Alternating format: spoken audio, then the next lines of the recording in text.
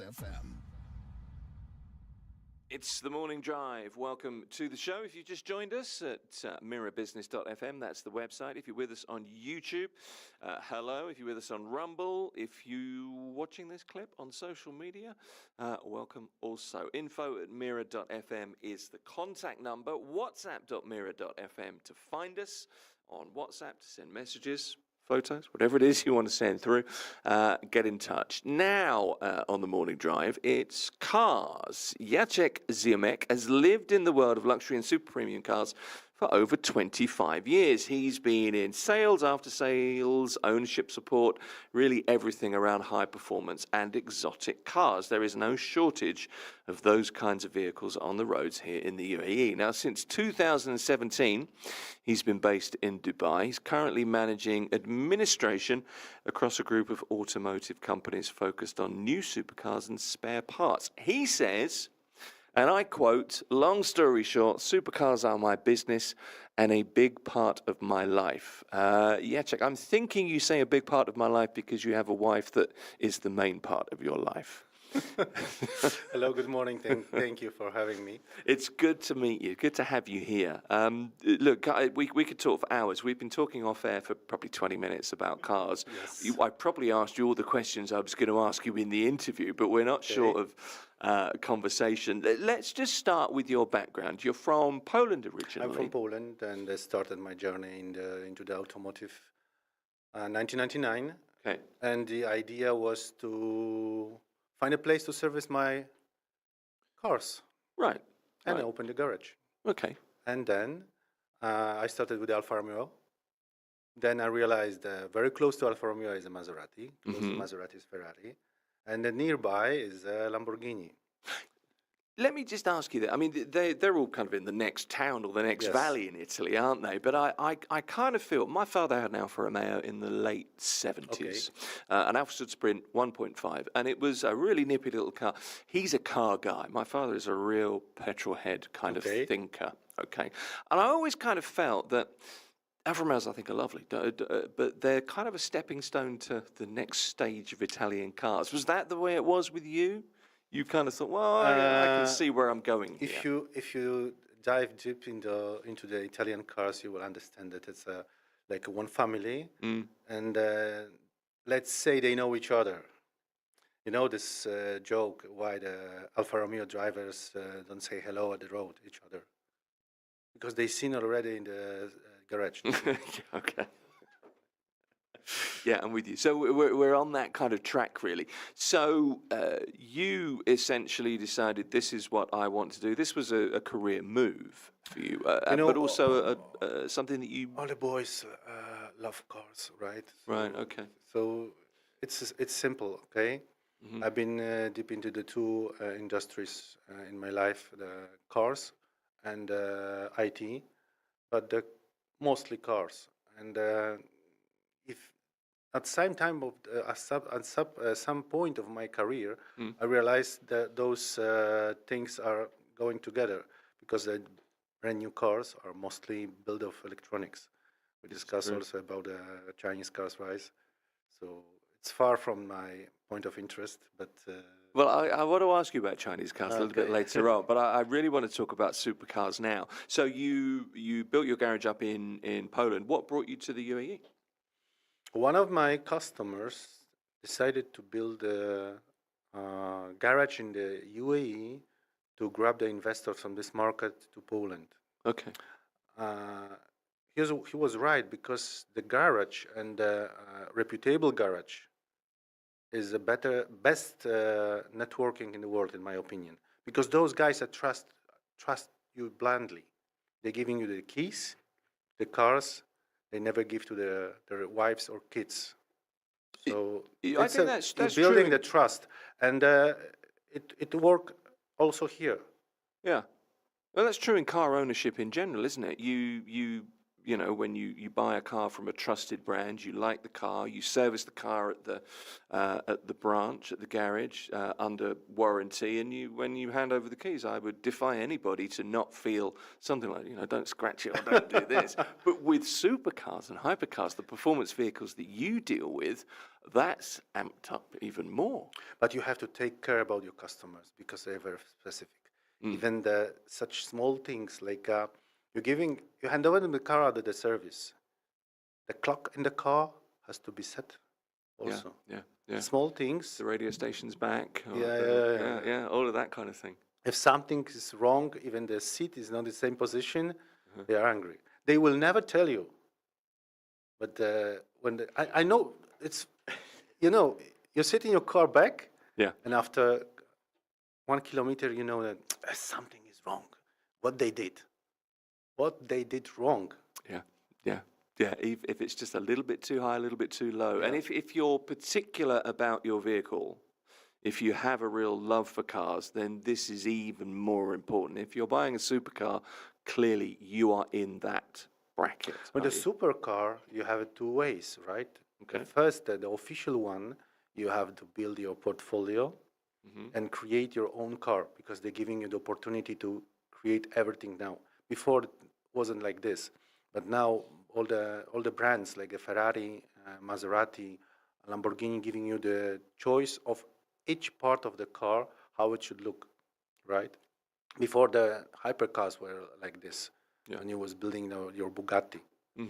But so this is the official way, and the second way is to find something at the market, which more or less is approvable by you. Okay.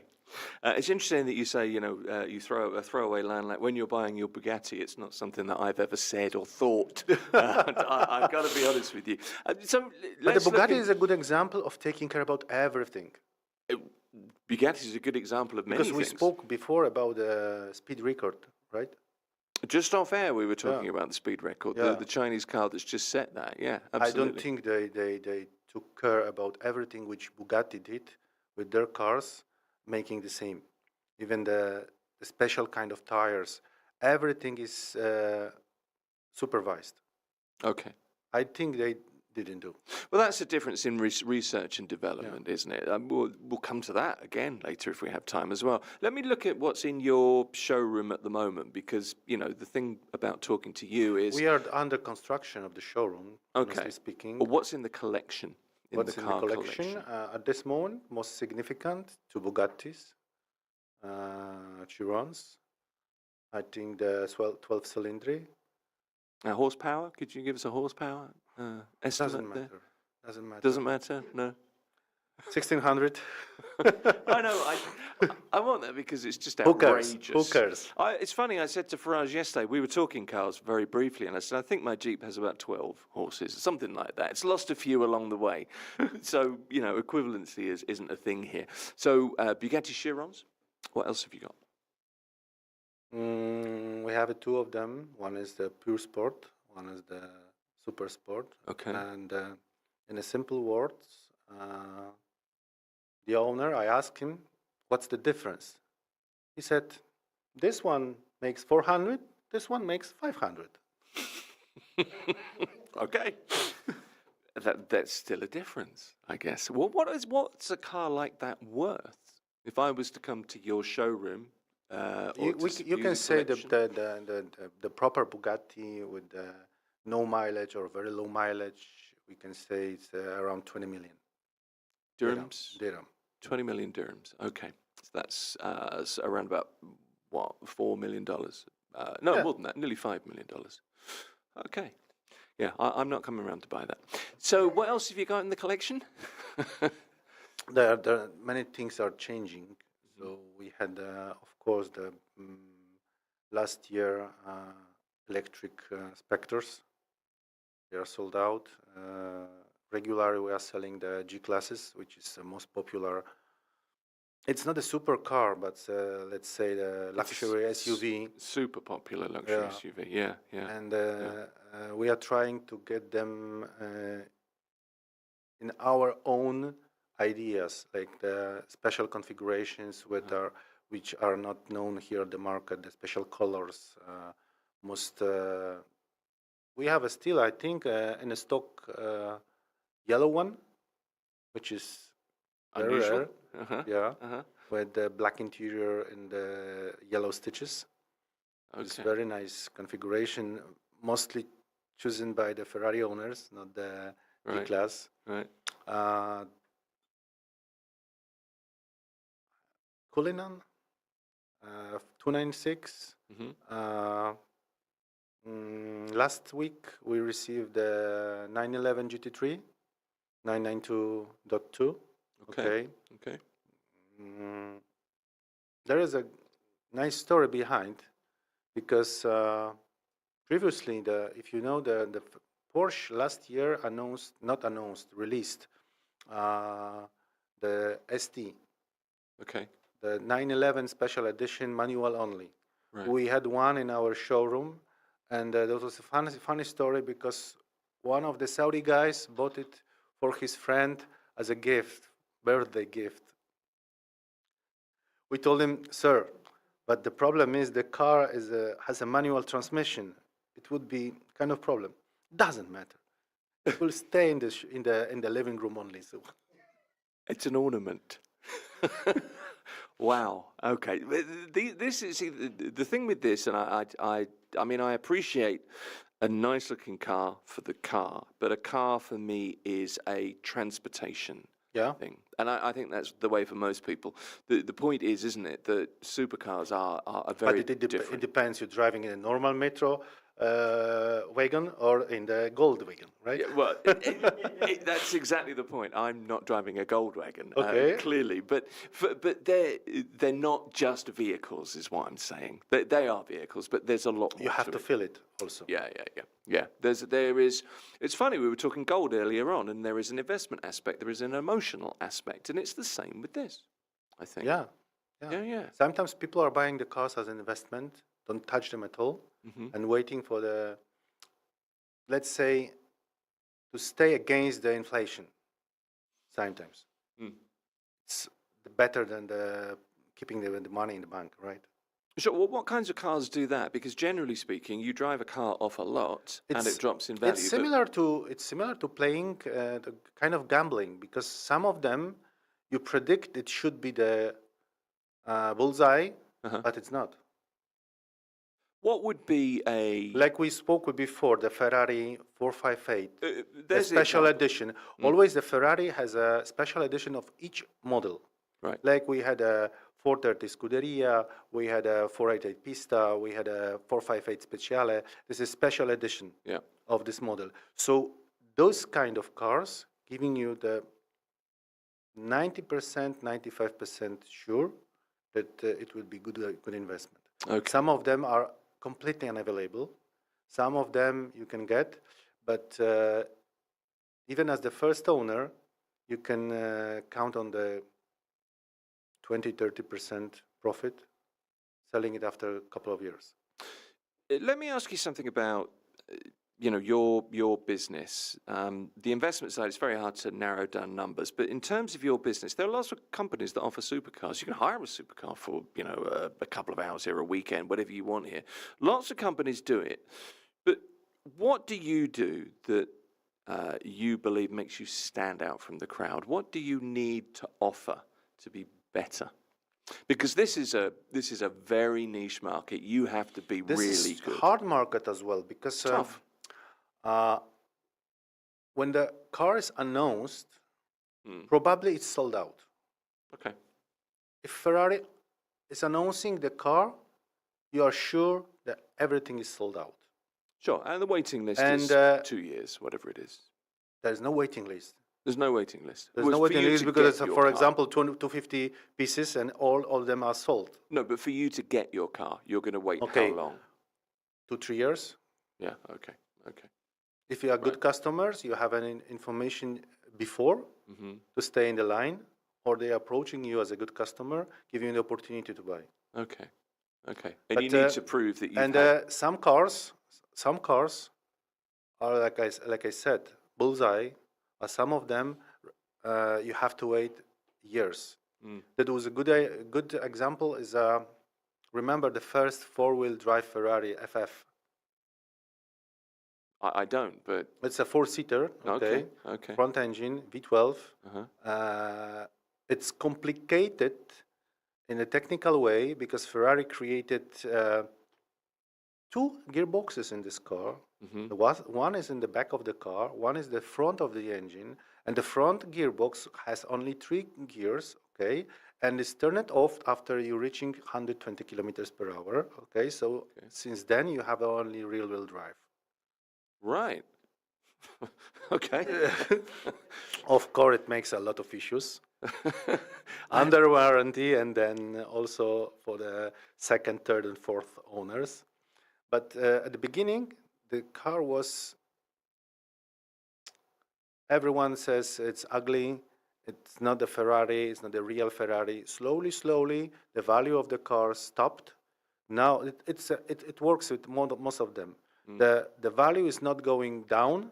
The cars are disappearing from the market and showing after a year or two or three with the new price only the best ones. Okay. And I think this is a good idea, but you have to wait years. So in the kind of, you cannot consider it as a good stuff for trading. You can trade with brand new cars when the value is high. A good example is like last year G63. Everyone wanted the car, okay? But now it's a common. You can buy it everywhere. Everyone has it in the portfolio, in the stock, so it's not so hard to get it. Well, that's the issue as well, isn't it? It's hot, and then it's not hot anymore. There's nothing really novel about it anymore. People don't want it, and all of a sudden, those kinds of cars are available again. Unfortunately, it's a hard business to be in. Can I ask you a very simple question? What's the difference between a supercar and a hypercar? Is it a financial difference? Is it a research? The borderline is fluent. Yeah. Okay. Yeah. Before it was like everything is below, which is below 3 seconds below the 0-100. Okay. Okay. It's a hypercar. Mm-hmm. Now we can say it's everything which is up to 2.5 is a hypercar. But the better description is everything above $1 million is a hypercar. Okay. So not necessarily. There are some cars like a new Revuelto, the successor of the Aventador. Okay. It's a borderline. Right. It's a supercar which we can consider as a first step to the hypercar world, but it's not so exotic like Bugatti, Pagani, Koenigsegg, these brands. Right. Okay. And those would all be classic examples of hypercars. And this is also three most appreciated hypercar brands. Like I said, is a Bugatti, Koenigsegg, and Pagani. Okay. And sometimes, like before, always people were asking me, which is better, Ferrari or Lamborghini? So the answer is simple: the brunette or blonde. Okay. What do you like? Yeah. Yeah, for sure. With the hypercars, it's different. You have a Bugatti, which has a huge heritage. Yeah. You have a Pagani, which was built by the Lamborghini engineer, Orazio Pagani, because they rejected his project of build a car made of carbon fiber only. Right. That was already in the hand of Audi. And you have a Koenigsegg, the genius engineering. Okay? So from three of them, I know the prices are high in each of them, but the Bugatti is the real one, I think. Okay. Is there one, in terms of your business and your experience, is there one particular popular brand? I'm guessing you're going to say Ferrari. I don't know. Yeah. Ferrari is the one? Yeah, really? Ferrari. Always Ferrari. Always Ferrari. Whatever they announce, whatever they release, it's always a good choice. Okay. Let me ask you a little bit about Chinese cars, because last month we saw a global production car set a new top speed record, just a shade under 500 kilometers an hour. It was set in Germany. It's the track edition of the BYD Yangwang U9, which is a production car. It looks like a supercar to me. 3,000 horsepower. Would you try? Apparently. Would I try it? Would you try to break this record? Would I try to break this record? No, because I do not have the driving ability. I've got to be honest with you. But I'm interested in that. It's a Chinese car that's done it. We see Chinese cars on the roads of Dubai all the time. I constantly confuse the T2 for the Defender. I was saying to you off air. And there is a one kind of Chinese car which looks like a Range Rover as well. There is. You're right. Absolutely. I don't know the make, but more and more we're seeing Chinese cars come into the market. I just wonder, what's your opinion of the Chinese car market? Because we're going to see it more wherever you go in the world. If you give me a choice to get a car from A to B only, I prefer Japanese car, which I never had in my life. All right. Why have you never had a Japanese car? That's interesting. You just. It's like Japanese cars are full of emotions, like a fridge. You opening the door, the light comes up. Closing the door. No emotions. Okay. It's functional. It's good. It's reliable. Keeping the value as this. Yeah, they do. But there are no emotions. Okay, so you have to be connected before you get into that. You have to feel something. Okay. But going back to the Chinese cars, we have a problem because they are offering the good design, even if copy-pasted. Derivative, I think they would say. They would term it derivative. But yeah, you're right. I mean, there are many similarities between many designs. Good interior, a lot of options. Yeah. But the technology from the 90s under the hood, whatever they say. In terms of the research and development that's gone into the car, it's not the most. As they copy pasting the designs. They're doing the same with the powertrain, but it's more complicated. That create the aluminium, right? Right. So they are buying the ready solutions from the past. Okay. Like the Japanese solutions from the past, but if you take a look at the past, the same was doing Kia and other Korean brands before. Yeah, right? sure. Well, to be fair, you have to start somewhere. But it's slightly different. Different because they're convincing you by the design, interior, but not telling you about the technology. Okay.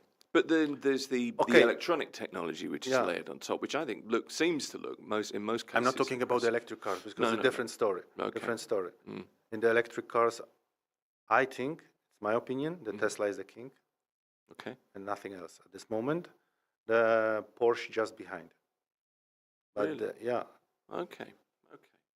Even though we've seen Tesla go through all these issues, the advantage of the Tesla is because they are grabbing a lot of data and learning from this data. Yeah. They sold a lot of cars, and all of data is going to the Elon servers. So they know how to make it in a proper way.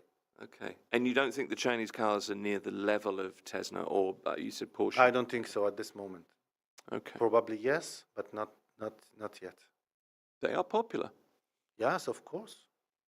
And that's really a price difference, I guess. Would you see that that's the differentiator in this in most cases? Have you seen sometimes people afraid to buy something if it's too cheap, right?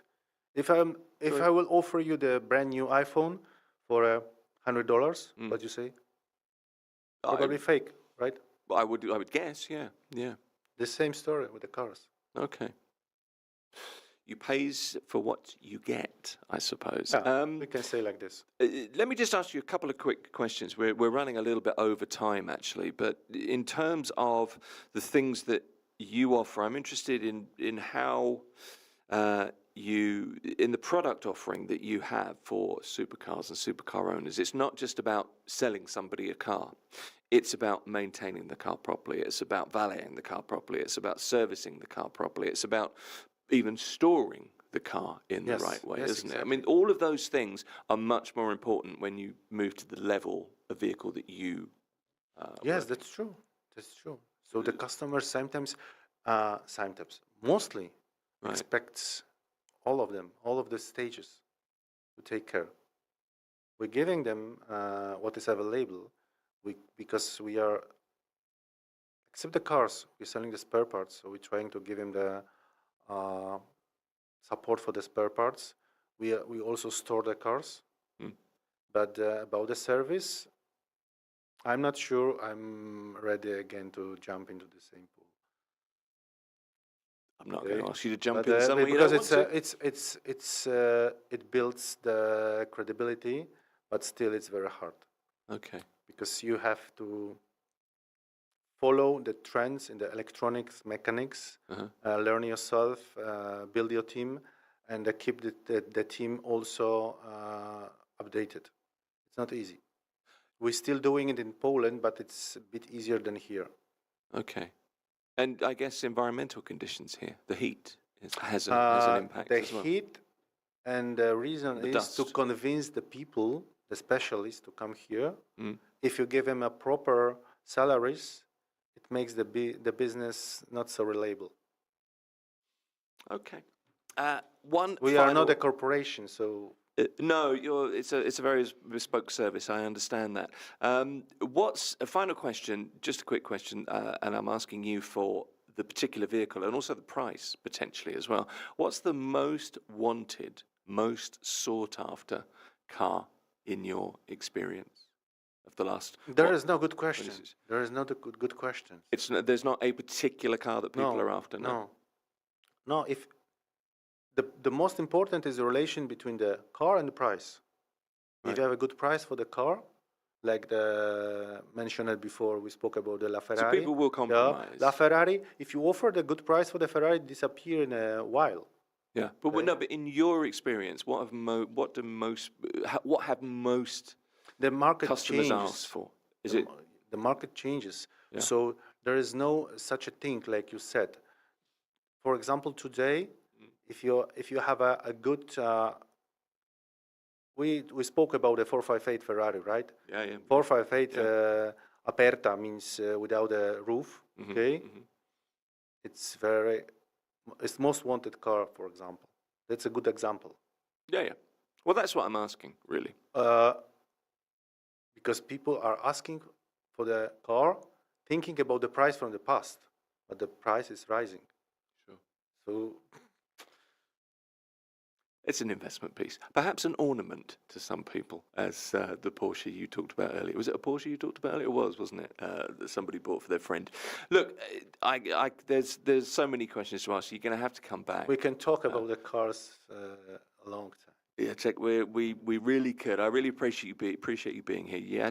Jacek Ziomek, I have to get that right, is from X Motors, building a new showroom at the moment, a new environment, even, I guess. Really. It would be a boutique place and a place for the people who want something unique. A new boutique, indeed. Look, good to talk to you. We'll have to get you back. Will you come back? Waiting for your call. Brilliant. Nice to talk to you. Appreciate you joining us. Thank you. It is Mira Business FM, talking cars. You're listening to Mira Business FM.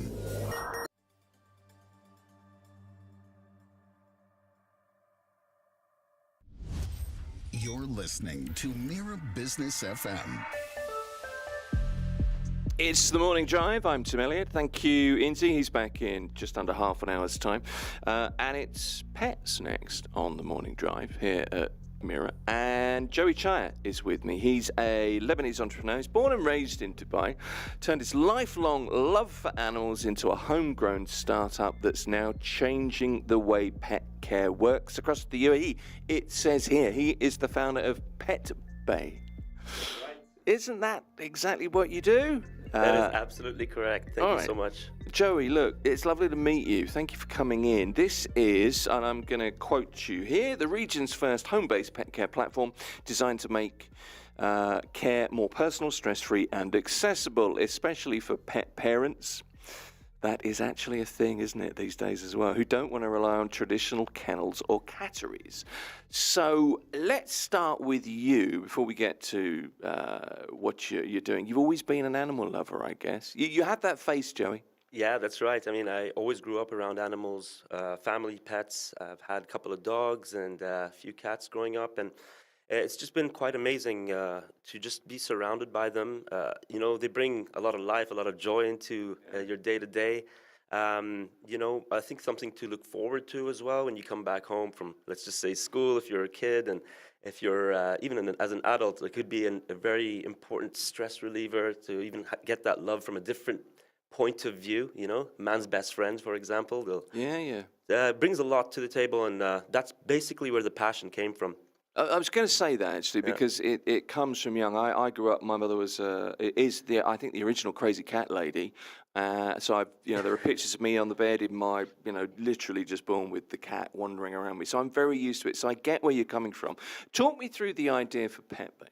Yeah, absolutely. So basically, Pet Bay was started because of my own experience with my dog. His name is Renzo. Back in the day, and he suffered from anxiety. And so ultimately, I had to go with the options that were available then, which was facilities, various different facilities. And I just saw him sort of change his personality a little bit in the beginning, which, wasn't really a good thing. Ultimately, It's upsetting, isn't it? It's upsetting. For him and for you. Absolutely. I couldn't agree more. And, it was a borderline depression, right? So, why would you want to put your pet through that? So, the second time I tried this, I just spoke to my neighbor. I asked him, I was like, hey, can you look after my dog for a little bit, and I'll pay you whatever amount. And he accepted a price that was a fraction of the cost that I was paying. So it really just made sense, and he remained in a home environment, which was the key, and the key business basically offering that we're doing today. Yeah, so Renzo, your dog, doesn't go through the stress of leaving. And I think we need to make a point here as well, that for people who aren't pet owners, to explain the whole kind of process and the feeling of it, if you see somebody you love or something you love or an animal you love going through a tough time, that really affects you, and that's really at the heart of this. And if you can be at home in a familiar environment, the stress levels are far lower. Yeah, absolutely. I mean, look, in general, there's a big group of pets that actually require our services, right? Or at least acquire our style of home-based pet sitting. Right. For example, older pets that lack mobility. All pets will eventually, become a little older and will lack a little bit mobility. And need some more looking after. Yeah, need some more attention. Cats are very territorial creatures. They prefer to be in their home environment. There are other things, pets with disabilities or, pets that suffer from anxiety prefer to stay in a home environment, something that they're used to, they're more familiar with. So that we just wanted to bridge that. But obviously now we've opened it up to all pet parents because when we did a bit of the market research, we realized that they would prefer a home-based option because that's what they're used to. Ultimately. Okay. So you're a tech platform, aren't you? And you basically connect people who are looking for somebody to look after their pets in a home, in their home, with people who will help them out. That's kind of what you do. That's exactly it. And so we vet. There are two sides to this. There are two sets of users, you can say. One set of users are the pet sitter, and the other one is the pet owner. Pet sitters apply, and we vet them through a very rigorous 5-step process. But once they're approved, their profiles will be listed along with their prices, pictures of themselves, images of their home, with a lot of information where, on the other side, where pet parents can visit these profiles and make a proper decision based on certain criteria. And what's cool about Pet Bay is that you get a lot of choice in the matter. You get to speak to them, you get to meet them prior to actually making any kind of engagement, or booking. And we understand that because, ultimately, there is a fine line between tech and what you need to do at a manual point. What I mean is that when you're ordering an Uber, you don't really speak to anybody, right? Oh. However, in our case, ultimately it's important that we facilitate a meet and greet. So it's always going to be tech and a little bit of love, let's just say, from our side. I like that. Tech and a little bit of love. That's what we all need in our lives. And we live in the tech age. Absolutely. Talk me through the process, the how you called it a rigorous process, a five-step process. But I mean, that's important for a number of reasons. To make sure you get the right person, to make sure that the people that own the pet, I'm not sure if owning a pet's the right way, the pet parent, they're happy, but also to be sure that the pet is happy with the person who might potentially be helping them out, looking after them. 100%. You know, that's why the meet and greet functionality is super important. And we have integrated a meet and greet functionality within our chat system. So basically, if a pet owner wants to request a meet and greet, it's literally a button that they need to press, and then it would trigger a push notification to the pet sitter, who would then accept or, essentially reject the meet and greet. And then, our system would literally offer them other options. At that point in time, if there was a rejection and if there was an acceptance, then they meet, and our app can track that and then sort of trigger a booking link, for example. Okay, and how do you, I mean, there is some vetting, that's probably the wrong verb to use, but we'll use it, of, potential pet sitters, but also potential pet parents. And I guess you have to vet the pets as well, because, if you're not used to looking after a Great Dane, you're used to hamsters, you need to be aware of that. No, so the vetting process from our side, like I said, is rigorous, and vetting is the right word, for sure.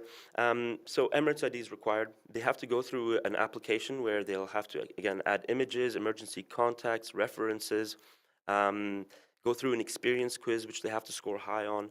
And sort of that's the vetting done for the pet sitter. Now, for the other side, there isn't much being done from our side. However, what we do is we tell the pet sitter to vet themselves. So that's why, like I said, dialogue and meet and greets are super important prior to engagement or actually confirming the booking. We make sure that we facilitate that, and almost 95% of all bookings actually go through a meet and greet or at least a phone call first.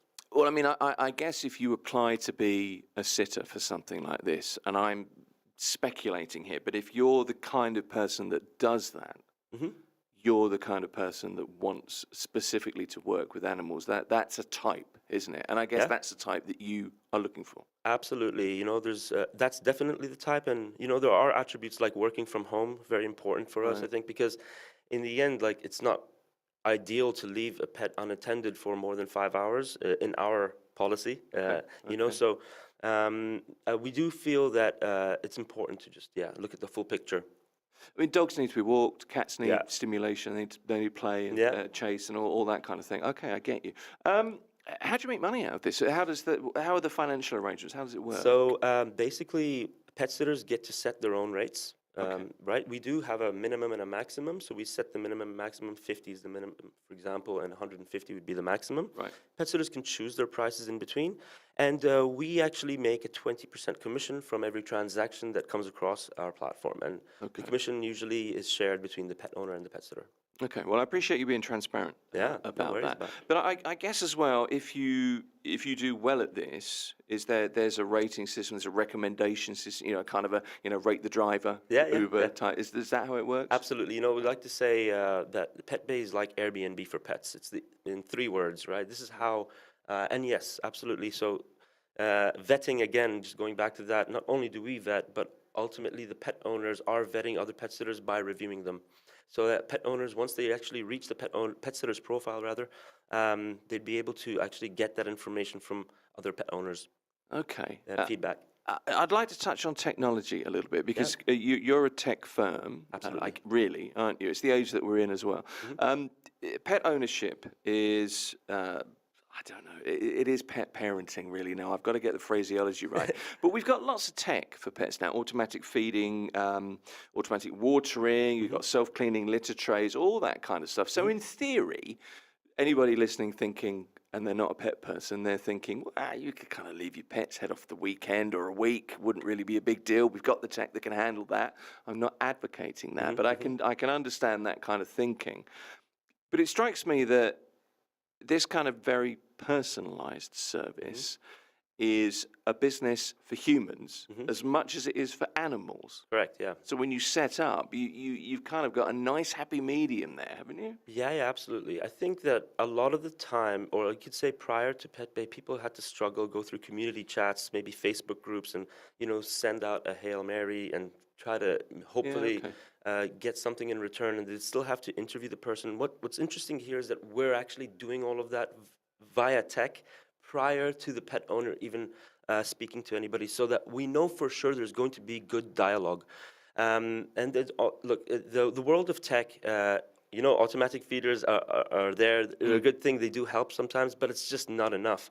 In the end of the day, you're going to need, that human element, as you put it, whether it came from a pet sitter or the pet owner themselves, and cuddling and applying that care. In the end of the day, a lot of people consider them as their own kids, right? So when we combine that, when I was saying in the beginning, combining tech with love is literally what we are doing. So when I say tech, I mean, the process in how, let's say, a pet owner wants to book the same pet sitter next time, they'll only have to press one button because they've already met them, they've already had a booking with them in the past. So how do we make that easier, right? They're rushing on a work trip and they just need to make a quick booking.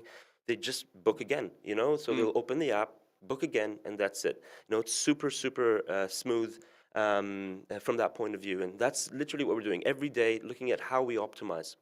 And I guess you've got people coming to you, members or people who engage with your system who are doing this. You could make yourself a reasonable living at this if you, took this on absolutely. with a professional mindset. Is that happening? Are you starting to see that? Yeah, absolutely. So part-time work has been, is allowed now here in the UAE. I can't remember the date of when it was actually where it started, but it's recent, yeah. Yeah, it's quite recent. And I mean, although we say it is a part-time mechanism, people are making enough money to cover their expenses, and a lot more in some cases. What you can do, or what we can know for sure, is that if a pet sitter has a large space, for example, and is able to accept multiple pets, right, that are social with each other, then they can definitely make a really good income. And some people, I suppose, have different exotic pets, not your standard cat, dog, hamster, rabbit, whatever it might be. You're going to have people that want you to look after their terrapins, I don't know, their tarantula collection. Are you seeing that? Is there anything slightly more exotic, I think is what I'm asking? Yeah, I mean, I'll be open. I mean, so we only cater to cats and dogs at the moment. However, we don't say no to any animal that, or any pet parent that wants. Well, you're going to get inquiries, aren't you? Absolutely, yeah. And we are opening it up to all the other categories. But yeah, we've received, birds, hamsters, rabbits, carnivorous birds, actually, one time where it's required some live feeding even. The pet sitter had to be briefed, but we eventually had to allocate a pet sitter that had enough experience to be able to do that. So it was, we don't, again, like, it's the world of animals, and being able to facilitate that no matter what animal it is, yes, absolutely. Yeah. I love it. If someone came up to us with a lion or a tiger, I know that they don't exist here really in abundance, but if it ever happened, then we would also try our best to facilitate that. Wow. Okay.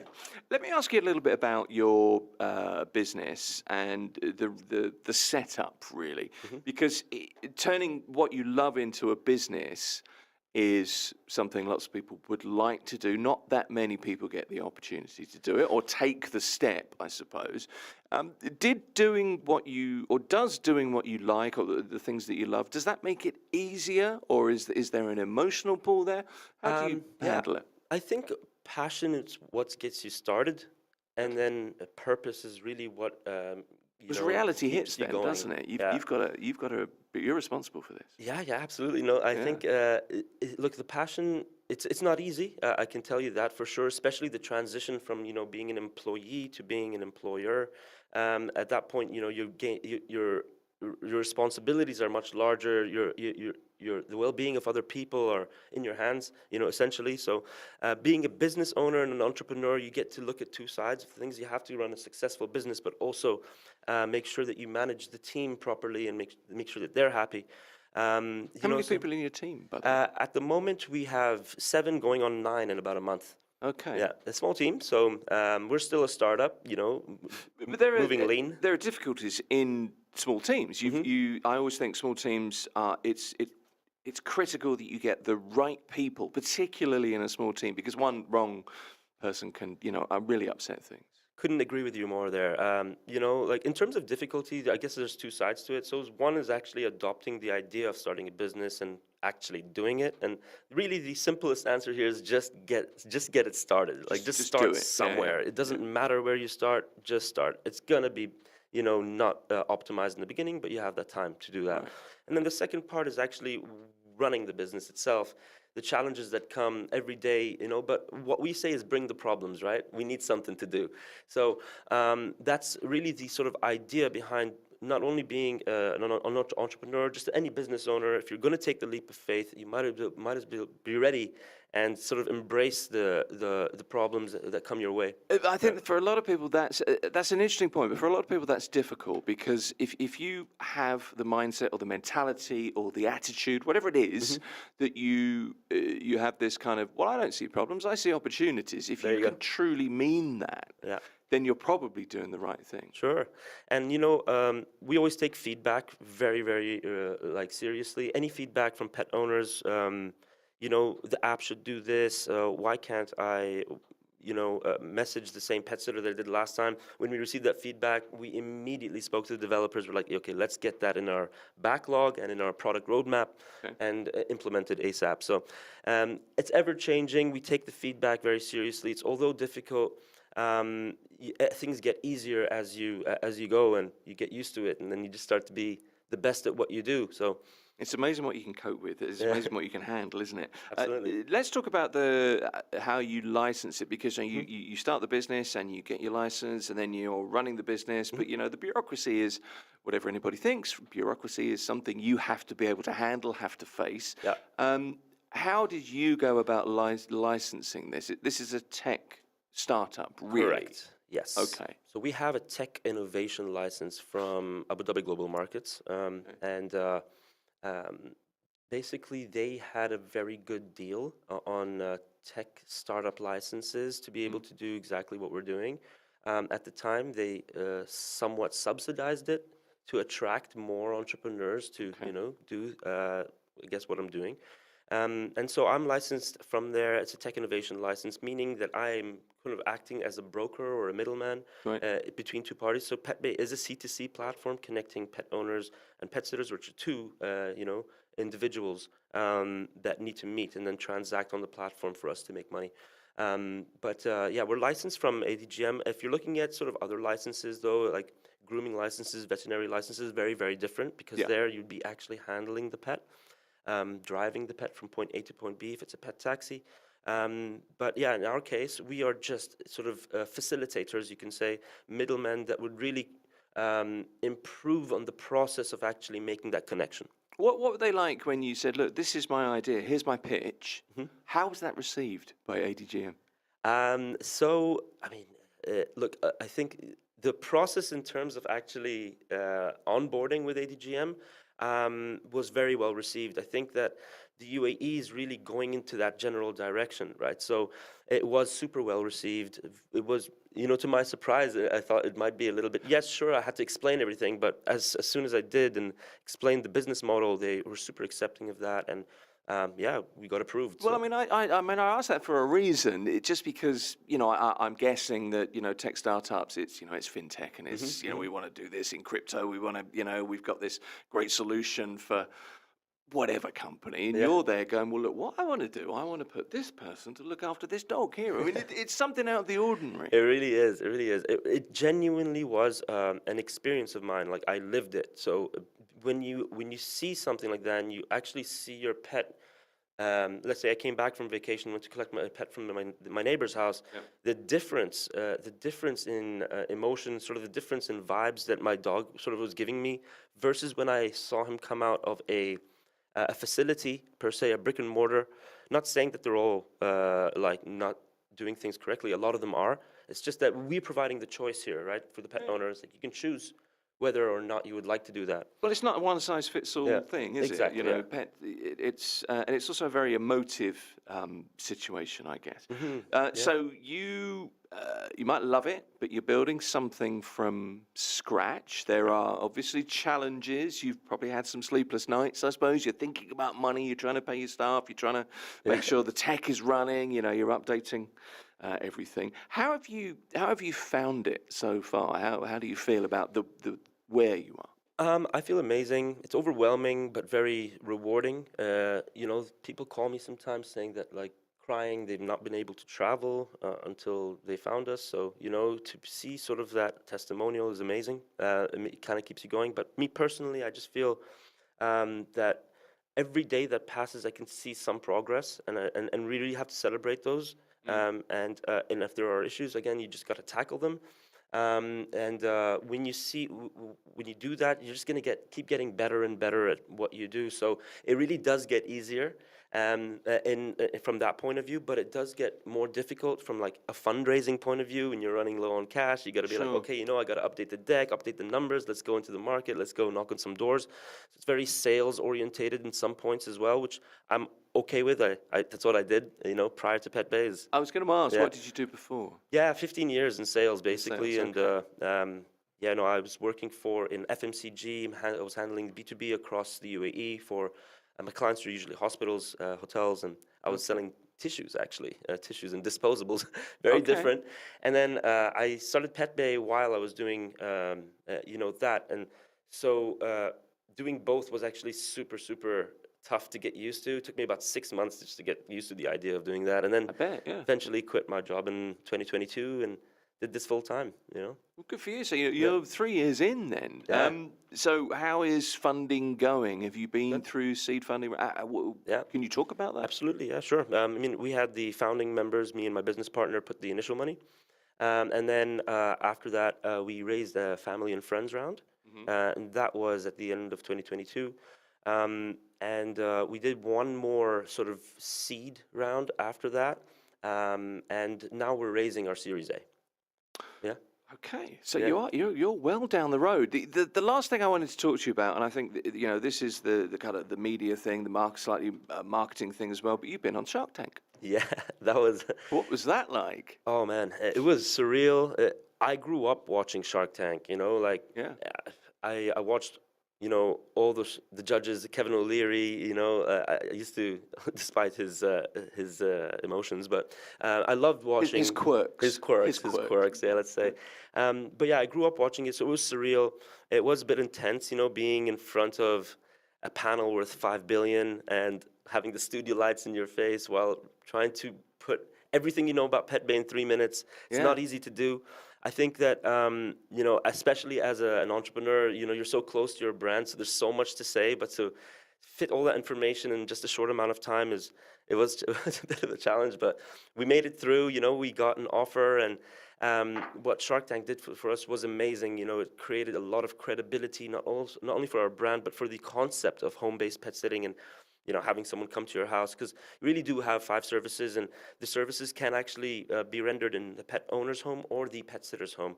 So, the idea of a pet, owner allowing someone to their house might not be, or maybe it wasn't at the time as accepted as maybe some Western societies. But right now, it's because of Shark Tanking, because of what we're doing with our marketing and social media, it is actually creating so much credibility. Okay, and you vet that as well. You could say to somebody, look, you if you're happy, your pet could go and live in the pet sitter's place. Yeah, I didn't realize 2 different services. One is boarding, and the other one is sitting. Right. Sitting is where the pet sitter would go to the pet owner's home and stay overnight and look after the pet there. Now, it doesn't necessarily have to be overnight. They can go in and leave. And then boarding is when pet owners would drop their pets at the pet sitter's home. Yeah. Last question. We've got about 20 seconds. Where are you going next? Can you tell me in 20 seconds? Absolutely. All-in-one pet platform across the GCC and beyond. And explaining Pet Bay in one word is choice. I think that's where we're going. So we want to really make sure that we develop the tech to reach that goal. All the best to you. More power to you, I think. Joey Chaya is a Lebanese entrepreneur. He's born and raised here in the UAE, specifically in Dubai, and he's just turned his lifelong love for animals into a homegrown startup that is, and I quote, changing the way pet care works across the Emirates. Pet Bay is the app. Joey, good to meet you. Thank you so much, Tim. Appreciate you coming in. This is Mira Business FM. We're streaming live on the website, mirabusiness.fm. You can find us on YouTube. The news next.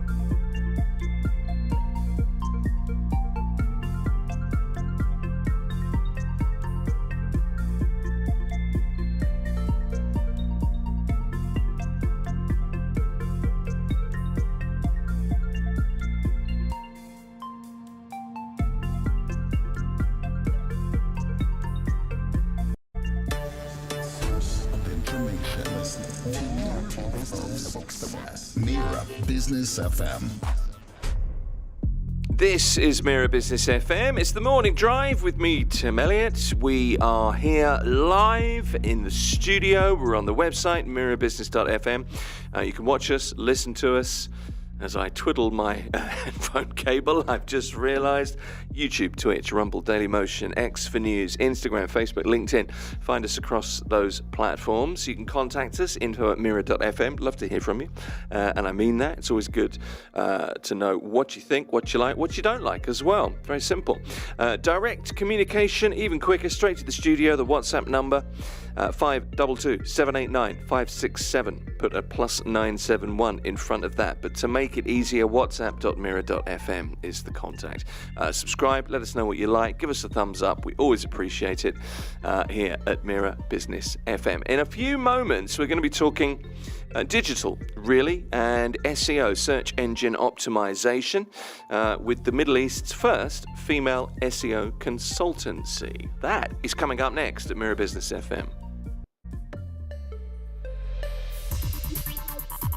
You're listening to Mira Business FM.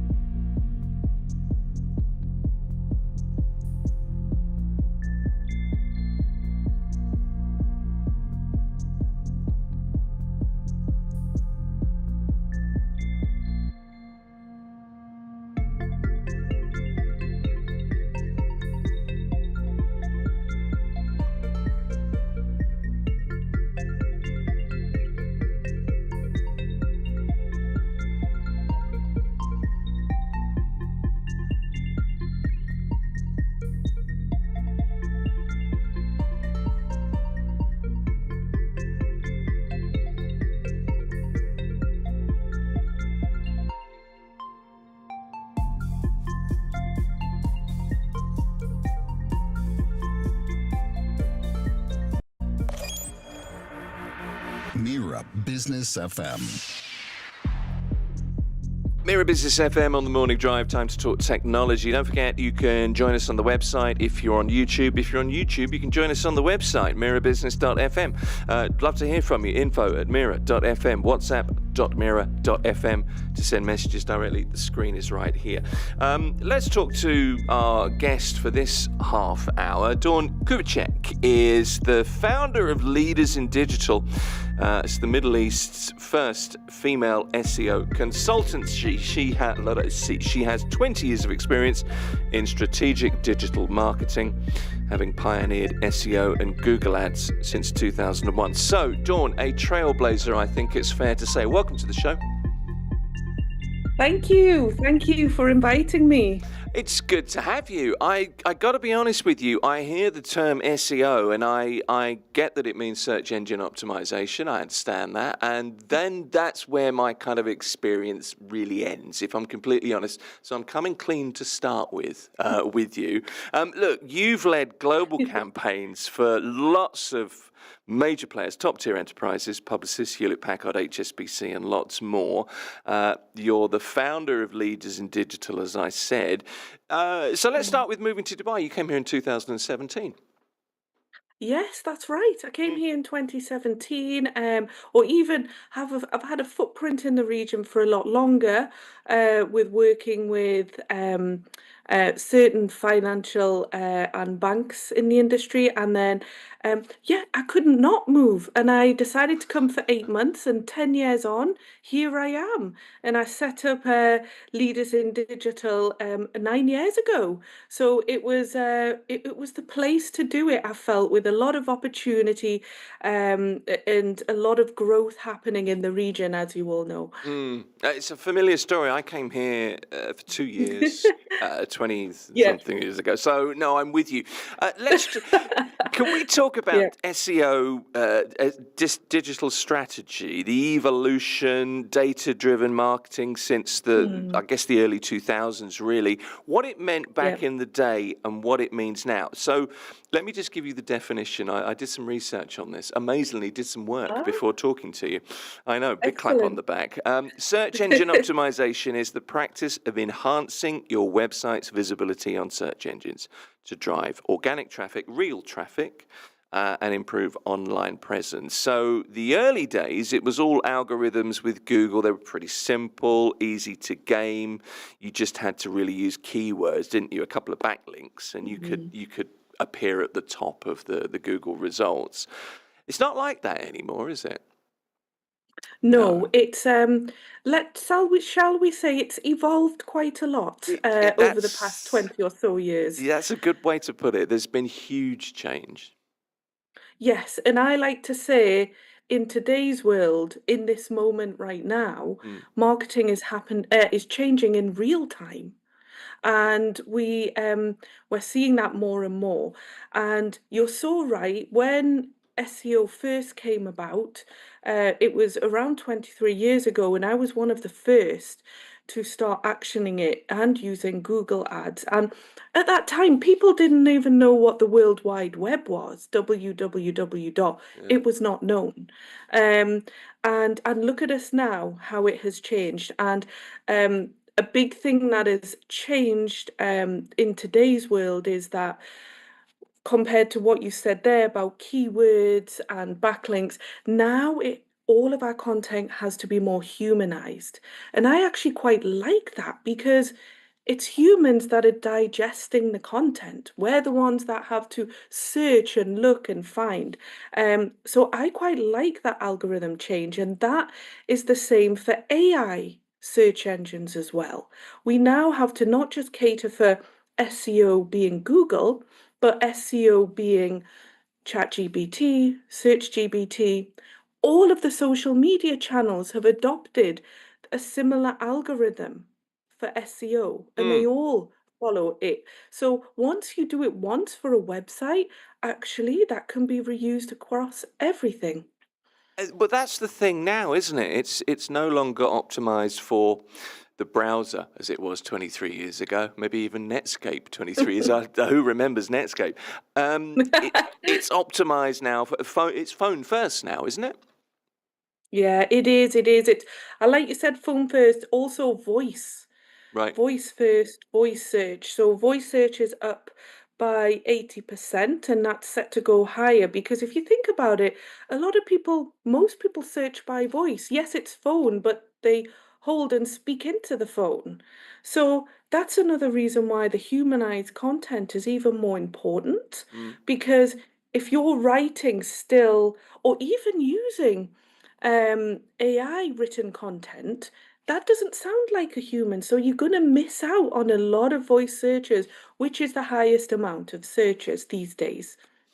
We talk about content all the time, and we talk about content creators, and it's kind of heartening, I think, that you point there to well, I was going to ask you if you miss the good old days, but it's kind of got a lot better, isn't it? Because it's much more about quality of content these Mhm. days.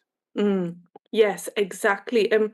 There's a new buzzword going around saying exactly that. I don't know if you remember, even last year, the past 2, 3 years, even 20 years, people would say content is king. Yeah. Content is king. Create as much content as you can, and more people will see it. But what it is now today with AI search engines and enhanced algorithms is content depth is king. Okay. So it's actually better to create one piece of content that you've spent time researching the topic, you know what your audience are searching it and interested in it. It's written not just by a AI search engine, it's written with human elements as well. It's better to do less content like that or one piece like that that can be visible everywhere. And when I say everywhere, I mean like your Instagram content, for example, can show up in the Google search. It can show up in AI overviews. It can show up in ChatGPT. But if you're rushing it and thinking, I just need to get as much content out, Mm. the content is always going to win at the moment these days. Let's talk about it tomorrow. It might be something different, but that's how it is now. That's how it is now. But I mean, now is a very short period of time these days. Now, I always think used to be 5 or 10 years you were fine. Now the internet is 5 minutes, and then no, get off that train, get on the next train. Otherwise, you're going to Yeah. miss it. So quality of content and not. Let's be honest, there's an awful lot of spammy content out there, which is really not very good. So that's the case at the moment. Just let me pick you up on that. What might it be next week or in 5 minutes' time, do you think? Well, I'll Where's that tell you going? what, that I love that. What I've already heard is that 2 weeks ago, Right. ChatGPT in US launched paid media ads. And I don't know if you've seen on ChatGPT here in UAE, there's already a right bar in your searches, sometimes, which have other links, images in Google AI mode. So when you search on Google and click on the top left, there's AI mode. When you click on there, there's also a nice space there, which would fit very well for sponsored ads. So this is what I like to say to everyone today, and over this time in 2025 is make the most of organic search on AI search engines now, because your organic efforts can go way further these days, not just Google. Google is still massively impactful, and we shouldn't stop our SEO efforts, but we just need to enhance it, create more content that's content depth, and yeah, and be ready, because before we know it, other companies are going to just be able to pay. But if you have a strong organic presence, you're going to be winning anyway. And I think it's all still very new for a lot of organizations Mm. to actually start hiring an AI SEO company who actually knows how to do it properly. It's so new, so it is very challenging. But the sooner we at least start and get on top of it, then it's a big advantage for all businesses and personal brands.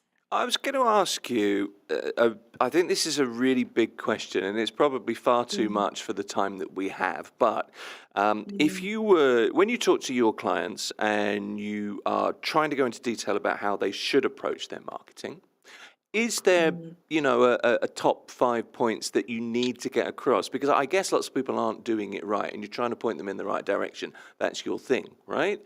Is there a top mm. 5 or a top 10 kind of checklist that you say, right, this is what you should be doing, you're not, cross? Does it even work Yeah, that there way? is. It's so interesting that you've brought that up, because the backbone of Leaders in Digital, the reason why I set it up is because I have a 7-step marketing system, Okay. which we follow day in, day out. And it's these steps that an organization has to follow to achieve success. And it's these steps that a lot are not following, that think they can just choose content and launch it, that they can just choose their topics. Some of those pillars are, so the first one, now we're a data-driven consultancy. Mm, The reason why is because it all starts with data. yeah. People come to me and say, Dawn, can you tell me how many blogs I should post, what this, what topic? And I always say, I don't know. It's different for every organization. We need to look at your data, your audience. What do your audience like, don't like? What do they want? And we need to have strategies data driven. And that is something that is massively lacking in most organizations, because it requires senior level consultants in order to do that. Another that is very important is the targeting. Who are you targeting? Mm, And it doesn't matter what channel you're working on. I have most organizations that we work with come and say, our audience is this, do this. Do post at this time, post your articles at this time, do this on the website. No. we need to take a step back and look properly at who's actually converting. Which are the people that are leaving the website? Which are the people that are staying? And when you start looking at that, a completely different story emerges. Again, with data. And then, of course, there's the execution. And in the execution, when it comes to SEO, the biggest tips going into 2026, I would say, is if you have a team or agency that is still talking about keywords, um, I don't want to say run a mile, but kind of run a mile. You just did say run a mile twice. Yeah, kind of do, but yeah, So just that's do it. really not the And thing at all. Keywords are not really. no. Wow. I mean, having said that, we still have all our tracking and reporting to just look at keywords. Keywords is one of.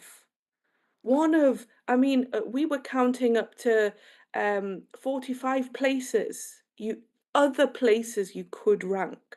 So if you're putting all the effort into one, you're missing all the 44. So this is where at least speak to whoever you're working with, or if you're doing it yourself, you need to start understanding the other opportunities out there in AI search engines so that you can rank for them because you will get left behind. Um, and then my last, what another thing that is huge is the analytics and just checking that you have your AI tracking and analytics set up. So what that would be, what we use is SEMrush. There's also Ahrefs tool. These two tools allow you to track your visibility on all search engines, on even it's split by Google AI mode, AI overviews, ChatGPT, Google search is still there, but Mm. it's just one of them. So you can't do anything without knowing where are you actually ranking. So that is something else I would add. It's interesting that because I guess that you work with people who have founded companies who believe in the vision. Maybe they are kind of the vision, really, leading from the front. But everything Mm. that you've just detailed there is all about honesty and reading what is actually in the data rather than what is the vision.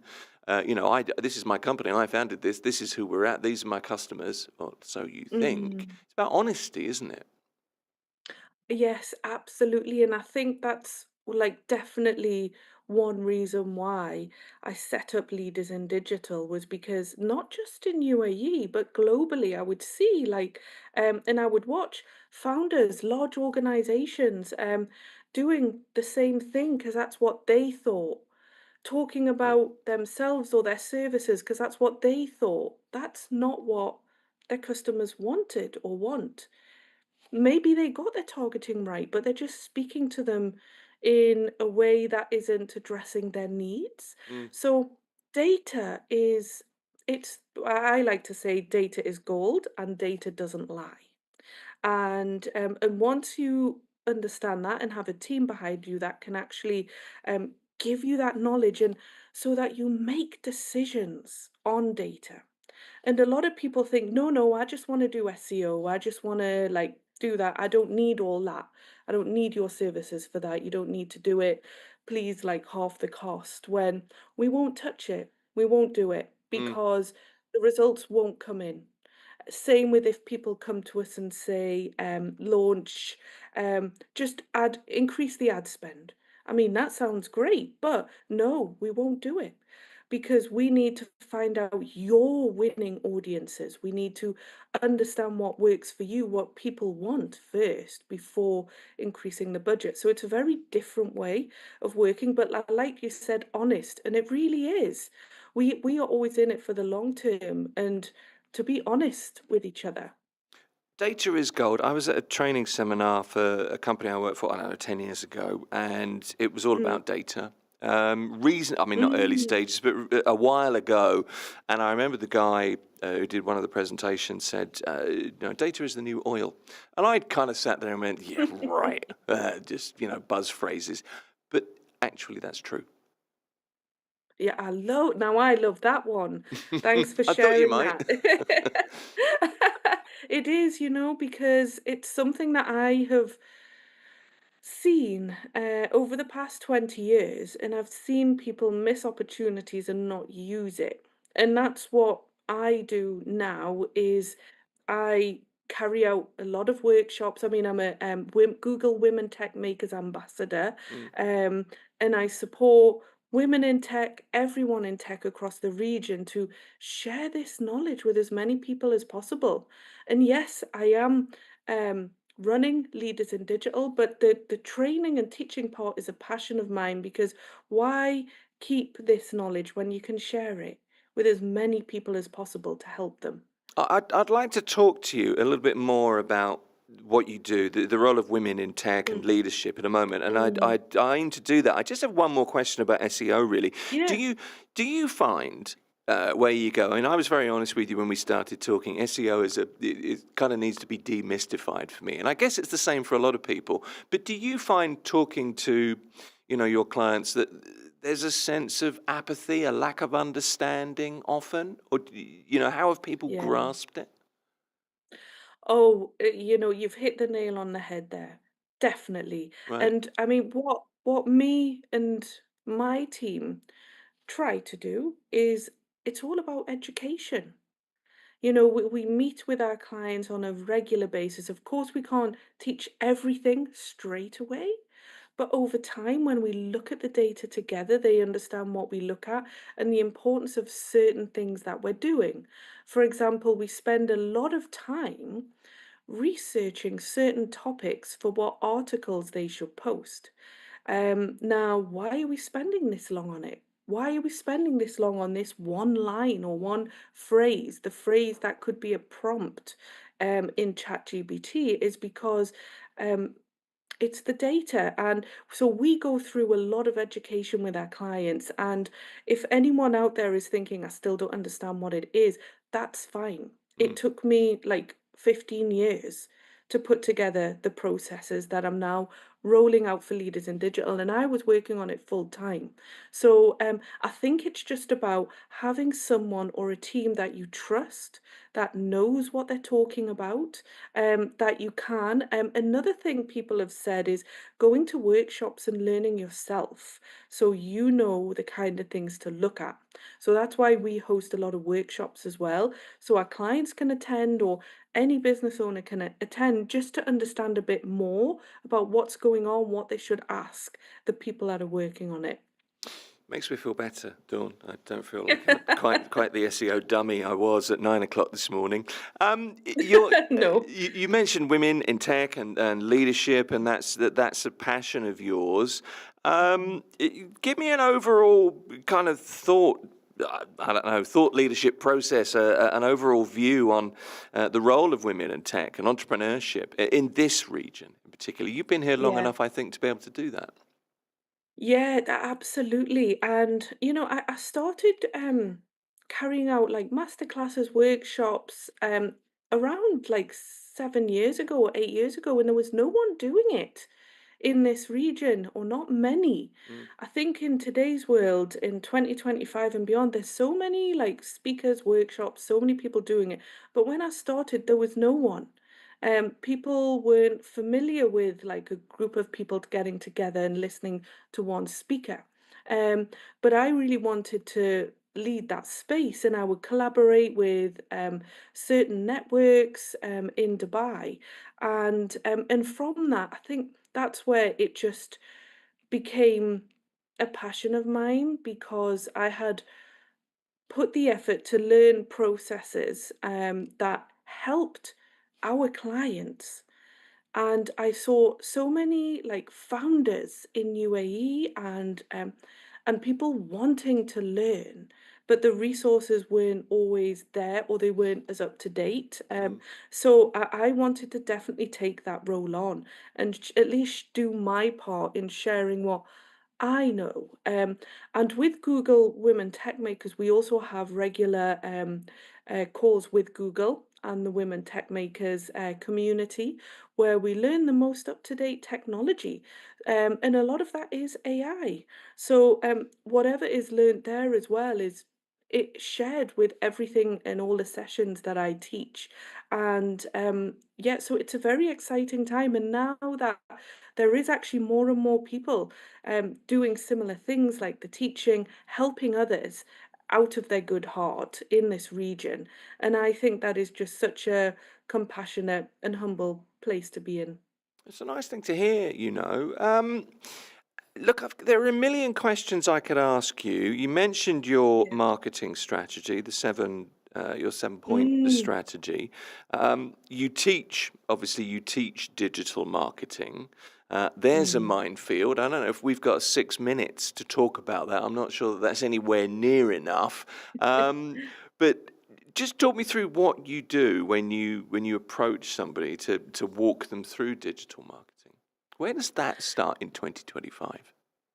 Yeah, that is no, that is a big question. And I mean, we've already spoken about data. That would be my Yeah, first place yeah. because a lot of whether it's like a company, an individual that needs support, I always see it that everyone's journey is unique. Even what's right to your competitor next door is not necessarily right for you. Yeah. So for me, what's very important is that it's customized. Yes, we have at Leaders in Digital this package, this package, this package. Some people like that. Some people just want to see that. But most people, actually, they have this already. We look at their data. They think Instagram is their priority. We look, and all their sales are coming from Pinterest. So we look at their data. We look at where they're at, and support them, handhold them through the process. And a lot of people might not have huge budgets today. They need help to get there. And that's one thing that me and my team love doing. Yes, we work with larger and global organizations, but we also support people from the ground up as well, and go on their journey. And we see businesses are based in UAE when we start, and now 4 years on, they're global. And Mm. we look after all the other entities in other locations and have helped them expand. So, but again, for me, it's just about being on the level of whoever you're talking to and understanding their personal needs. And the last thing I'll say is, a lot of companies do say to me, well, have you worked with other brands in our sector? Because if you haven't, then, they might want to work with someone else. Um, I would just say that is not something to contend with because we would start from the ground up anyway, and you are not the same as your competitor. You're a different person, you have a different voice, different leader, different team, different audience. So I think, looking at it that way is actually quite refreshing because it's yours and you're going to go on your journey. I'm sold, Dawn. You just sold it fantastically there. I love that kind of subliminal plug. That was brilliant. But do you know what? It's interesting that because going back to the start of the conversation, you were talking Mm, about how to use AI effectively to keep the human touch. But it's very much, we've talked a lot about the science, the SEO science, the AI mhm, science, but it's very much about people. Everything ultimately is about people and the way people interact, I always think. And mm, one of the mm, buzzwords over the last few years, which kind of makes me bristle a little bit, is being authentic. And I'm never really quite sure what you mean. I know what people are trying to say, but how do you keep mm, it real, as it were, so that you are really putting across a human story without over egging the AI side of the humanity? Do you know mm. where I'm going with this? It's I know hard. exactly what you mean. Yeah. And I mean, people have come to me and said, are you going to cut down all your prices now that you can just use AI? And I'm like, actually, no, it's the other way round Right. because there is so much more and more channels, more things to think about. So um, you have to keep it humanized. At the end of the day, for example, you we are the ones digesting social media or reading a website. Sure. I know when it's AI written and driven. I know when it's just being copy and pasted, and I just flick past it or I don't stay on. I personally find it boring. And you know what the funny thing is? So does the AI search engines. The AI search engines will not rank that content because we have tested it. at Leaders in Digital, we do a lot of testing ourselves. We don't read blogs, we find out what works. And we actually tested a copy and pasted AI content on the website versus a piece of content that was both. And we brought in the client's USPs, their tone of voice, that they follow a certain structure. We gave education through it that was from the founder, not from AI. And the one from AI was ranked red and did not rank, and it actually, and we tested this on the Leaders in Digital website. It went, it didn't rank in anywhere. The other was tagged green in the back end and ranked. So we have to be, today, we have to not just write for humans, we have to write for the AI search engines. And we still have to make it interesting because humans are the ones that are going to buy at the end of the day, that are going to fulfill that lead form. So we must not forget that. Good to hear. Dawn Kubicek is the founder of Leaders in Digital, an SEO trailblazer, I think was one of the phrases I used. But it's been really good talking to you, Dawn. Thanks for joining us. And you, thanks for inviting me. Thank you. Take care. You're very welcome. Dawn Kubicek here on Mira Thank you, Business bye. FM. The Middle East's first female SEO consultancy. That's what she leads. We're going to be talking in a few moments' time about a new app. It's called Athlo. I say new, it's a few years old, but it's based here in the UAE. Matthew Mansell's the founder. He joins us next here on Mira Business FM. Mira Business FM.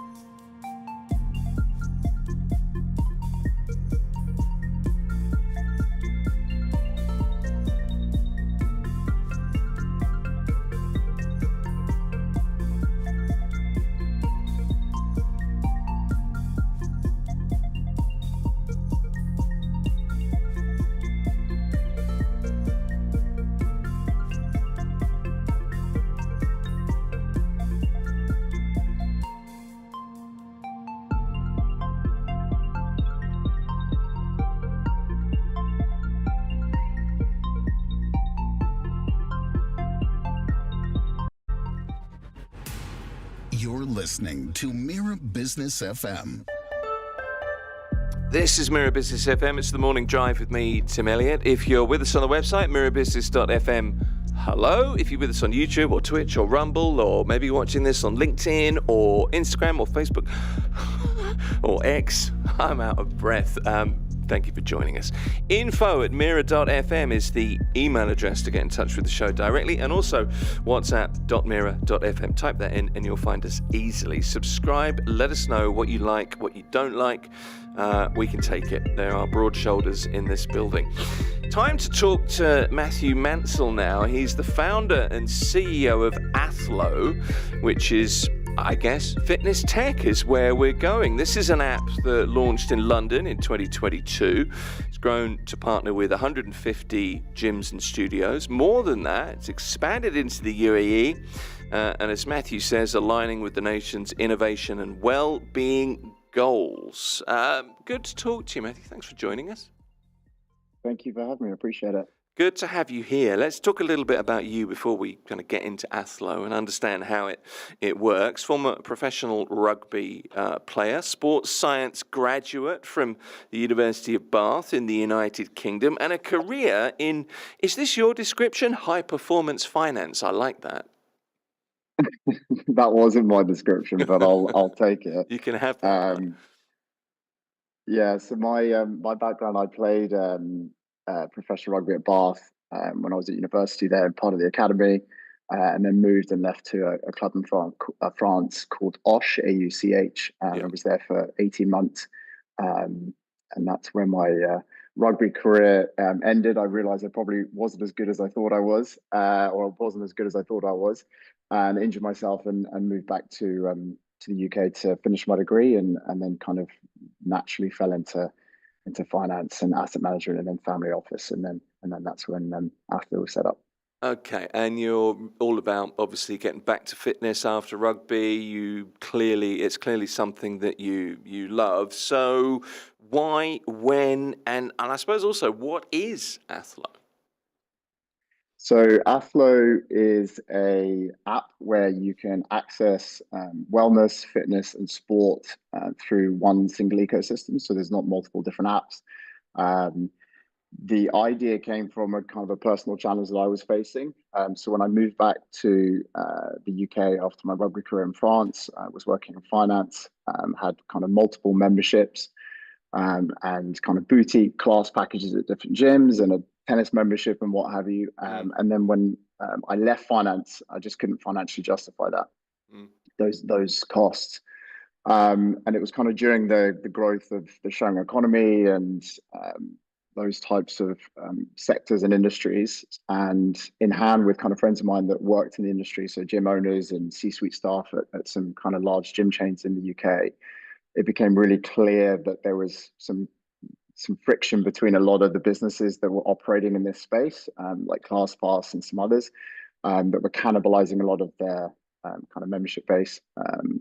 And we came up with what is now Athlo, which kind of from an operator standpoint, a venue standpoint, is a kind of a support system in the truest term. We don't cannibalize the members, because we have a resale functionality which increases retention of the members, so they get the venues get a increased customer lifetime value from their members and their consumers. And then from a value proposition, the value proposition for our users is very similar to that of ClassPass and Privily in this region, but without a subscription. So subscription fatigue is a real thing now, especially post-COVID. People are fed up of paying for things that they don't use, and understandably so. So that's kind of our area of target market. I've seen it described, Matthew, as the Airbnb of fitness, which is kind of a marketplace in a lot of ways, isn't it? Yeah, it is. Yeah, we are. I mean, so the marketplace is the resale functionality side of it that we have. Yeah. So we have the access side where you can pay per booking that you make. Now, when we partner with an operator or with a venue or brand, we integrate with the booking system of that operator, and then in partnership with the venue or the brand, we allow that resale functionality. So we do this in partnership with the operators. This is not kind of done without any of their, kind of decision making or input or anything. But we've seen huge benefits from it, not just from a customer retention standpoint, because one of the biggest challenges within any membership model is retaining your members. Yeah. So customer acquisition costs, especially in the wellness industry, tend to be about 10 times more expensive than it is to keep your members. So just from a purely kind of financial standpoint, it makes sense to invest your time and energy into keeping your existing members happy. And we found that Athlo kind of fixes a lot of the issues or the majority of the reasons why people end up leaving memberships, which is underutilization. They don't use the membership enough, so it's wasted value. Traveling, all these types of things that people end up canceling the memberships for. And then the other side of it, which we actually didn't expect, which is really positive, is some of the operators that we're partnered with are using kind of us as essentially a bit of an upselling tool to their members. So if you are not paying their kind of more premium prices, then you don't have the access to be able to sell your membership. So it's very similar to the industry in the sense that people that have kind of off-peak memberships or those types of things tend to be a little bit cheaper because you're limited in relation to when you can come and those types of things. And it's a bit of an upsell tool for those operators to be able to kind of increase their revenue streams from their members. Okay. Well, what brought you to the UAE? What was I understand the motivation for the system, and it's a very smart model, but what brought you here? Why up sticks from London? You were based in London at this point when you started, were you not? Yeah. Why here? Yeah, I was, yeah. So I was actually brought up in Oman in Muscat. So my father was worked in the military, was part of the Omani Air Force, Right. and prior to that was part of the Abu Dhabi Air Force. So I spent 5 years of my childhood here. So I feel, if I'm honest with you, more at home here than I did in the UK. I have a cornerstone investor that's from the region, a local Emirati, Right. Who has been incredible from day one. I really can't sing his praises enough. And also generally, you know, if I'm being honest, and this is quite difficult for Englishmen to say about his own country, but the UK is not in the best place at the moment. Okay. The economy is not particularly positive. There's a lot of issues going on. And listen, we'll always have exposure, and the business obviously still operates in London and always will do, and we have a team there. But I think from a growth opportunity perspective, I think the UAE is number one at the moment with its location. It's very close to Asia. It's very close to Europe, and then obviously the travel facilities to get into the US is incredible here. So it's very much a travel hub, as I'm sure you know. And obviously our business model is very focused on travelers as well, being kind of, as you mentioned, the Airbnb for fitness. And I think as well, I think sector specifically here, wellness within this region, within the UAE is booming. And rightly so. It's one mandated through a lot of the government initiatives and what have you, which you referenced earlier. So the government is aware of how important wellness and health and sport and communities are to a population. And then kind of separately to that is there's an entrepreneurial spirit which I think is akin to what the US has around. Dubai 50 years ago was not what it is now. And I think people's aspirations and their mentality for the region here is incredible. And coming from the UK, where we don't necessarily have the same ambitions and those types of things, it's really refreshing to move to a country and to set up in a country that shares those ambitions and targets and, anything is possible type of mentality. And a big part of it as well, is our local investor. That was a big part of coming here to start with, to see him, but also to be introduced to a network of, his investors and his business network. And it became very clear when I was coming out here that, this was probably the natural step for us to take after London. It sounds like everything kind of fell into place in lots of ways. And it's interesting that you say it feels like home. I think it seems easier and easier to feel at home in the UAE. We were talking yesterday about, Dubai in particular and the Emirates by extension becoming the world's most livable city by 2033. And wellness was one of the pillars within that. So I can see the motivation. Talk me through how it works in terms of the revenue model, Matthew. So we have two sides of the business. So one is where I mentioned around the partnership side. So when we fully integrate with a business, we have commercial agreements with those operators. So that is when a member is able to sell their membership. And we take a revenue slice, as does the gym, and the seller or the member that's selling their unused gym membership takes 60% back. And then the remaining is split between us and the gym, depending on commercials and volumes and those types of things. And then we also have a kind of a separate part of the business which launched a couple of months ago, which is in relation to mapping the entirety of the industry. So when we launch in a region now, or any region, not just here, we have a functionality which allows us to onboard pretty much most of market share straight away without an integration, which is pretty cool. And in those examples, there's obviously no commercial agreement with us and the venue or the operator or the brand. And in those examples, we take a small booking fee on behalf of from the user. So we sometimes are a little bit more expensive than someone like going directly to the gym. But the benefit of us is that we're able to map the entirety of the sector within one app. So rather than having to jump between Google Maps and then clicking into websites, finding out the prices, jumping back out, we centralize everything. And we obviously, you can search via, paddle or golf or, Pilates, yoga. I'm not sure what your forte is from a workout standpoint.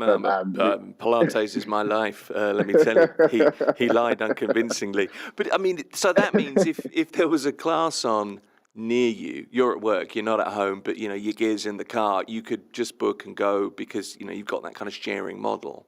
Is that it makes it a lot easier, absolutely. I guess. So yeah, exactly. Yeah, I think one of the main reasons why AFA was set up, ideally for myself, but I can't take full credit. It was with friends of mine that worked in the industry, and then also the team members that we've hired and have had a significant input into it. Yeah. But I think we want to lower the barriers to entry to wellness and fitness and sport, and I think one of the big traditional barriers, maybe my age is coming through a little bit here, is outdated membership models that are that inherently go unused. People don't get value from it. And that's where the gym suffers, the operator suffers, because they lose this consistent, reliable revenue. And then also the member or the user loses because they're now not a member of gym, and their wellness and health and fitness kind of deteriorates off the back of that. So we wanted to lower the barrier to entry, and a big way of doing that is democratizing the access to venues without the exclusivity or the cost or the commitment that has historically been attached to those models. I mean, in my head, what you're alluding to is that it's the New Year thing, isn't it? And gyms are like, well, hey, New Year, new members, and it lasts 2 weeks, and you never go back. The New Year's resolution, I'm going to get fit for 2026, and if it's about encouraging people, not just signing people up. It's about that constant encouragement, making things more accessible, making it a little bit easier, making it so that you look at your phone and think, well, actually, I could. Atlas there, I'll click on that. Is that what you're banking on, kind of thing? Yeah, exactly. And I think a good comparison. I was talking to someone last week about this. Is you look at the maturity of markets in places like music or TV or movies. Okay. You look at CDs 10 years ago and the migration to Spotify now, or Lime, or to SoundCloud, right? Yeah. People want access on their terms. They want access that works around their lifestyles, their day-to-day kind of activities. And the same with TV. The migration's been to Netflix, it's been to Amazon Prime, it's been to Disney Plus, whatever it is. I think people are moving to a world that is far more tailored to everyone's individual needs, rather than fixed TV schedules or fixed CDs or DVD players or whatever. And I think that progression within the wellness industry is certainly happening. We know that the data that we have from our early data within the region, that especially in Dubai, our early adopters are using us for yoga on Monday, and then Pilates on Tuesday, and then a HIIT class on Tuesday night, and then a recovery session on Wednesday morning at another location. So People are choosing the best of the best each time they make a booking, and they're not that kind of commitment to one venue. One isn't happening anymore. And part of the reason for that is a lot of these operators don't offer a 360 solution. So they specialize in Pilates, or they specialize in yoga, or they specialize in just being a standout gym where you can go and train on your own. And people are, especially the younger generations that are coming through, they have more disposable income because they're not drinking. It's a huge part of culturally a movement towards wellness and fitness, which is incredible. And I think that will pay dividends in reduced healthcare costs and all those kinds of things from a governmental standpoint in the future. But the data is really clear that people want to curate, they want to build their own routines around their lifestyle commitments and around, day-to-day life. Yeah, I mean, there's been a huge cultural shift, hasn't there, basically, in the last few years. Gyms are, look, my son's 22. Gym is it's just in the same way as I would go to the cinema once a week. He's in the gym 4 or 5 days a week. It's just part of his existence, a very different thing now. Absolutely. I mean, 100%. I think I lost my father a couple of years ago, but I remember, talking to him about it just before Athlo launched. And I think the generational differences between the two are clear as day. My father was in the pub as his social element. Yeah. And, my element and the generations that are younger than us, their socialization is through run clubs, or it's through a workout, or it's through a wellness breathwork session, or whatever it is. And I think especially post-COVID, it became really clear how important your well-being is, not just physically, but your mental well-being and your emotional well-being. In-person activities are up 60% from pre-COVID numbers. So COVID not just explained to us how important our physical health is, but it really cemented how important emotional connection, emotional health, mental health is. And I think that comes from in-person experiences. So this kind of symbiotic relationship between on-demand tech that provides in-person experiences and in-person connections is kind of where we sit as a business, but it's really clear that's where the market is going. So I'm super excited. We have our official launch next week in Dubai. We're going to be launching both in Dubai and Abu Dhabi to start with. But I'm incredibly excited. I think just from a personal standpoint, I've been really taken aback by how welcoming the country one as a whole is, but also as well specifically the wellness sector. I think there's coming from the UK, where there's a bit of a one or tall poppy syndrome mentality that us British tend to have, unfortunately. But then also on top of that is this kind of competitiveness, which I think is healthy, and it builds resilience and all those types of things. I think it's an important part. But coming here, someone mentioned to me the other day, the people at the top are collaborating and the people at the bottom are competing.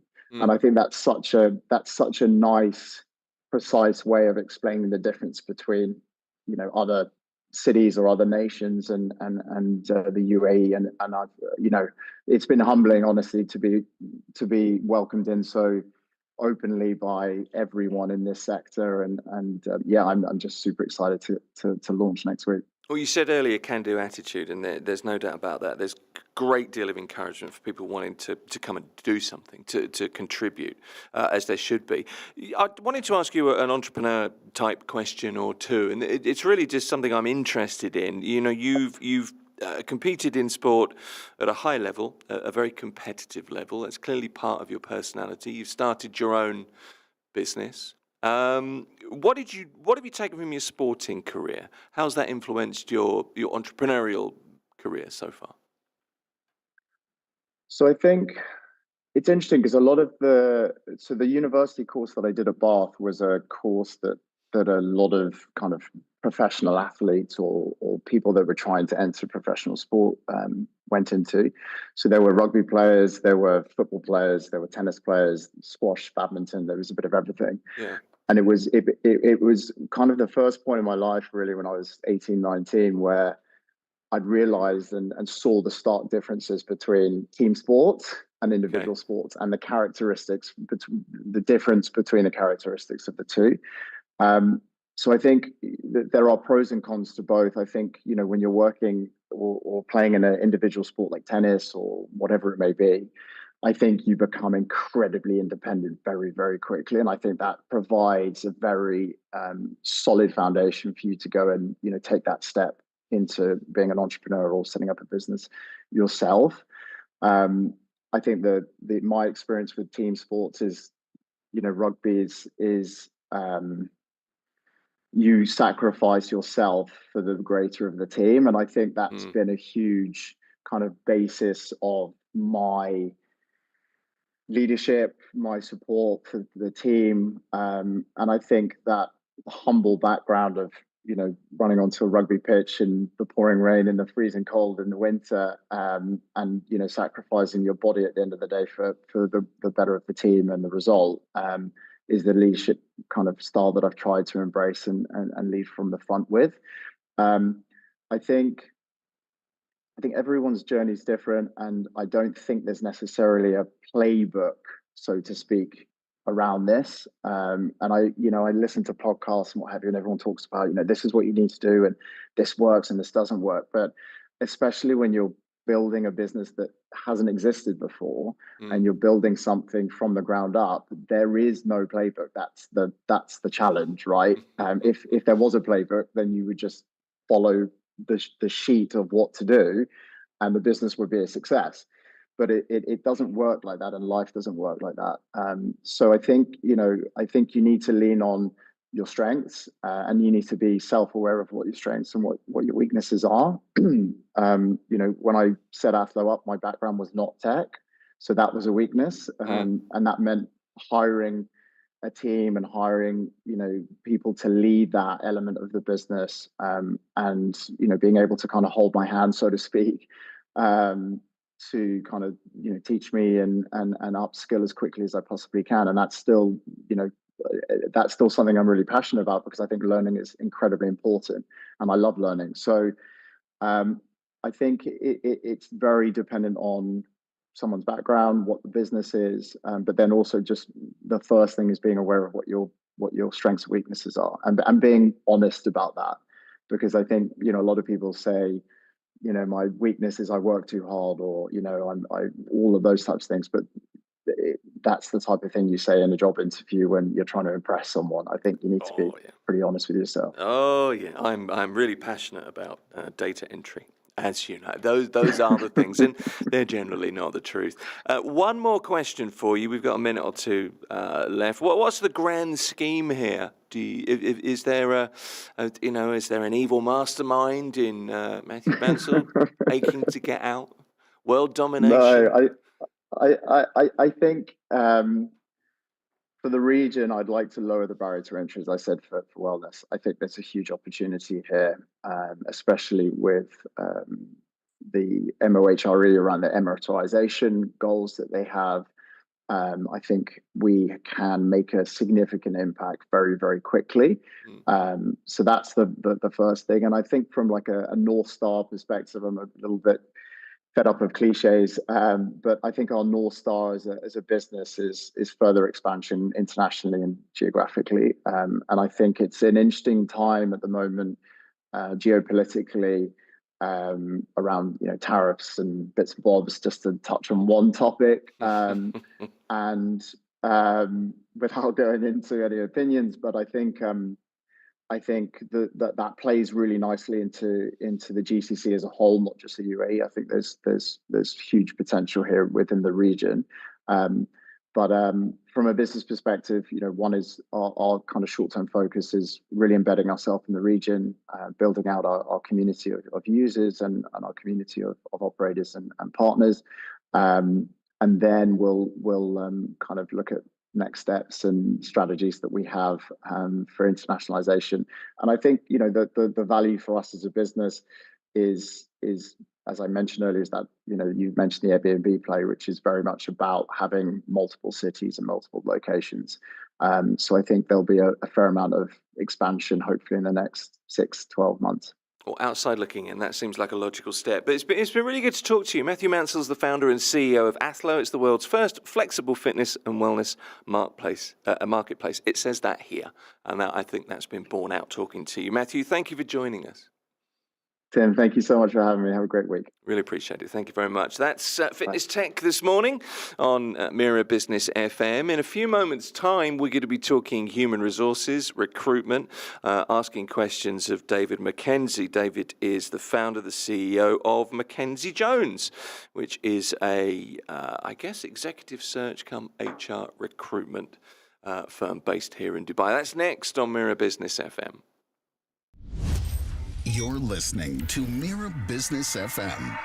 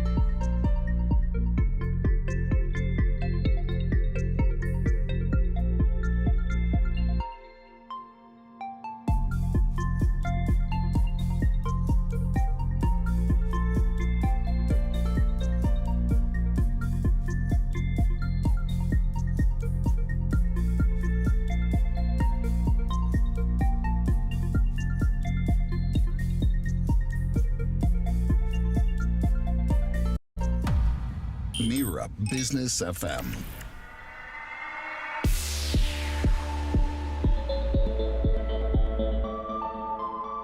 This is Mira Business FM. I'm Tim Elliott. This is the Morning Drive, and time to talk human resources in a few moments. To get in touch with the programme, all you have to do is email. It's the quickest way, really, aside from the WhatsApp. So info@mira.fm, and to WhatsApp, quick way without having to remember numbers, whatsapp.mira.fm. If you type that, it should come up, assuming you've got WhatsApp on your laptop, your computer, your whatever personal device you tend to use these days. And there are many to use, of course, freely available, lots of brands. I'm not going into that now. David McKenzie is with me. I haven't seen David for about 6 years. We've been catching up for a while, but it's very nice to see you. Thank you. Sir. The founder of Mackenzie Jones.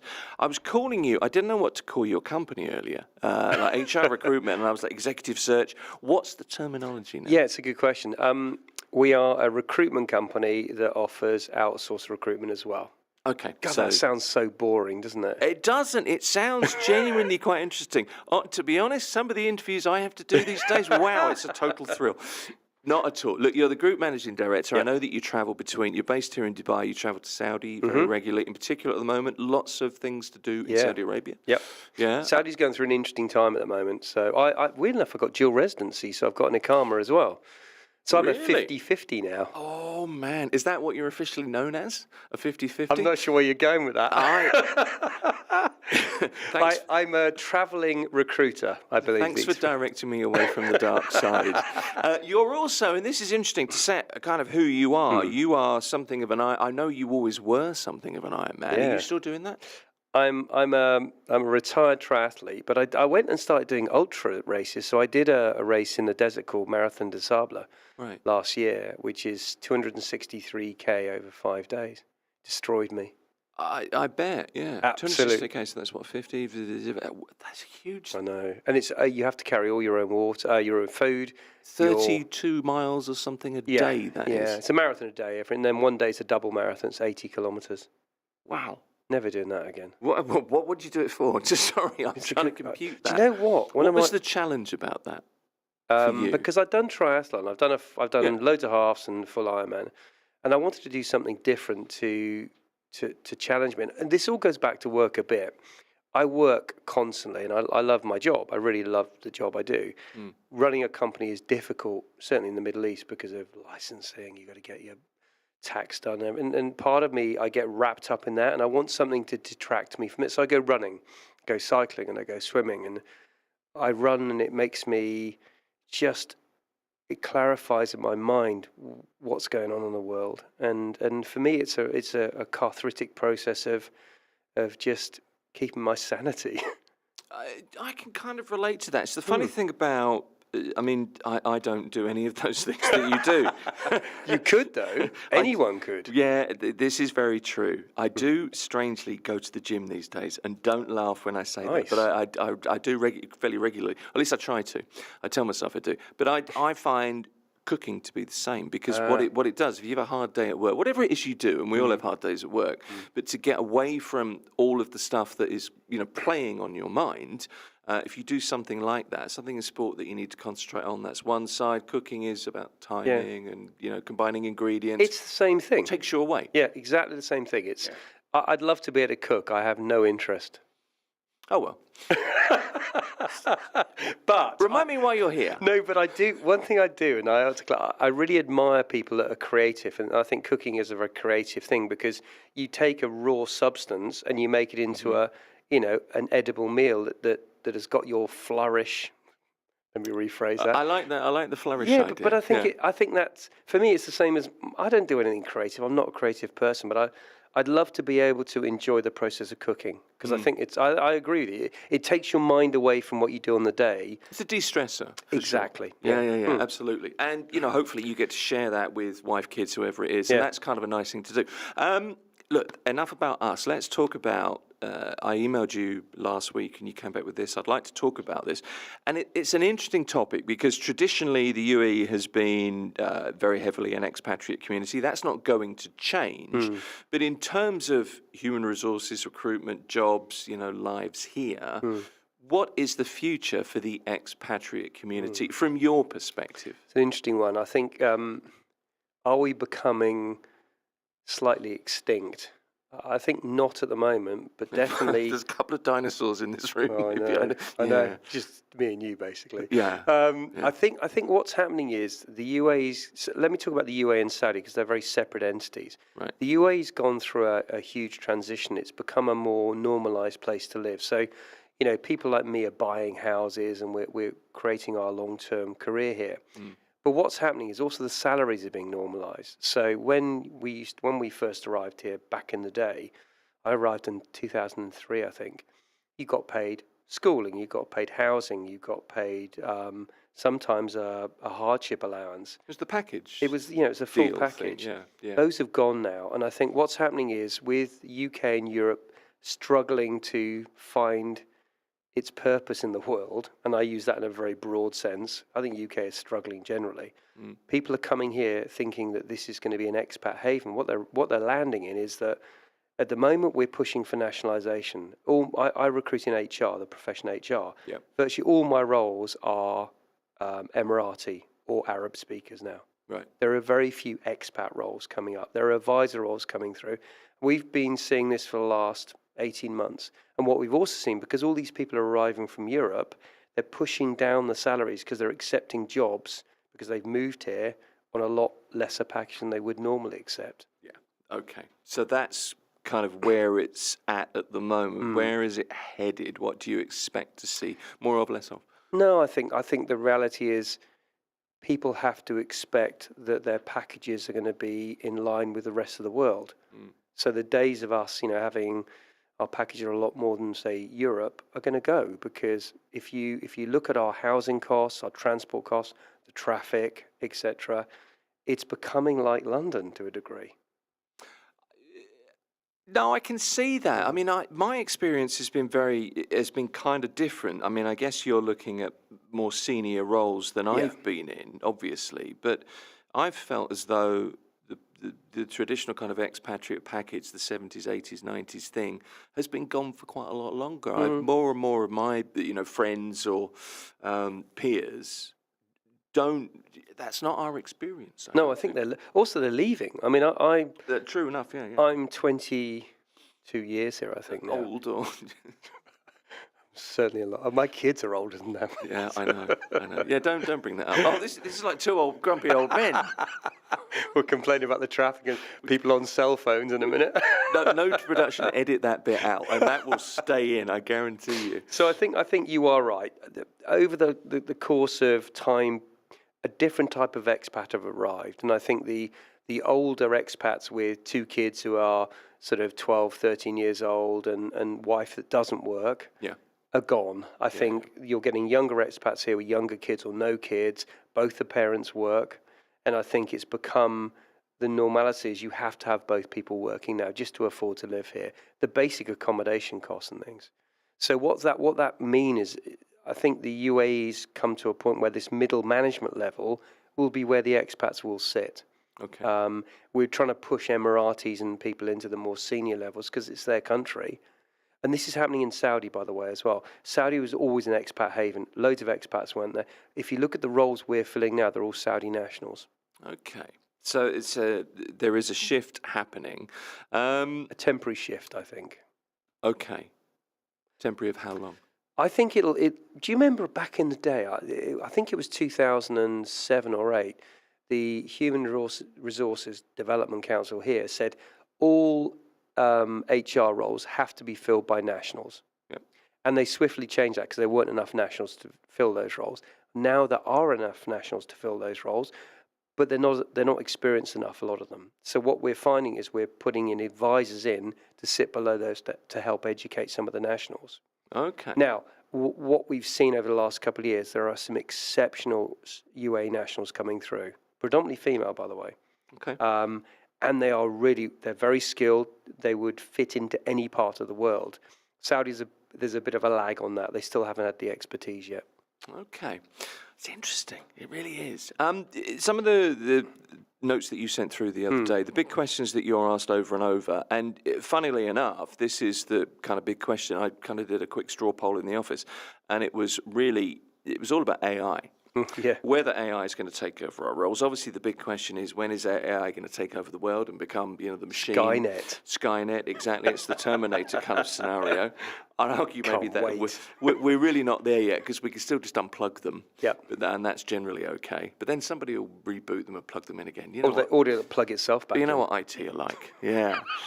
But it's this role of AI and technology in hiring, and you mentioned that. But it's also Michael, who's producer here at the station, was talking about ATS this morning, optimization of CVs. ATS is apparently applicant tracking system. Yeah. And obviously, you're going to know about that. Yeah. But it's a huge thing. I don't know anything about it. I've got a CV that sits on LinkedIn that I wrote, and I vaguely update when I remember, if I'm honest. That's the issue. That's the issue. People don't update their CVs. Well, they do. They don't. Absolutely right. But ATS is clearly there because, volume of inquiries is there. You need to be able to filter them somehow. You can't read everything that's coming in, can you? This is the issue we face. Yeah. So the biggest complaint people have about recruitment companies is they never answer my message. Sure, and that would be, I bet that's a standard. And I honestly agree with them. I think, but what they don't realise is behind the scenes, if I place an advert, I will get between 800 and 1,000 responses. In Europe, you'll get 40 to 50, and 10 to 15 will be perfect for the job. Yeah. Okay. Out of those 800 to 1,000, roughly 2 to 3, will vaguely be right for the job. And this is just so people see applying for work as just a numbers game. There's a thing on LinkedIn called Easy Apply. It's the worst thing ever LinkedIn did. I've seen it. People just go through and they see HR and they just go, I fancy that, click. So what that means is, what they don't realise, I have to have a researcher that spends 7 hours screening those CVs. So this is where AI comes in. So what we use is an AI to screen our initial batch of CVs. Those 800 go through a screening process. Right. Very basic. Excuse me. Do they have the right skill set? Are they an HR person for an HR job? That rules out probably half, by the way. Right. Not joking here either. Do they work in the right industry that we're looking for, i.e. hospitality or technology or something? Do they speak Arabic? Are they UA national? We'll place a UA national role. We'll get 400 or 500 responses. Not a single one will be a UA national. Hardly any of them will speak Arabic. But how, not being funny, but I would look at roles on LinkedIn. I mean, periodically you kind of look, or you get a note, a message that comes through. And I think, I wonder what that is. And I would look, and my first thought is, I don't speak French well enough. So you don't apply? So I wouldn't apply. I just wouldn't, because that's the criteria. So if I don't meet the criteria, logically in my brain, I think, not the job for me. You are a minority. Really? The perception most people have is, I'll have a go. I know it says Arabic, but maybe they won't look. Maybe they won't notice. Honestly, I've had people say, I had a guy the other day that phoned me up, who actually admittedly had a good CV. He said, David, I don't speak Arabic, but I can learn. 10 out of 10 for effort. I was like, are you serious? How long have you been in the Middle East? 10 years, and you haven't learned yet? Really? No. So what makes you think you'll learn now for this particular job, which I need to fill in a month, by the way? Okay, so the crash course is not going to work. No, but also I think there's a bit of desperation sometimes. People just go, I'm just going to keep applying to as many jobs as possible because it makes me feel like I've done something, which I completely understand. Yeah. What they don't realise is that we miss people that are really good for those roles because of the clutter. It's a bit like, do you remember, I was going to say, do you remember the war? You don't. I'm not inviting you back. No, I know. Okay, in World War II, they discovered when the bombing squadrons were going over Germany, the US, they discovered the way to foil the radars was to chuck tin foil out the back of the planes. And it would look like there's thousands of things around. Okay. And it sort of worked until the Germans realised they got radar that actually could see the planes, and then they destroyed them all. Right. Brave people, by the way. It's a bit like in recruitment. People view if you chuck as much stuff out there, eventually it's gonna land. Something's going to stick. But it doesn't. It never happens like that. And also, people forget that I am paid a salary to find the A match. A client comes to me and says, we're struggling to find this, David. We're going to pay you X amount of money to find the perfect candidate, not to find somebody that might just fit the role. That's what recruitment companies are paid to do. And I think people forget that we're not a charity. We are not a service that is offered to candidates just because we want to help people. It's because we get paid a salary to find the perfect candidate. Now, we love placing good people because it means their careers get enhanced, their families benefit from it. But every time you apply to an advert that you're patently not right for, you make a point that the person that is really good for it may never find that job.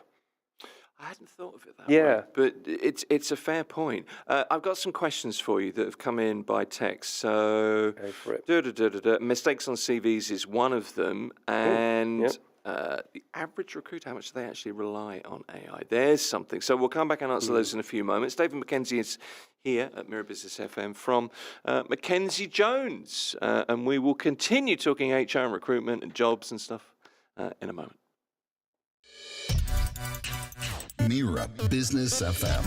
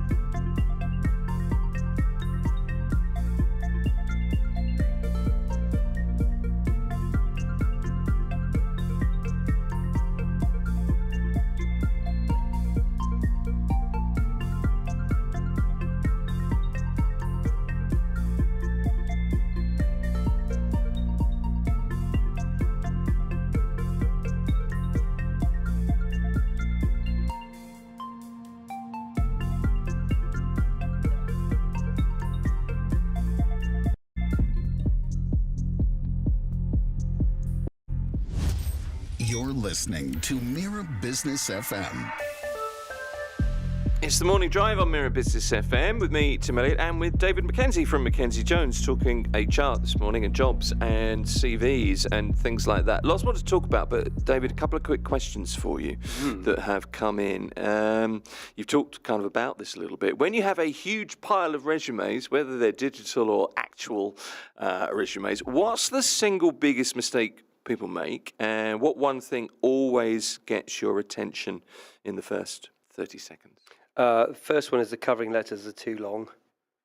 Okay. You got to remember that the Should way you always do a covering letter? you should do, but it should be a reference point. So let me explain how recruitment's changed a bit. So CVs are becoming a thing of the past. They're still a reference tool, but what typically, if I run an ad, if I run a job and my researcher gives me a bunch of CVs, the first thing I do is go onto LinkedIn. So LinkedIn, in terms of our food analogy, is like an hors d'oeuvre. Okay. You look at that, gotcha. you go, that looks good. I'm going to move to the main course. The main course is the CV. Right. That's typically how it works. Okay. So what people tend to do is they write really long covering letters. We never read them because we have to read. I'm being really honest with you here. I'm going to be kicked out of the recruitment world now, You are. You've been ostracised. We don't read them. There's no point. And typically people don't send hard copies anymore, so they're always e-CV. So what I love about when somebody sends me an email with a CV attached, it's hi David, look, I've seen this role. I'm really keen. This is what I've done. If you're keen, this is my number. Please give me a call. Very short and sweet, because I have to go through in a day 30 of those.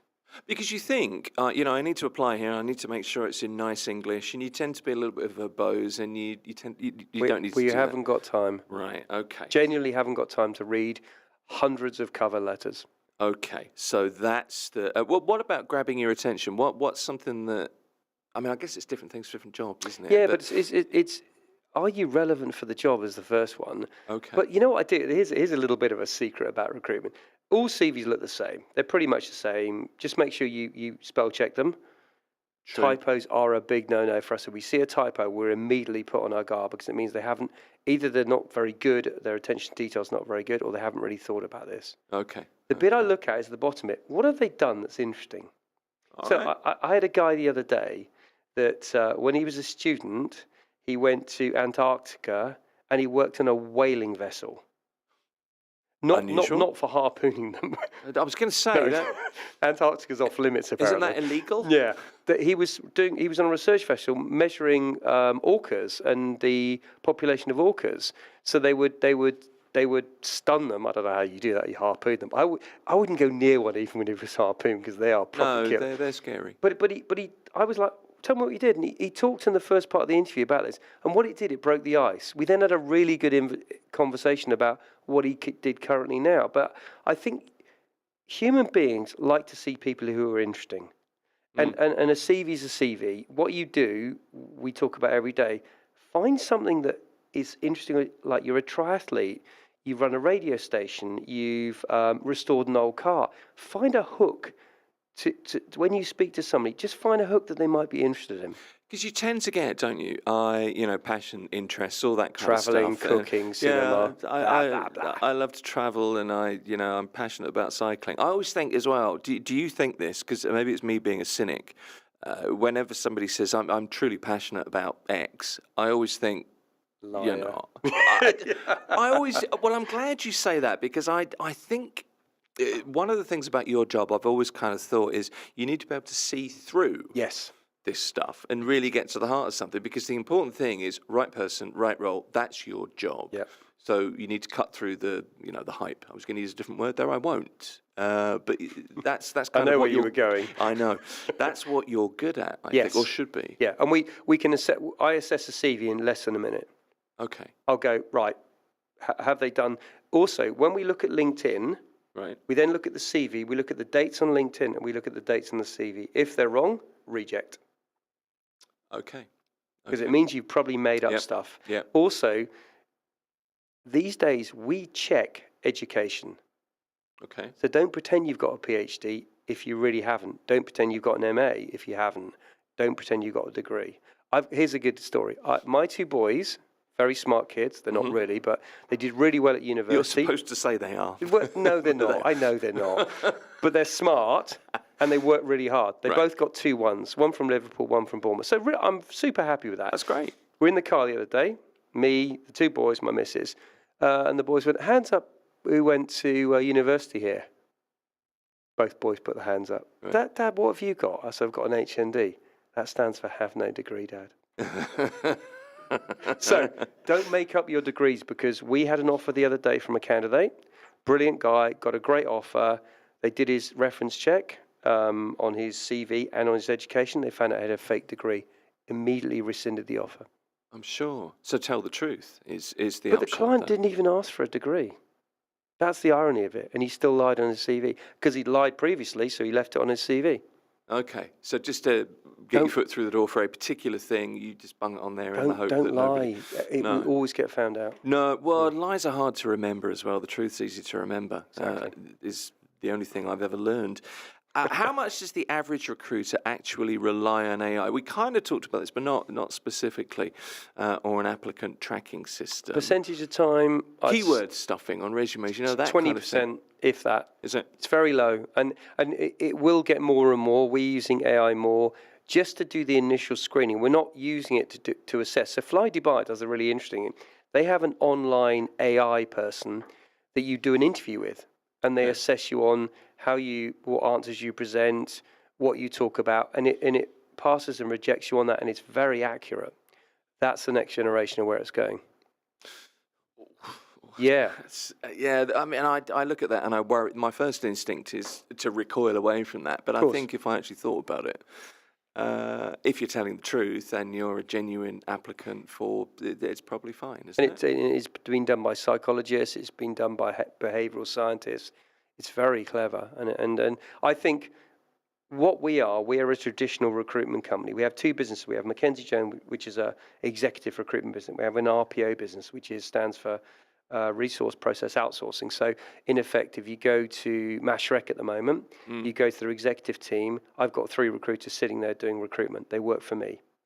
Oh, I see. So you actually have people in situ. Yeah, so as well. Mashrek have outsourced that to us. Right. They've outsourced part of their grad scheme to us as well, because we are very efficient at producing results where they've got a very big team. So they've moved their talent team up a bit, and they've slotted us underneath. Right. And you'll find more and more of that. And now they use AI an awful lot. So interesting. I didn't know any of this stuff.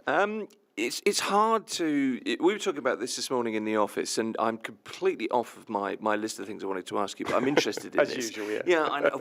I have to learn to concentrate. I know. No, we were doing this 6 years ago. We did the same thing. It's a New Year's resolution, I think. Concentrate on the task at hand. But what's interesting is, we were talking about this, it's hard to get a job. It's a very competitive market. We've got a population of 4 million in Dubai now. Abu Dhabi hit 4 million. Emirates is something like 10 million. More and more people coming every day. That's not going to change for a while. So competition is upped. Okay. So the little things like how you stand out, how good your CV needs to be, tell the truth on your CV, all this kind of thing. Should there be a photo on your CV? By the way, is that we talked about that many times? I don't think there should be, because it's unconscious bias. I mean, if I'm great on radio because nobody can see my face. Well, you're being filmed at the moment. Your viewing figures have just gone down. We just didn't tell you. But you know what I mean? I think if I see a particular photo on a CV, then I'm going to naturally be biased. If they're a good-looking person, they look smart and well-presented, and their CV's okay, I'm naturally going to be biased. That's human nature. Whether you think you're biased or Exactly. not, you kind of are. Yeah, unconscious bias it is a phenomenon which it goes across all of HR. So my view is, whatever nationality you are, whatever sex you are, your CV should speak for your achievements and your accomplishments, not on what you look like. Genuinely, I don't. I mean, if I look at my team, I'm going to say it's very charitable. It's like the cast of the Star Wars bar. We're all sort of, and they'll listen to this and they'll know what I'm doing. They're all different. They're all nationalities. They're 80% female, but they all look different. There are some very beautiful ones. There's some really pig ugly ones, and I count myself in that category. You know, you can see Oh, you dear. see my career in the UAE is declining, isn't it? 3 years, I'm gone. Yeah, it is. You might want to make your way to the airport after this. I've just come from there. They might not let me out. No, but I take your point. Yeah, though. my point being is Everybody's different. everyone's different, and you shouldn't judge a person to be good because they look a certain way. And I really genuinely believe that. And you also shouldn't judge a person on how old they are, because one thing I think the Middle East has been great at is that they really value experience, but I think that's waning slightly. Do you really? Well, I'm just going to ask you that. I think it is a bit because I'm 57. Yeah. Or am I 58? Oh, we're the same age. I may be older. I'm never quite sure. Well, that's just age catching up. Exactly. It's fine. Yeah, but the reality is, people are always surprised how old I am. They think I'm younger, which I'm very flattered about. Right. But when I put candidates forward, I've been asked, how old are they? I'm like, well, you've seen they've got 20 years experience, so take a wild guess. They're going to be in their 40s at least. And I had to say the other day, I don't want somebody who's too old. What's too old? Well, over 50. Why over 50? So I tell my guys to question about that. What does too old mean? I think it's... What are people getting at? I think it's because they are quite young and they are either concerned that the person will overshadow them, or they don't think they can match up to what that person's experience are. I'm saying the good thing... they don't want a threat. Exactly. I think the good thing about people who are older, often they got to the point in their career where they don't want to do that senior job anymore. I don't want to run Mackenzie Jones anymore. Everyone knows that. I love doing my job. I love meeting clients. I love seeing candidates. And I like doing things like this. Obviously, because I get into trouble when I do stuff like this. Yes. But at some point, we're going to get acquired by another business. Yeah. And at some point, I'm going to have to conform. Just telling you that in advance. but if somebody buys me and they say, "What do you want to do?" I said, "I don't want to run a company anymore because I want to use my expertise, my 30 years recruitment experience, to help junior consultants and to go meet clients and to go meet candidates. I don't want to be running a business, managing people, and doing the stuff that maybe a 30-year-old or 40-year-old wants to do." Surely that's kind of a natural way to go, isn't it? I hope so. Yeah, I think it seems like a decent way to go to me. I've done very senior jobs. I've run Monster.com. I've been a director for Michael Page, and I've had some really interesting jobs where I've managed massive teams. Doesn't interest me anymore. Okay, been there, done that. Yeah, but I don't think I'm any good at it anymore. Joking aside, You're disarmingly honest, I have to say, because my team know what I'm like, and I've got a really stable team, and they're really good people. I mean, they're all different ages. I've got mums. I've got youngsters. I met the best intern ever the other day, and she now works for me, but she can't look me in the eye. She's so shy. Really? Really shy. So basically, I asked my HR person, find me an intern to do my marketing, help me do my website. Sue got me some really good candidates, and there's a brilliant guy from the Ivory Coast I really like. He had yellow hair. He's a black guy, yellow hair. He's so cool. Very yellow hair. Yeah, I felt like I was going to get some coolness. Did he nearly get the job because of the colour of his hair? No, he was just really good. I really liked him. He's 20, 21 years old. Anyway, I said, look, I'm going to go with this guy.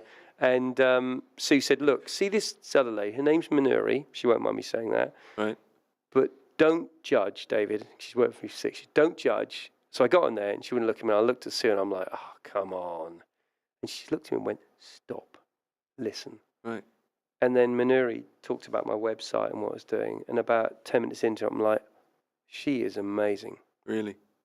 Because I didn't judge the book by a cover, because Sue made me not do that. She's fantastic, but she has a problem with her confidence. So I've got her a coach to train her on her confidence now, and she's getting better. Well, this is a huge part, isn't it, of the interview process, the finding the job process, because so much depends on how you perform Absolutely. in an interview, which Very comes true. from confidence and experience and all of those things. I'm not massively bothered by interviews or by being in this kind of situation, but that's just because I've done it a lot. I have some experience there, and I guess for people that aren't confident, It's difficult. It's really hard, but you may be completely fantastic at what you're being hired to do, but just not able to get across the finishing But this line. goes back to your point about people looking for jobs and things. The best way of finding a job these days is through referral, personal referral. The Middle East Word is of really mouth, good at okay. that. The amount of candidates I get because one of my clients or one of my candidates referred somebody to me, they are often the best people. Because if I know them as candidates and know them as clients, they typically will be very good. That is so good to know. So the old word of mouth, oh, I know somebody who'd be great at that, is Perfect. a really effective way. When you're looking for a job, don't just apply for LinkedIn. Go through LinkedIn and find all the people you know. Say to them, hi, I'm looking for a job. Can you give me any recommendations? First of all, any recruiters you like and any clients you think might be looking for somebody like me. Great advice. That really is. That's the Instagram reel from today, I think. Rather than you talking about your employees as members of the Star Wars bar. There you are. That's made my day for sure. Look, David, I've so enjoyed seeing you. It's nice to see you again. Thank you for coming in. Appreciate pleasure. it. Brilliant. David McKenzie is from Mackenzie Jones, talking human resources and recruitment and executive search. This is Mira Business FM.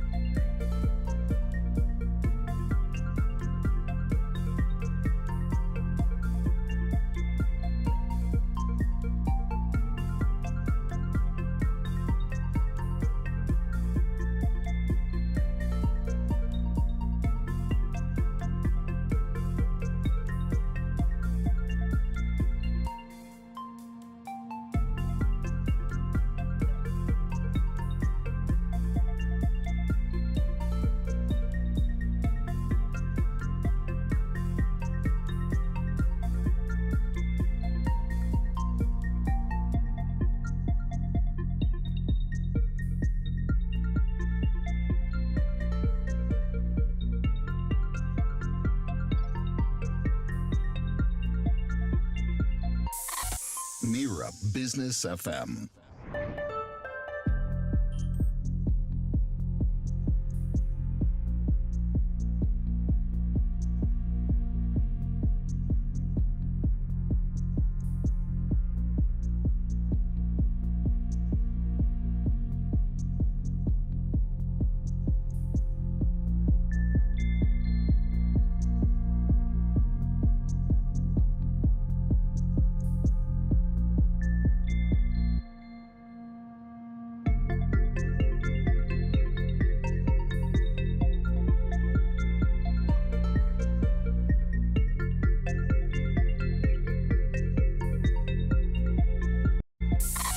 Mira Business FM. This is Mira Business FM. The show is The Morning Drive. My name's Tim Elliott. Thank you for joining us. If you're with us on YouTube, stay with us there. You can also watch back on YouTube, of course, and on all the usual social media platforms. You'll find us on Instagram. All you need to do is search Mira, M-I-R-A, Business FM. Should come up wherever you do your searching. That's how you do it.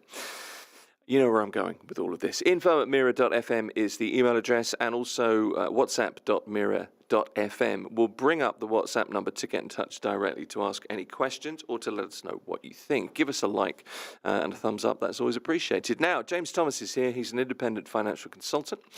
Nice to see you. It's very good to have you here, James. Yeah, it's great to see you too. The pregnant pause there was not me. It was not James either. No, I was waiting for a red light. You, not the first time you've said that. Anyway, Let's not go there. This morning has been a busy morning. We got through, by way of introduction, we got through a number of financial terms last week that we're supposed to really understand as adults in the modern world. Yeah, I mean... Kind of. Kind of. Be aware of. Okay. The reason was that last week I was talking brokerages with Mazamel on this show, and getting your head around your financial life is kind of difficult. There are lots of phrases to learn. There are a lot of technicalities to understand if you're going to take charge of, for want of a better phrase, your financial destiny. And it's something we all have to do. We do, yes, Is more and more the so. point. Falls on our own shoulders. There's no one else, no big brother, no... very unlikely that someone else is going to take care of you. Yeah, and very unlikely that somebody's going to leave you enough money to live on for the rest of your life. So you have to make those decisions, don't you? And that's really what this segment is all about. But then you have to deal with all the phraseology, the acronyms, I don't know, CFDs, the terminology. It's like joining a club. That's what we were talking about last week. Some of it's kind of inscrutable in a lot of ways. So to cut through that, what I thought we'd do is... run through approximately 30. We got through, I think, 12 or 15 last week to kind of define, to discuss, to demystify the 3 Ds of financial vocabulary. I've got there in the end. So here's where we were, James. Let me just run through the list. We talked about credit scores. We talked about capital budgets. Debt-to-income ratio, which was fascinating. We talked about equity. We talked about hedge funds. We got to investment. That was the next word that came up, and kind of an important word. We all think we know what it is, but how would you define it? Wow, so investment, that's probably one of the biggest terms we've come across. It really is. I mean, it's such a wide... It's a good place to start. It is. How would I define investment? Using some money for your benefit. Pretty good. I mean, I've got one here, and it's almost exactly that. Allocating resources, time, money, or effort, but in this case, money, because we're talking finance, in the hope of gaining benefits in the future. Yes. That's really what investment is. Planting a tree in your backyard, expecting shade and fruit, is a That's simple my favourite kind of one. investment. I use it all the time, very cheesy, but when's the best time to plant a tree? 30 years ago. When's the second best time? Today. Exactly. i.e., Yeah. you know, if time has passed and you haven't made a plan, it's still Time to make a plan. time to make a plan. Right. Get that seedling planted, or that seed planted, to get the sapling growing, get the tree, because before you know it, I know. the tree has arrived. Yeah, okay. Time passes so fast, as And we've you've got discussed. fruit and shade, as Yes. we said. Okay. Very cheesy, but that's the reality. That's a great analogy. It's a good way to start the conversation again today, I think. Yes. In theory, it's a very simple thing, but it's something that, not all of us do particularly successfully. Let's be honest. The next one, we're moving in alphabetical order, of course, is leverage. People talk about leverage in lots of different ways. In financial terms, I'll ask you in a sec, but leverage is, I've got leverage over you, got something on you, sort of thing. But In financial, absolutely. finance, in kind of financial the same terms, thing. it is a bank, a building society, a lender. Yep. Because leverage is to borrow, effectively. Yep. So it's that someone has got something over you, that you have taken something from them legitimately, not And stolen. They expect it but back. they're expecting it back, Yep. plus some benefit to them for the pleasure of having lent that to you.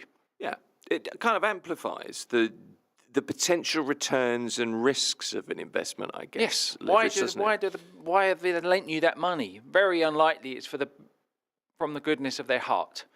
Yeah. Okay. They were expecting a return, a benefit for that transaction. Okay, that's leverage. A mortgage. Years ago, before, as Freehold Property was launched here, I worked for a financial magazine, and the editor and I went to some of the early property sales, property centres, the sales centres, some of the really the early wonderful real estate. models and Amazing, and yeah. some of the models were amazing, just incredible to Yes. look at. And we sat and asked questions for a magazine article about, what was being offered and everything else. Not in an underhand way, just to try and get a grip on what was going on, because it was a very small market in those days. This was 2000, I guess around 2003. Yep. And one of the things was we sat with somebody selling properties and we said, well, so what are the mortgage? What kind of mortgage offers do you have? What are the opportunities available? And one of the responses, I kid you not, was, what's a mortgage? It was obviously a very new concept at that time, and that particular person wasn't really au fait with everything, new hire and everything else. But that's the question I'm going to ask you now. What's a mortgage? Well, a mortgage is again another form of loan. Now I'm just racking my brain to remember what it really stands for, but it's a death. The mort is obviously death. Yeah, well, it comes from the French, I guess. French, yeah, yes. Yeah. I wasn't expecting you to translate no. it, but if you can, bonus points. No, my mind has gone blank. But why a lot of has been referred to or reminded people of, because it is, if you're not careful, it can be a very tough thing to have attached to you, if that's the right word. No, because, I'm with you. It's a But to lengthy- rewind the first point, what is a mortgage? It's a loan upon an asset. Yes. So it's asset-backed loan. But generally, a property. Generally a asset. property. In this in country, most cases. cars are also financed in the same way that the vehicle, whereas in other countries, even though it might be called a car loan, it's not secured against the car. But as an aside, but yes, generally it's a property of some description.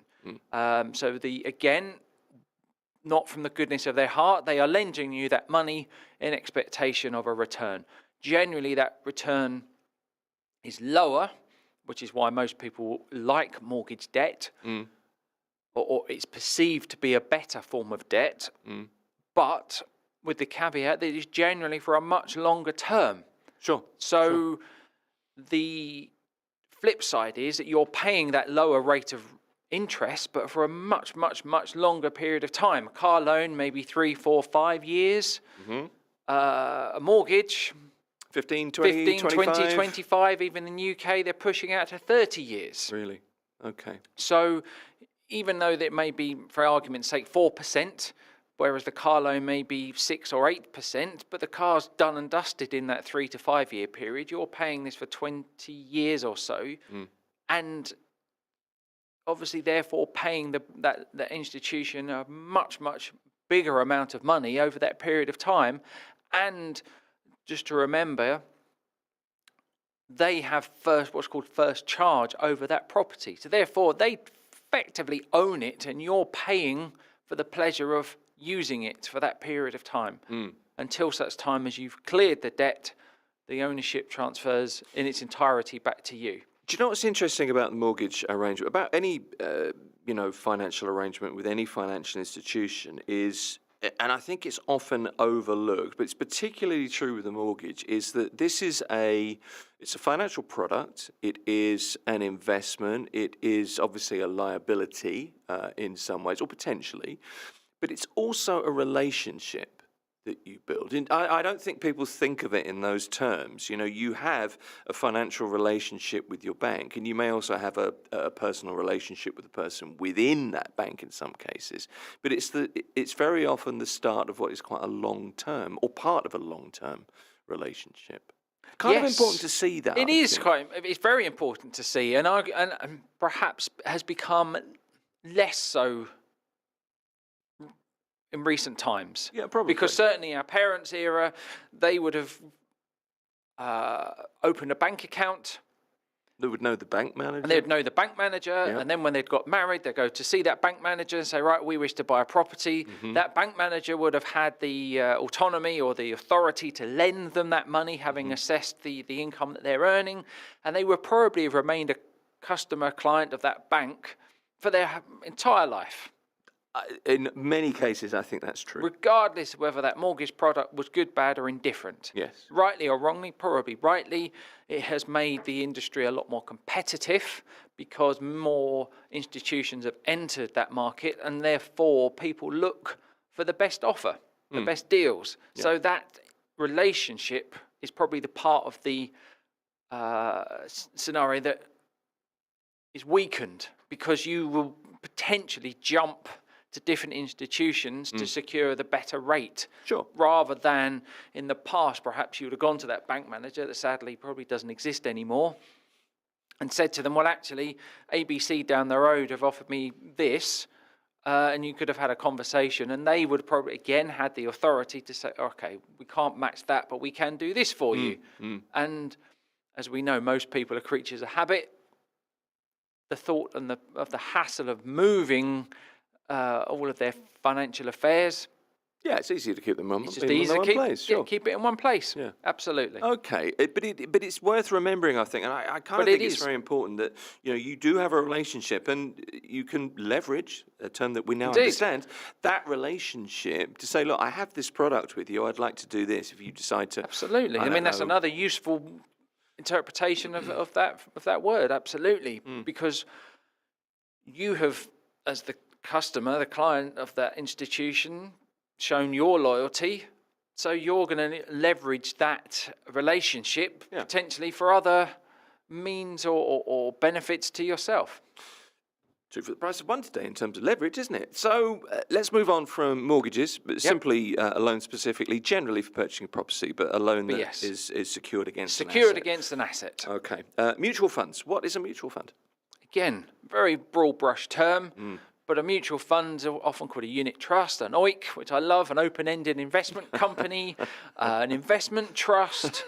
I love the OIC. To anybody that wonders why OIC is funny, an OIC is an old English term for a ruffian, a thug.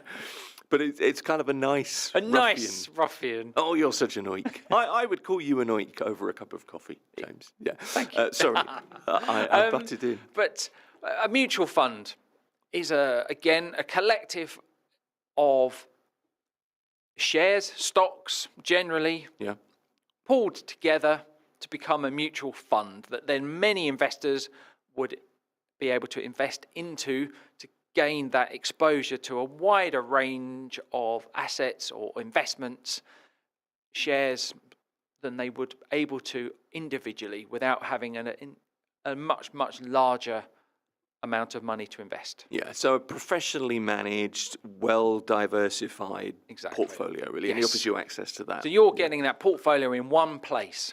So, for argument's sake, you invest £10,000 dirhams. That's only if you wanted to buy maybe 10 stocks. But if you were to invest that 10,000 into one mutual fund, you could potentially have exposure to, for example, the S&P 500. And you would get 500 stocks within that one investment. Yeah. Okay. It's a much cheaper, much more cost-effective way to access a wider range of investments, as you say, to get that diversification at a smaller, more manageable level for the individual investor. And perhaps a more kind of risk not risk averse, but I mean, it kind of is risk averse, but it's reducing your risk because of that diversification. Yeah. Because you, again, at that lower level of investment, it's very, very difficult to get an exposure to those wide range of companies, whereas that mutual fund allows you to do that at a smaller scale, so you get the diversification, but also access to those markets that you wouldn't be able to achieve otherwise. Okay. Term that we hear a great deal, particularly in the UAE, in this region, I think, really, and we're all kind of aware of what it is, but how it works, I don't think we're all great at understanding. Ultra high net worth, high net worth. What does how would you define net worth, first of all? Wow. Well, net worth is, that's a relatively easy one. That's when you're doing your balance sheet.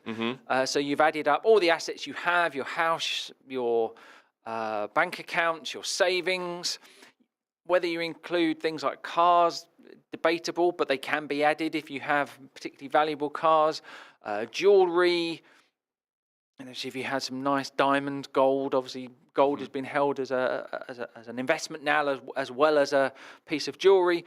So it's all of your assets minus any debts that you have. That gives you your net worth. That's the figure that you're currently worth in a monetary amount. Okay. All right then. So that's where net worth comes from. And then, as you rightly say, phrases I really do not like. Oh, I only deal with high net worth or ultra high net worth. Really not a phrase that I'm a fan of, because I think everyone deserves good financial advice, whether they are wherever they sit on that spectrum, because often I'm talking to someone who's starting out on that journey. Their net worth is effectively zero. Yeah. But should that mean that I don't talk to them? Their net worth could be minus. It could be minus. Could be debts there. But, I mean, your argument is sound. Those are people that, require help, deserve help. Yes. Yeah. But to answer the other parts, the high net worth and ultra high net worth are really just arbitrary amounts that are applied dependent upon what that net worth is. Typically, maybe high net worth, and again, this is above $1 million. Right. Ultra high net worth might be above, again, it very much depends on the institution that's applying them, but it might be 10 million, it might be 100 million. Different banks, different investment houses have different criteria. I seem to remember from studies it was typically 5 million and above. But is that still valid with inflation and how value has eroded? Arguable whether that's correct or not. But yes, it's just a measure of your wealth. Yeah, a kind of tomato, isn't yes, it, really? And some institutions will then, I'm not dealing with someone whose net worth is below X. Well, that's, I think, a very short-sighted approach, because you don't know until you've spoken to that person what their circumstances are. Well, also, if you help the person that needs help and they become financially responsible and start to build, and I've always been like yourself, we've known each other for 20 years, and we've built that relationship. If I'd have said to you 20 years, no, I'm not dealing with you, what? They just did that cross your mind? Never. Are you telling me that crossed your mind? Like, never. There's not sure one person that I've ever said that to, because it's, as I say, it's just one, it's rude, but I think, and just very short-sighted. It's short-term thinking. Yeah, absolutely right. Okay, so that's net worth. Yep. Options. This is something you hear a lot. An option is an opportunity to do something. It's a path that you might or might not take, but in financial terms, a little bit different. It is. But actually, is it? Options are simply that, options to buy and options to sell. I suppose so, yeah, okay. And again, another I get, I would argue, a more complicated and technical investment or position, not something that the average investor will be necessarily taking involvement in. I was going to say advantage, but sometimes not, because my concern often is, you hear this, it's a definite that X is going to fall in value. Then people will take an option that they believe that that's going to happen. So and again, it's placing a bet, which is why it is not carried out here in the region, because obviously it's against the local. It's against Sharia principles. Sharia principles. Right, so therefore, it's not something that's transacted locally, or obviously now with Sure. you can access to international markets, and so therefore you can still do that. But yes, so it's whether you think something's a sure bet that's going to go up, and you can take a position that an option on that share or that asset rising in value, and the same token if it's going to fall in value. Right. And sometimes people will then multiply that bet. So let's say 10 times they think it's going to go up, go down. But obviously, if you get the call right, brilliant. If you get it wrong, you can very, very quickly find yourself in a very deep hole. And that's the reason for And that's asking. the reason that, yes, and I see that's why it's on the list, and that's why it can become incredibly dangerous, because you're placing that position, and it is on the expectation that that may happen. As we know in markets, They go up, they they go go down, and they go up and down, seemingly or often completely against what the market might think is going to happen. Yeah. Interest rates are going to be cut. And they're cut, and the market reacts completely differently because maybe some other piece of information is released, inflation data, jobs data, all these different factors, earnings releases. Companies can produce amazing results, but it's not quite what the market thought that they would, and therefore their share price dives. So all these factors make it incredibly difficult to make these calls. And the whole point of this is to try to understand, or to try to have why some foundation of knowledge as much as you can. And I would argue, if you're getting to the point where you're looking into options, then you would know most of it. If you don't know what we're talking about, then it's something to steer clear of. Yeah, that's pretty safe advice, really.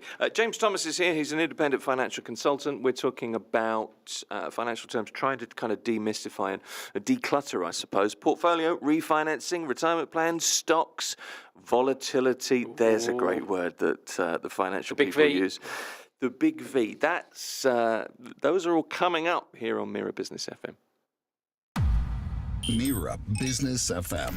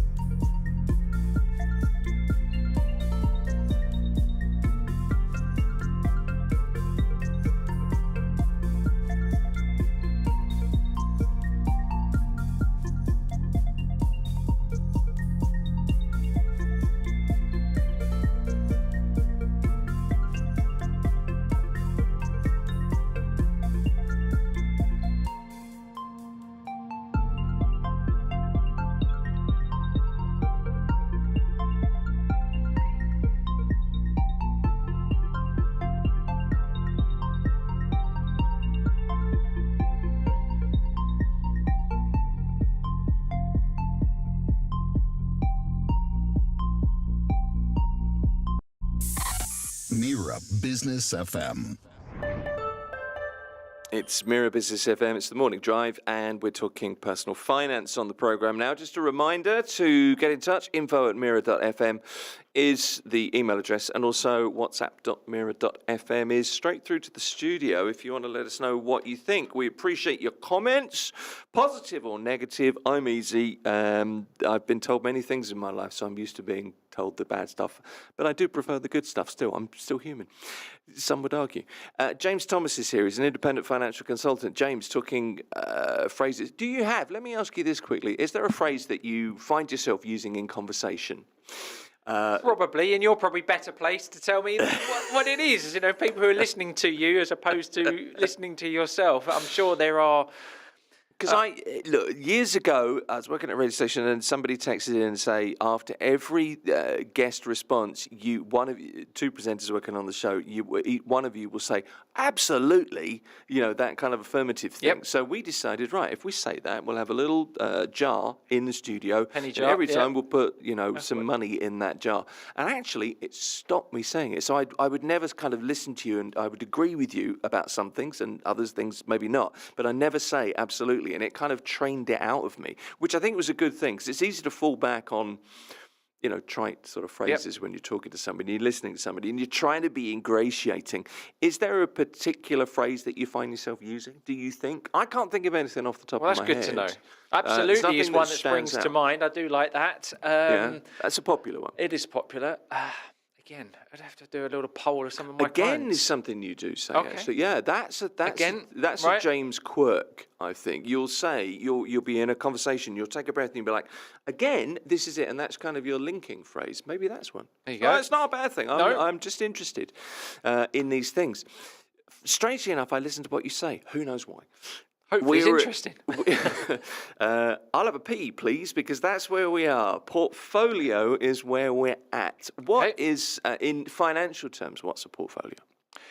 We're going back to net worth. It's one part of that net worth. So your portfolio, I would argue, is the liquid assets. So again, they're going back to the mutual funds, the stocks and shares, the bonds, the cash. It's the things that could be relatively easily sold, as opposed to, having then said that, I'm going to contradict myself, I was going to exclude property if it's your home. But of course, people nowadays will potentially buy a portfolio of properties. Sure. But that's as an investment as opposed to their home. Right. So it's a collection of assets that you have built to become a portfolio. Rather than one, many would become your portfolio. So you would put in that your bank account or accounts, Yes. your stocks, any Yes. bonds you may own, Yep. mutual funds. Mutual funds, all of that would Right. become your pension, Okay. because obviously within the pension would have all of those things typically. But yes, But a home, even though a home is clearly an investment, you wouldn't necessarily put that in. It wouldn't be a portfolio kind of I pillar, personally wouldn't Right. include it if it was the one property that you owned. Right. If you had more than one, 2, 3, 4, 10, some people have got many more than that, then becomes a portfolio in its own right, Okay. because it's then a collection of assets that happen to be property, as opposed to the one that becomes your home. Because while, yes, it is an investment, I would argue it's not its primary function as to be an investment. It's to be your place of where you live, your home. Got you. Fair enough. That's a portfolio. We're up to R in the alphabet that we're trying to demystify when it comes to financial terms. Refinancing. Hear it a lot. What does it mean? Again, going back to that mortgage analysis question. Refinancing is simply taking debt that you already have, going back either to the same institution or another one to make the terms better, be that a lower interest rate or a shorter term, or of course sometimes it could be that you actually need more money. Sure. So if the asset has increased, going to the property and investment has increased in value, and you want to release or need to release some equity, then you go to that institution and say, right, it was worth X, it's now worth plus 20%. Can I take half of that? in a refinance, repackage my debt. Sure, repackaging is a good way to phrase it. We need to jump back to C, actually, because refinancing could also be a way of consolidating. It could be a way of consolidating, yes. That's worth pointing out. Yep. Often, and again, I'm hesitant to recommend it, but certainly as a practical way, if you have other forms of debt, i.e. credit card or personal loans at a much higher interest rate, then a way to refinance that, if you did have a property that's increased in value, is to take an additional amount from your mortgage, which then will reduce the loan amount, reduce the interest amount. But going back to when we were talking about mortgages, just be conscious that while it may reduce the monthly amount, it's because you've extended the term, and therefore you could still end up paying more. For sure. So it's not a straightforward scenario, but it's one that you should, again, like all of these things, look into in detail. Yeah, on balance, does it make your life easier? Yes. Does it give you some breathing space? Yes. Does it, relieve the pressure If slightly? that's the case, then great. Okay. But just be conscious you may still end up paying more for that debt. Okay, let's than you fast would have forward from consolidation back to refinancing, Yep. back to the next one. Then this one I think you like, because really at the heart of everything you do as a financial consultant, as a financial advisor, is planning. And I guess, the retirement plan is a pretty important part of that. Absolutely it's kind essential. of everything, isn't it?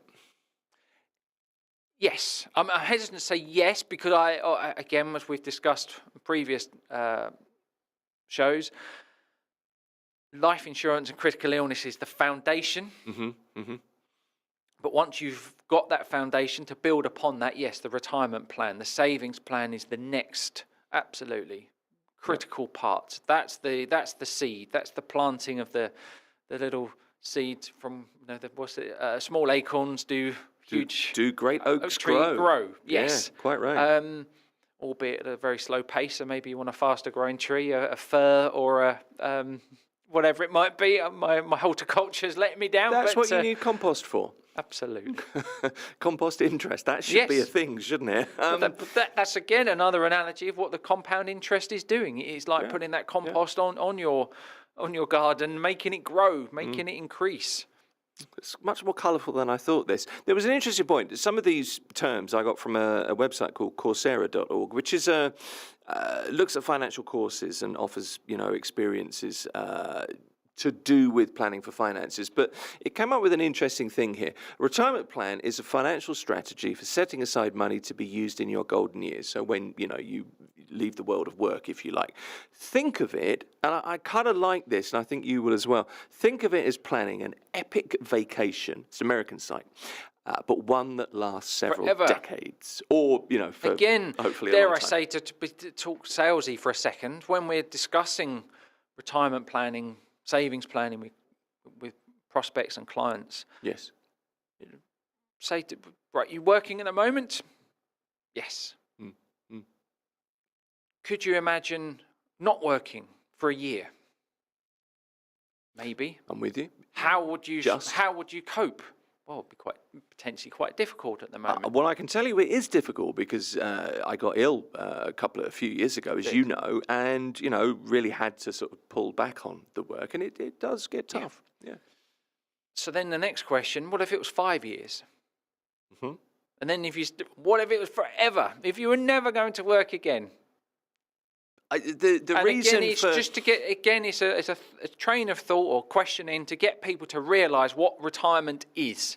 Yes. And if you draw it as a graph, your salary, you would hope as you get promoted, as you get pay rises, it's generally an upward trend. Hopefully, yeah, absolutely. Hopefully. Right. Yeah. But then you reach whatever that date is, and again, that's part of the discussion, when you want to finally stop. Is it 55? Is it 60? Is it 65? Is it 70? Whatever that date is that you say, had enough, halas, I'm stopping working.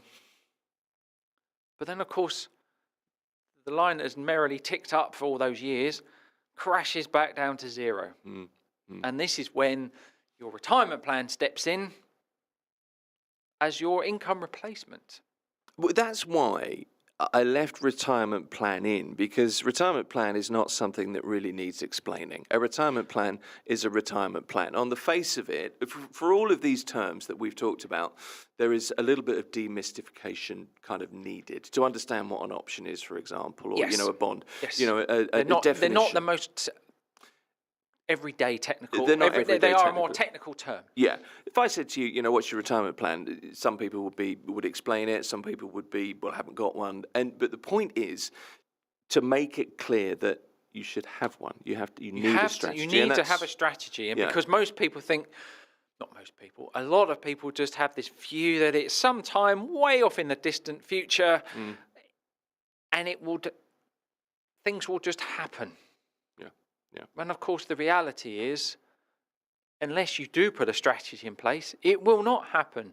Time, as we've discussed, and sound like the two grumpy old men in the Muppets, sitting up on our balcony. But if you're not careful, well, indeed, it will happen. The time has a way of catching careful you is up. not a point. Yeah. So it will happen. Time goes by. in a click of a finger, we're already in mid-November, so that's 11 and a half months of this year gone. Yeah. Only seems like yesterday we were all celebrating the new year. The next one is only 6-7 weeks away. My point being is, if you don't put that plan in place, that time, again, another way to try and illustrate, 10 years is 120 months. So it's 100 average, normal, if you're paid normally, it's 120 paydays. Yeah, okay. It's just all these different not that concepts. much, is it, when It's you think not about it? that No, much. that's a good point. So 20 years is 240. So you've got 240 opportunities to save some money, to build a lump sum for your future. Clever man that I know who knows his cliches and loves a meme as well, said to me years ago, fail to plan to fail. And I thought, cheesy, but really it's true. Again, why maybe it does sound cheesy, but it's just trying to find different ways to connect with people, to make them realise that this, what seemingly is a very cold, dull, uninteresting subject matter, is one of the most important things that people need to be aware of, because another cheesy line, wish we didn't get old, but what the alternative is even worse. Enjoy it, but make sure that you've put something in place to make sure that it is enjoyable. Okay, and it's your choice to do so, Yes, of course. of course. All right then. Stock. How would you define a stock? How many have we got left? 1, 2. Oh, we've only got 4 left. Let's try and get these done before. Stock, we well, finish. short and simple, is another word for asset or share. It's a thing that trades on a market. Ownership in a corporation Ownership as of a well. corporation, Yeah, it's yep. a little bit of a corporation's Yep. assets and earnings. Yeah. Yep. A tiny slice of a big company pie. Somebody said Yep. about a stock. Stock market. What's the stock market? How would you define a stock market? Where those things are listed, where you can actually access to purchase them. Short and sweet. There you go. Where companies list and you can take part. A phrase that we hear a lot in financial terms is volatility, and it's used so widely. It is. What does it mean? How much something moves up and down in value. Okay. So if it ticks up, and a bank account has very low volatility because it just goes up or doesn't go anywhere, but it's flat. It's just there. It's just there. Right. You put a pound, dollar, dirham in there, tomorrow it will be the same amount is there. Mm-hmm. Whereas if you were to buy one of those shares, those stocks, it could go up, could go down. Cryptocurrency is a great example, perhaps, of most volatile, because you can see the prices moving a huge amount. So the more it moves each day or each period of time is how much more volatile something is. I was thinking if you look at financial graphs, and I'm not telling people to go and look at financial graphs because it's not the funnest thing, but if you do look at a financial graph, if you look at the graph and it's going straight horizontally across the page, that's low volatility. Completely zero volatility. Yes. Okay. If it's going, like an EEG, if it's moving like a nicely relaxed wave, little bit of volatility. If it's spiking up and down like a, I don't know, person at a Motorhead concert, I can't think, a headbanger, best I could come up with at short notice. That's true volatility. That's true volatility, Okay. exactly. So it's Right. the movement, technically, is the movement of something that goes up or down over a period of time. And as you rightly say, something that's very flat and benign, low volatility. Yeah. If it's jumping around like a High volatility. high volatility. All right. The final thing on here, I mean, there are loads of different things that we could have discussed in this segment, but the last thing is yield. How would you define yield? Because it is a term, people talk about this in particular when it comes to property. People talk about property yields. Yes. And a lot of people do it without really understanding what a yield is, I would guess. I'd hazard a guess in some cases. Yeah, I mean, a yield applies, as you rightly say, property, to those stocks, to bonds. So it's if we look at property, generally it's the rent or the income that it generates from a tenant occupying that on your behalf. Yeah. So Typically that's- it's usually expressed as a percentage, isn't It's a it? percentage. Percentage So- yield, yeah. I don't know. Again, London maybe would have a lower yield because it's a very well-established property market. As an example, perhaps somewhere outside of London, while the property itself might be a lower cost, but it might have a higher yield, as an example. Right, okay. But it's the yield, it's the revenue that it generates. And often it can be referred to as net. So after all the costs that you've had to pay out to run that property on behalf of the tenant. Right, okay. Maintenance fees, service fees, etc. When we're looking at a share, it's typically the dividend that's payable. So this is a share of the profits that that company has made, and because obviously, not obviously, but taking a step back, what is a stock? It's your, as you wrote description before, it's your share, your fractional ownership, if you like, your partial ownership of that company. And in return for that, not only are you getting the increase, hopefully, in the value of that company, if the company is making a profit, then it will pay a dividend, so a share of that profit to each of the shareholders. So if you own some shares, you will get a proportional amount of that profit. Okay. Fair enough. It's a measure of investment performance yield, isn't it? It can be. Yeah. And again, but just to go back to the share example, typically what we would call a growth stock, perhaps we're opening up a whole new range of descriptions, but the tech stocks, as an example, typically are growth stocks, and often they're newer companies and don't generally pay dividends. So you're investing in them purely for the growth of that share price. Yeah. As they mature and become more well-established companies, they typically then start to have more consistent profits. They're not reinvesting into the business. Yes. They then will start to pay out a dividend, a yield. So it's not necessarily, so the yield might still be low, but there's still a lot of growth that the share itself is generating. Okay. But the older that company is, and perhaps the more established it is, typically the yield will become higher. Again, very broad brush.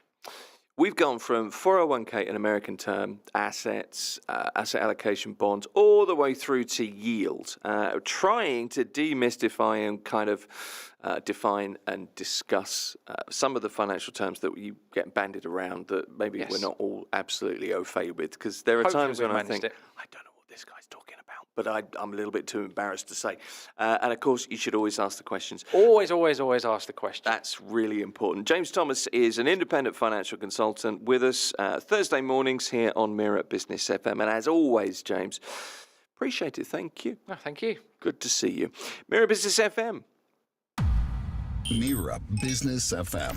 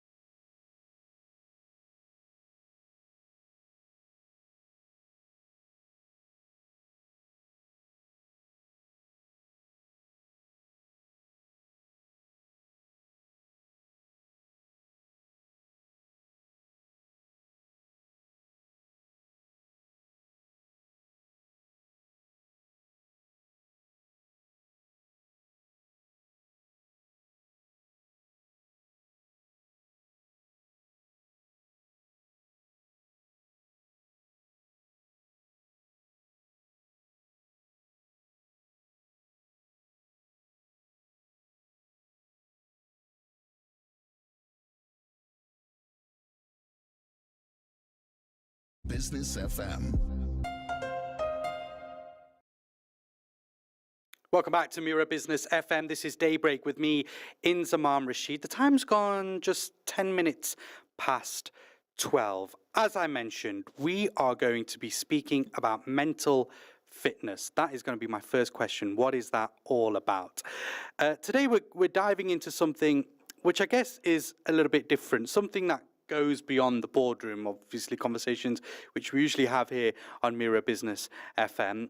My guest in the studio with me today is Suchitra Sivasankaram. She spends much of her time guiding high-achieving women. I think it's probably fair to say people who from the outside seem to have it all together, but inside maybe often feel empty or a little bit disconnected. Enter Suchitra. She's a mental fitness coach and the Chief Visionary Officer at Inside and Out, a platform and journal that helps people build resilience, self-awareness, well-being. Essentially, it's your kind of gym for your mind. Suchitra, welcome to Daybreak. It's a pleasure to have you on Mira Business FM. Thank you so much for having me. Did I describe it okay? Yes, absolutely. Good. Okay, my research has done me well. Let's start with what mental fitness is, and then we'll come on to Inside and Out. But tell me a bit about what mental fitness is and explain why it's so important. Absolutely. Actually, one of my favoriteest things, I think. So everybody knows mental health. Yes, we talk about it all the time. There's enough statistics to say why it's important and how about $1 trillion is being spent annually to look after people's mental health. It's, I figured through a personal journey of mine that not kind of subscribing to anything that allows me to take care of my mind and eventually reaching a place where I got diagnosed with a potential burnout. I didn't even know burnouts are a real thing. I thought it was just a glamorized way of saying I'm tired. And I took a little bit of space for myself to check in, to really know why I got there, what led me to kind of thinking I was, ticking off all these boxes, having an incredible external hustle that was what everyone wired me for, like parenting, society, culture, patriarchy, whatever systems that are there to reframe what success is. And I found that showing up every day like you are for a work commitment or a social commitment, but for my mind, is what fast forward over a period of time landed me in a space where I felt I was just experiencing Zen in the now. So mentally unfit. Yes. And I figured, why do we call it mental health, where we're showing up only when shit hits the fan, in the sense it's just, oh, I don't feel good, and so now I have to go do something about it. You don't do that with your body. You understand that, if I ate better, it would be overall working for me in a consistent basis. If I worked out, it would be helping me not just with my aesthetics, but with how my mind feels. If I brush my teeth every day, I generally have better oral hygiene. If I took my car for servicing on a regular basis, the engine has longevity or more durability. I understand this for things outside of me and say things that are autopilot. Yeah. But why don't we understand that for our mind? And so I was like, you don't show up when things are broken. You show up so that even when things do kind of have a pit or a difficult moment for yourself, you know how to cope because you've been building that muscle, you've been building that resilience within, so you know how to grow through the difficult times as well, grow through what you're going through when it's not easy as well. So you obviously then experienced what you then found out was being kind of mentally unfit. Yes. What did you do then and how did you kind of turn that around and what led you to what you're doing today as a result of that?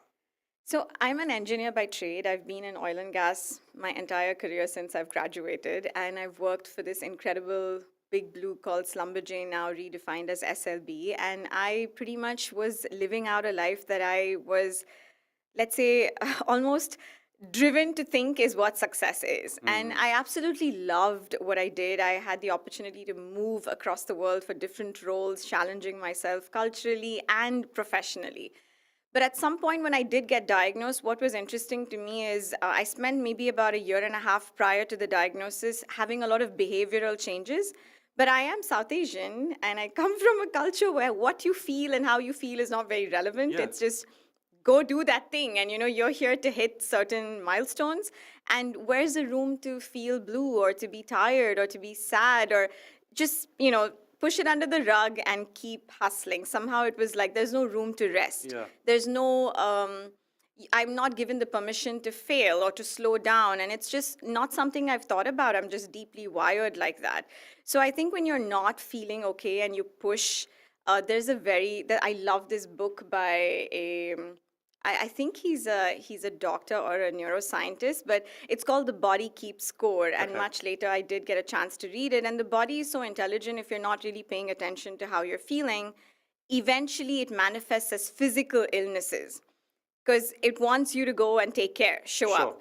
And so when I did get diagnosed, I think I had a bit of an alarm bell go on just because it's a doctor who's telling me. It's not my own interpretations of, oh, I feel fine, I should just sleep a little more, I should just take a vacation. But it's crazy. How then do you take the complete kind of 180 from an engineer to then essentially becoming, you know, in this world of kind of leadership and mental fitness? How do you do that? So to be honest, it's not very different, right? The only thing, I call it like inner engineering. I think I'm just completely doing a curation of my inner world instead of the external, which you're building products on the outside in the engineering space. I'm building myself as a product that's capable of being its ultimate bestest version. And I'm being very tactical about it. With the brand, with Inside and Out, you'll see it's very much about being analytical, strategical, and tactical with how you want to show up for yourself. So I think you're building tech products on the outside for the oil and gas world. I've started to recognize that if I don't understand myself as a personal brand, I really don't know what I'm bringing to the table, no matter where I go. So that, I think, should be a part of an essential for everyone. Yeah. For you, for him, for all of us. I think we should be very curious about what is our mission statement, what is our tagline. And I can't do that as, you know, one exercise. It's a discipline. It's a discipline that I sort of say has to be in my calendar to check in with me. And can I ask you a bit about, going back to this idea of mental fitness, which is at the very core of what you do, why is it important that we as humans require good mental fitness? Because when I thought of mental fitness, I was like, oh, maybe do a bit of Sudoku or something. Yeah. But why do we need good mental fitness? I think just the example you gave is, for me, one of the ways to be mentally fit. What I've realized is, let's say if it's physically fit, right? You're not subscribing to just one form, that I go to the gym and I do weight training. No, it could be yoga, it could be Pilates, it could be you swimming in the ocean, going to the pool, it could be you just stretching at home. I mean, there are variations to how you want to show up for your body. It's you figuring out what aligns for you. I would like that when showing up for the mind, you have that same variety of identifying what allows me to feel like I'm able to boost a bunch of dopamine in my head because I'm showing up in a mentally fit way for myself. So if Sudoku does that, all you're doing with anything that I think is a mental fitness routine is you're being present. You're cutting out the noise and you're being present. So I consider working out as a mental fitness because first I make the decision to go here.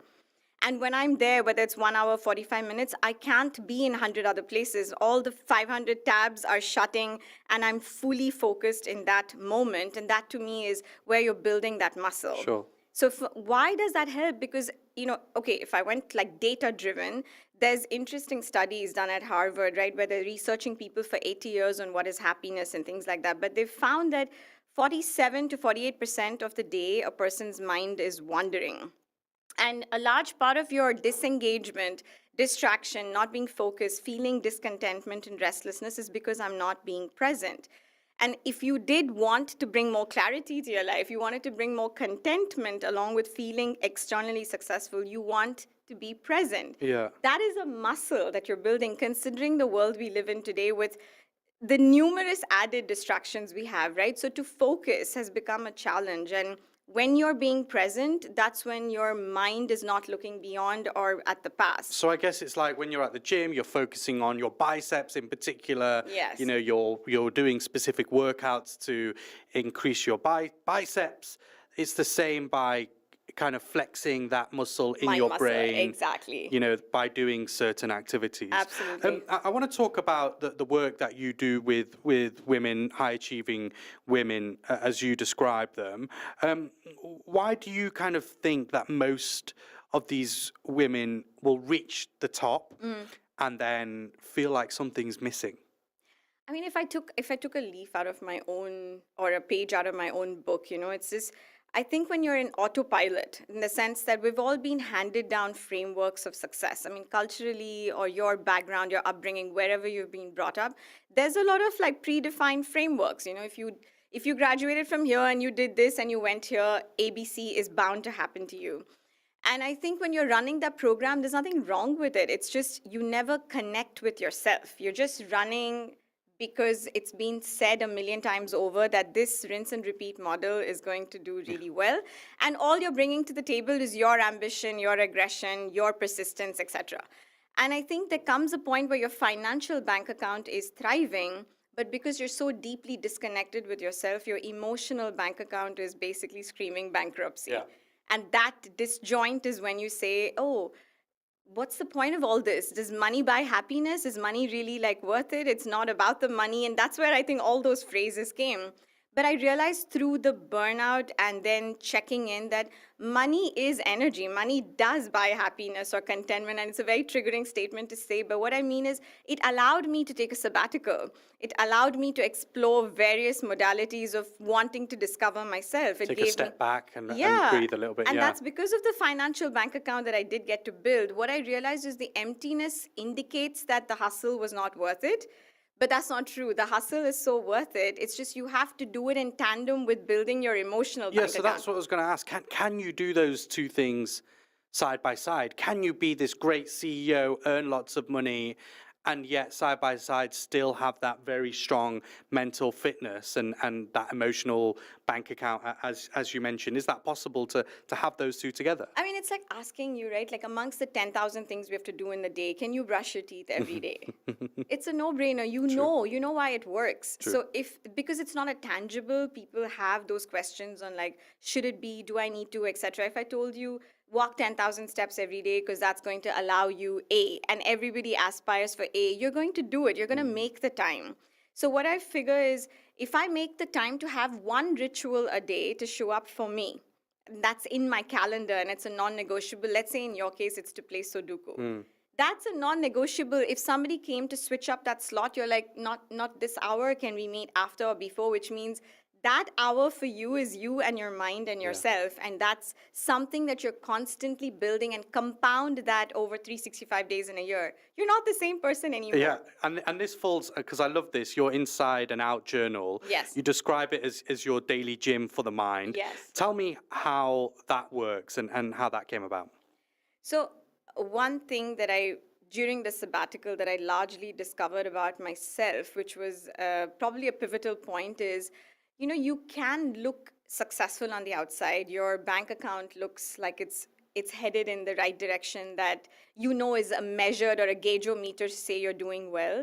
But I notice how I speak to myself in order to achieve those things, where you're claiming that, say, you're a perfectionist or you're an overthinker or you tend to avoid difficult situations or you overplease in order to achieve things in life. There is this inner voice or inner critic that's always driving you. And the inner critic has been essential largely for this part of your success story, but it's deprecating your self-worth whilst you're doing well, right? So I found that holding on to why am I speaking to myself like that and how can I still run towards the drive that I have without deprecating, as opposed to saying that, this email is as good as it looks, like I've reviewed it 3 times or 2 times, let it go. I don't have to have all my ducks in a row. Let's get started. Let's be agile. These are the reframes where I'm still hustling, I'm still pushing, but my older dialogue would be like, you can't send this. I need to review this email 90 times. Or I don't want to get started because my investor is not on board, my project plan is not on board, my business model is not on board. I need everything to be perfectly curated. So the journal is really about talking about what your inner mental schema or your CPU looks like today. It's taking a snapshot of your mental schema. And it says, okay, how do you speak to yourself? And it addresses the good and the bad in your headspace. Okay. So it's like you literally doing an inventory check of yourself. And you say that just a minute a day Yes. can essentially make a difference. Yes. That to me kind of sounds too good to be true. Yes. Like really, like how much time do people really need to kind of commit to this daily practice of whether it's, you know, journaling or whatever it may be? Yes. What are the kind of realistic expectations? So I have a two-part answer for you. For the first part, about a minute a day, it's really to meet people where they're at. In fact, it's to meet a past version of me, right? I think when we overwhelm with our overly busy schedules to say, do an hour of working out and an hour of Sudoku or an hour of meditation or whatever works for you, people are like, I don't have time. And it's not a tangible, recognizable value, right? It's really a value add that's going to change your life forever. But I can't quantify it. There is no monetary change right away. So I find that being able to bring it to a place that is very realistic and simple today, but consistency is what is the essential ingredient now. Do that 1 minute every day. So 365 days later, I have this, like, I stole this from an old Mac slogan where it's like, once you go Mac, you can't go back. It's like, once you go get to know you, you can't unknow it. You can't go, you can't regress. So now I have this understanding about myself, even if it's 1 minute, it's 365 minutes of knowing that over 365 days, I'm a newer version. Yeah. So that's why I go down to something as simple as like, if you can slot a minute in the calendar and show up every day, that's a win. Yeah. But the other answer realistically is there is a professor at Stanford that I did study with because being Indian or whatever, you know, once you're doing stuff, you want to back it up academically for sure. So he has a very similar background. He is an engineer. He basically built a Silicon Valley business, and then he got thrown out of the board for not being good with interpersonal skills. And then he landed up building a coaching company, and then he teaches neuroscience, or I think neuroscience at Stanford. He came up with this interesting concept of 10,000 steps for the mind. And effectively, without boring you too much, the math is 10,000 steps for the mind can be achieved by just 15 minutes of being present. And the 15 minutes of how you're present is what is in the journal. There are incredibly many different ways, many simple things you can do on a daily basis to bring that 15 minutes. What I mean is breathing. If I did a 60-second breathe, like inhale 4 times, exhale 4 times, 6 times. Focusing only on your breathing. That's it. It's not a big, complicated thing. But in the day, you break it into many pockets and you hit 15 minutes of being present. Maybe 15 minutes of journaling, writing something you're grateful for. Maybe actually doing a brain dump of why today was crap, and you know, why was I angry?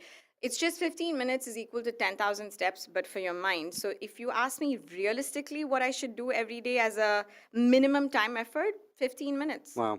It should be on your calendar. That's my only rule, that your internal hustle should be on your calendar. And like morning or evening, does it matter? Okay. Doesn't matter. Don't overwhelm yourself. I think I definitely want to be I want to be realistic as I am to myself. The point is to show up. That's us definitely booking 15 minutes into our calendar every day now. That's the plan, I think. Yes. Look, we've only got a couple of minutes left. The conversation is fascinating. But before we do wrap up, I just want to bring this kind of back to business and how important mental fitness is in leadership, in running companies, in managing teams, and kind of leading with empathy as well. How important is that, do you think? Phenomenally important. If you think about it, one, I talked about the inner saboteur or the critic, right? Like we all have these voices. There is nobody exempt from it. So if you're able to bring clarity and reframe that, you're so much lighter. So when I am taking decisions, when I am building teams, I have the ability to see what my strengths are better. I have the ability to see my blind spots, because if I'm not willing to work on myself, I can't see where I am hindering myself. So when I am able to, then I'm more empathetic towards others because I've learned to be empathetic towards me. And I also understand I'm building Justice League teams, right? This A-team concept of everybody being a superhero doesn't make sense. You want to bring together the Justice League. So how can I see your strengths if I don't understand how to see mine? So I feel from a leadership standpoint, it's extremely important because it clears the brain fog. It allows you to be a lot more clearer and allows you to see you, so you see your people and you build those power-packed teams. Suchitra, look, the conversation could go on and on. It's fascinating. I've learned so much this afternoon. Thank you so much. Suchitra Sivasankaram, she is the Chief Visionary Officer at Inside and Out, a mental fitness coach as well. Thank you so much for your time. Thank you so much for having me. It's a pleasure. This is Daybreak on Mira Business FM. News is coming up next. Okay, well, obviously it's always a pleasure being at FHS. We come here every year. Cavendish Maxwell, so I would say the region's leading property consultants and chartered surveyors. So we do valuations, we do strategic consulting, we do project management, building surveying. They're our main service lines. And a lot of that is with a hospitality focus because of naturally what you see in the region in that asset class. How exciting is the region currently, Zach? You're not just here in the UAE where it seems the whole world has come to for FHS, but the region as a whole with exciting opportunities happening in Saudi and in other parts of the GCC as well. Yeah, absolutely. Look, I think obviously Dubai and the UAE has led the way, Dubai and Abu Dhabi, historically, but now obviously Saudi and the Kingdom is a really strategic part of what's happening in this segment of the industry. The World Cup, Expo, the event seasons that take place, you're seeing huge growth and even more potential in Saudi. And let's not forget Egypt, obviously, not in the GCC, but in the Middle East, a real big growth market. But if we look at Oman, Bahrain, Kuwait, this is all positive signs in all the rest of the GCC as well.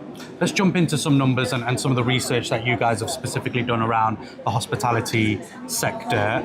There was a recent report that you put out that the hospitality market is set to grow from $310 billion US dollars in 2025 to more than $487 billion by 2032. Just tell us how you got to that, why that is the case, and also why it's an incredible sector to be in right now. Yeah, I think, look, there's multiple reasons for this, but if we just take, for starters, let's look at Dubai. You've got the world's busiest airport, passenger traffic increasing year on year. You've got regional airlines, such as Emirates Airlines, flying everywhere, practically in the world. Up the road, Abu Dhabi, you've got Etihad doing the same. Riyadh and Saudi with aspirations to do the same. Qatar Airways and Doha doing the same. So that drives a lot of people to the region anyway, coupled with all the various events that take place and the amount of choice that there now is regionally. And then you look at even sort of the smaller markets, which may be slightly smaller than, say, the UAE or Saudi, but they still have a lot of attraction to them, such as Oman and Bahrain. If you look at overnight visitors in Bahrain, for example, the numbers are staggering. So, you look on the supply side at the moment in Dubai alone, you have nearly 155,000 hotel rooms, 15,000 under construction approximately in Dubai right now. If you look at what's coming in the next 3 years, you're probably going to hit 180,000 hotel rooms in Dubai alone. And then, occupancy rates are over 80% currently. So with all these, and that is a trend that we're seeing across the region. So naturally, that's how you then extrapolate these numbers that we've said in the next sort of 5 to 10 years. When you look at that figure, 180,000 hotel rooms in Dubai alone, when you guys kind of look at those numbers and evaluate those numbers, do you look at it from a positive perspective, or are you a bit skeptical about it? Is it sustainable, having so many hotel rooms and that growing as well in this growing city? Yeah, look, I think I'm very positive about it. If you look at what's happening today, as I said, we've just had Q3 numbers out, very, very positive for Q3. Again, getting close to sort of your 75, 80% occupancy rates. That's something that, there used to be a seasonality to this region. And Dubai is bucking that trend. If we look at what is on offer here now, and the number of visitors that are coming to this region from everywhere. It's not just the UK or Europe or regionally. You've obviously got India, Pakistan, you've got East Africa, you've got now even Central and South America visitors coming here. So I think the reality is people want to go somewhere if they're looking for a break. Let's just focus on the resorts, for example. Dubai's providing a lot of that, a lot of resorts. In fact, right now, probably one could argue not enough resorts because the demand is so high. So I think it's very positive. And then you look at also as a strategic regional hub. If we look at Dubai, what Dubai's done very well is it's positioned itself as a bit of a Jersey, a Monaco, a Liechtenstein, a BVI, a Cayman Islands for this region. And whereas those other markets have 400 million within a 4-hour flight radius. Dubai has a third of the world's population within a 4-hour flight radius. So from a business perspective, and business hotels, it's become very strategic. And the rise of the IFC, ADGM, and all the setups of family offices, and as well as the institutional investors that are coming. This makes it quite attractive because it bridges that east meets west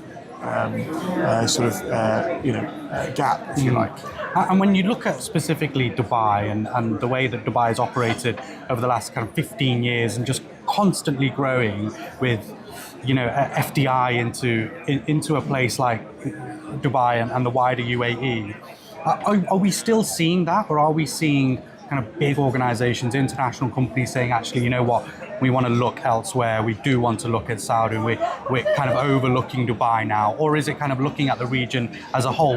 What are you noticing in that trend? I think it's a real mixed bag. I think, look, the attraction of Dubai is and the wider UAE, it's not just Dubai, even Abu Dhabi, Ras Al Khaimah, and looking at some of the other Emirates as well, who are sort of benefiting from all this investment. The attraction is still very much there. Exactly, it's very, very much there. And then you look at now, obviously Saudi is a huge opportunity. It's a massive market. I mean, Saudi Arabia is the 13th largest country on landmass in the world. People don't realise just how big it is. And with a population of 30 million, a lot of what's been developed so far, the take-up has been from Saudis themselves, let alone the international. And then you forget, obviously, the religious tourism, which, let's not forget that, which drives a huge number of visitors to the kingdom on an annual basis. And new announcements there recently as well in Mecca. Yeah. So I think, and then you look at what's on offer, even from the sort of event season. We're coming up to the Gulf Swing, all these golf tournaments that are happening around the region, which again drives tourism, drives interest. We've got the F1, coming to multiple destinations within the Gulf. All this stuff helps to really kind of keep that positivity.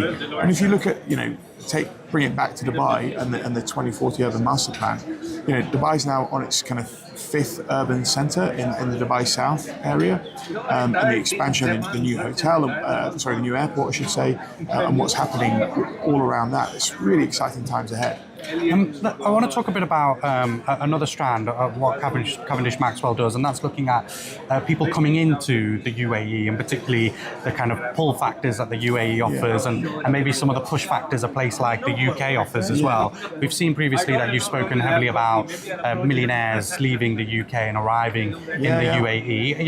What's the trend that we're seeing there? How much of that is actually happening? Yeah, I mean, look, it's really interesting. So brand residences are growing here more so than anywhere else in the world, and that very much links in with the data. So if you look at the ultra high net worths and high net worths that are relocated here post COVID, the numbers are staggering.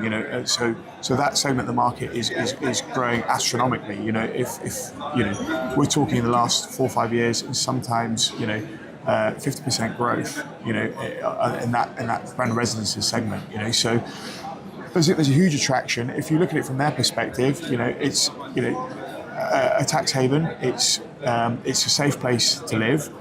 You've got an abundance of choice from education, hospitality, from every element of society and what you might need. So I think it's a natural course that these kind of individuals and these kind of families want to base themselves here, given certain macroeconomic and geopolitical things that are happening around the world. But is there truly that mass exodus happening? Because there was some questioning around the report that Cavendish Maxwell had produced recently about the sheer number of millionaires leaving the UK and coming into a place like the UAE. How did you get around actually seeing that, and is it actually happening? Are we actually seeing the numbers do that? Absolutely. I mean, if I look at my day to day, in my role and what I'm doing, I'm having multiple meetings with these sorts of individuals. In fact, there was a family here last week from the UK who I know from my background. Ultra high net worth. All the stakeholders from that family were here last week. They'd never been to the UAE before, and they're here with a view to relocating here as well. And so, often they come to us for a bit of an initial conversation around, okay, first of all, how do we get the family here, and then how do we get set up with some element of our businesses? And obviously we don't do business setup, but we look after the real estate aspect within that. So, these guys are into manufacturing, and the Make It in the Emirates initiative is something that they're closely watching, So, we are definitely seeing an increase in this, and it's not just us that's reporting this. There's multiple people that are sort of reporting about these types of individuals coming to the UAE and Dubai in particular. And I think also, if we look at what's happening around the region, the geopolitics, as well as conflicts elsewhere, that's also driving people to the UAE. I just want to finally end on kind of the region as a whole and the way that you guys look at this region, and particularly when you compare it to other parts of the world, Europe, the Americas, the Far East as well. It feels like there's a real buzz in the Gulf, which is attracting a lot of people, which is attracting not just kind of individuals, but organizations, companies, international organizations, a lot of FDI as well. What is it about this region which is just attracting so many people and this buzz that seems to be created here in the GCC? So I came here as a child with my parents in the early 80s, and my kids are born here now. So that's the third generation here. And we used to say, my parents used to say, people come to Dubai for 2 years, 5 years, or life. And I feel that post-COVID, the secret is out there. Everybody knows about Dubai, the UAE now, and this region. And if you look at even touching on some of the geopolitics recently, some of these peace negotiations that are taking place, they're being held in this region. Historically, this would never have happened before. So I think this is, going back to this sort of bridge between East and West, the Gulf and the Gulf Cooperation Council of the GCC nations, they've positioned themselves in a really good way to sort of benefit from multiple things. But it all started with a lot of investment into hospitality, into travel and tourism. And from there, people would come here, come on holiday, see they like it, and then they would want to stay. And that's how it all started. Zaki, thank you so much for your time. My pleasure. Thank you, Insamam. Thank you. Take care. Thank you so much. Bye-bye.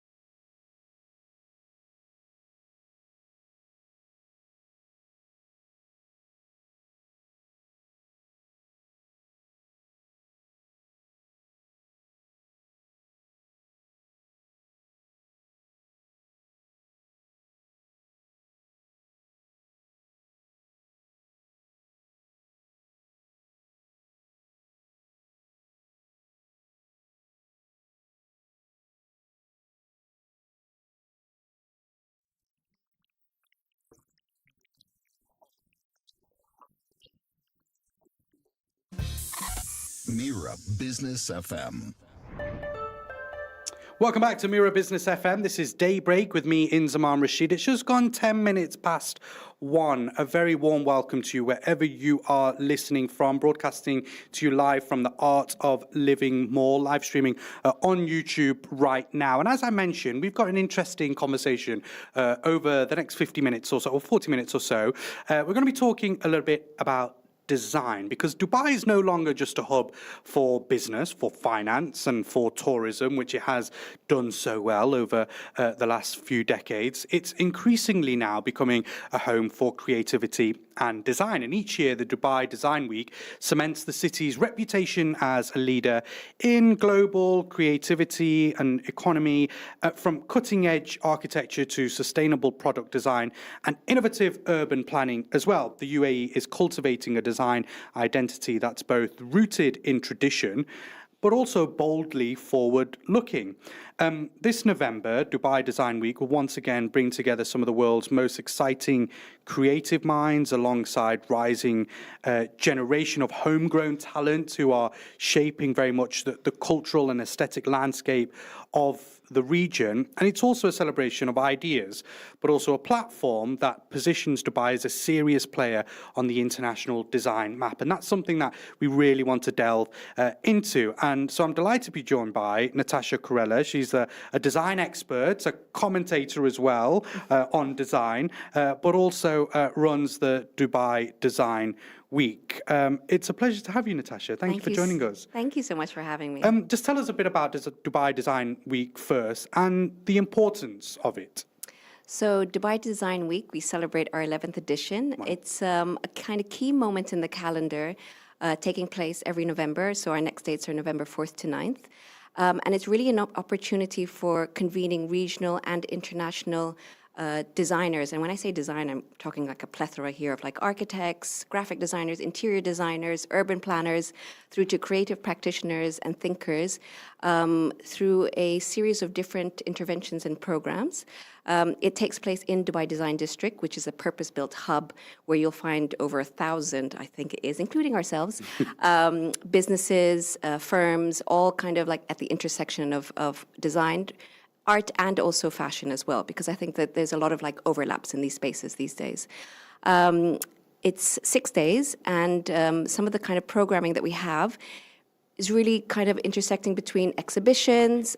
We have the D3 Architecture exhibition in partnership with the Royal Institute of British Architects, bringing the likes of Zaha Hadid and Foster's to talk about different themes around sustainability and community. We have large-scale installations.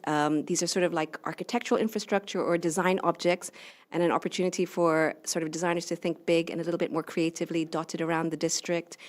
We have different sort of special presentations, over 60 workshops from children through to sort of master classes, as well as our anchor event, Downtown Design. This is a fair. It's the largest and leading fair in the Middle East, which brings together around 300 participants. Wow. And we're talking here sort of the kind of best of the best when it comes to brands and manufacturers. So everything from furniture to wallpaper, tile, anything you can think of to really dress out an interior space, both commercial and residential, I would say. And so this is the thing, that's an absolute packed agenda over 6 days with so much going on and bringing the best of the best to Dubai. And that goes back to my point earlier about actually Dubai is now very much being taken, and it probably has done for a few years now, being taken very seriously when it comes to design and being a kind of a global hub for design. What have you noticed in terms of how, I guess, Dubai Design Week has evolved and changed over the last 11 years to what it is today, bringing in some of the world's biggest names under one roof? So I would start by, first of all, the way that we kind of approach content, and then would love to speak about the larger ecosystem, because obviously we are kind of a convener, but there's obviously these amazing sort of stakeholders that are kind of bringing this evolution together. There are a few design festivals and weeks that like to have these big sort of thematic statements like design is the future.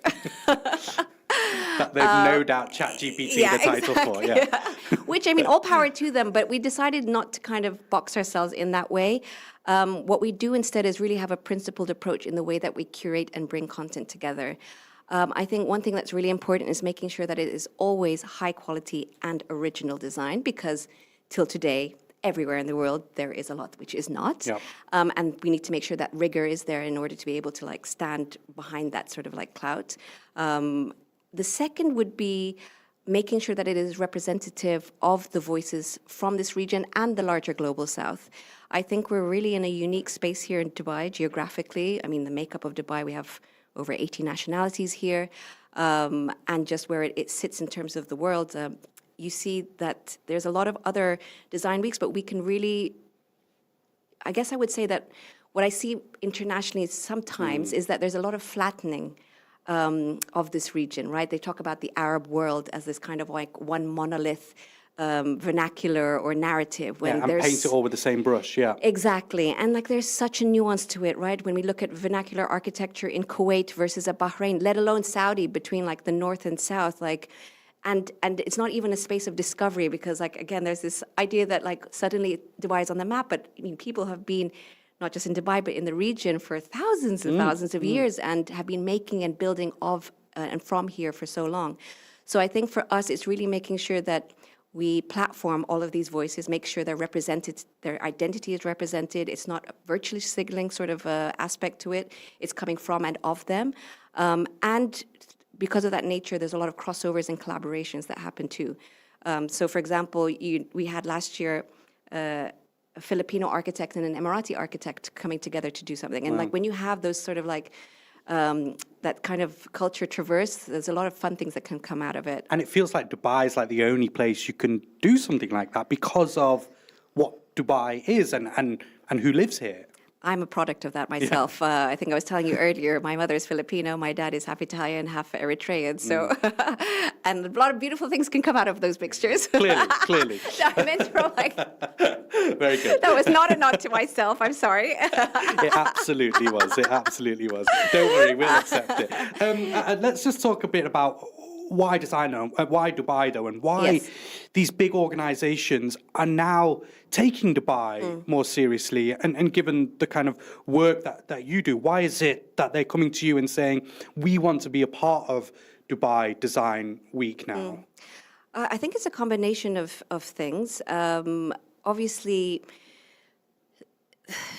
if I had to look back at it from 10 years ago and sort of that evolution, which you had asked earlier, and like what I've seen changed, I mean, if I had to be quite frank, we pretty much still had an import culture, and not just in design, but across a lot of industries. And it's been so fascinating to see how in typical Dubai or UAE style, that's sort of evolving at such a quick pace, but in still a thoughtful way. So, you know, you've got great academic institutions that have come out that have really invested in their faculty, in their spaces, in their labs, and like kind of nurturing that new emerging talent. You've got cultural institutions which are looking to bridge that gap between education into the practical world. For example, there's something called Tashkil from a cultural institution here in Dubai, and each year they take a cohort of different designers and really work with them closely to help them develop all of their skill sets that culminates at Dubai Design Week. And then you have things like the government itself, which are coming up with new grants, new policies in order to support that ecosystem. And I think also just from the nature where we are today, a lot of the fun mega projects are in Dubai or Dubai adjacent. And so this is really the space to be. And we see that a lot in Dubai Design Week. Obviously, we have our own community, but for a lot of people internationally, they use it as a space to kind of put a calling card to enter into the market, to network, and also to understand like what is the pulse here, because something that can work in a market somewhere else might not be the same here. And then, so do you see that the week has a kind of a local celebration? Is it a regional hub, or do you truly see it as this global showcase now?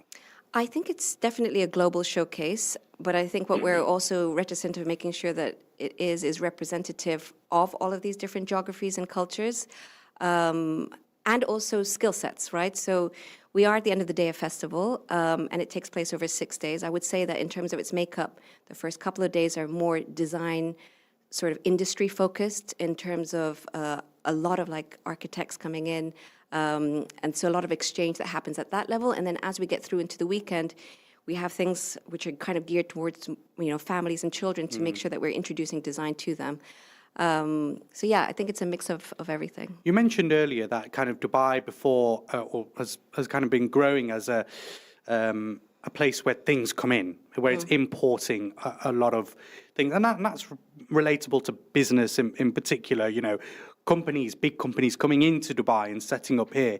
But now we are seeing homegrown businesses in particular, and I'm sure in the term of designers as well, now actually taking their work and taking it on the global stage and going into other countries and exporting their ideas to other countries. How much of a role has Dubai Design Week over the last 11 years played in that, and how important is that people from here, homegrown people and organizations, are taking their stories abroad?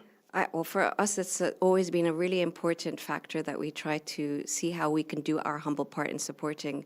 I would even mention that when we talk about homegrown, even the sort of like resources that were available were not so defined before. Now we have a much stronger manufacturing capability here. So when we say homegrown, it's not even just the ideas, but also the building and making of, as well as like the kind of intersection of that, even with like local materials as well, and seeing how we can move it out of like a sort of more heritage space and how that can be translated into a more contemporary space.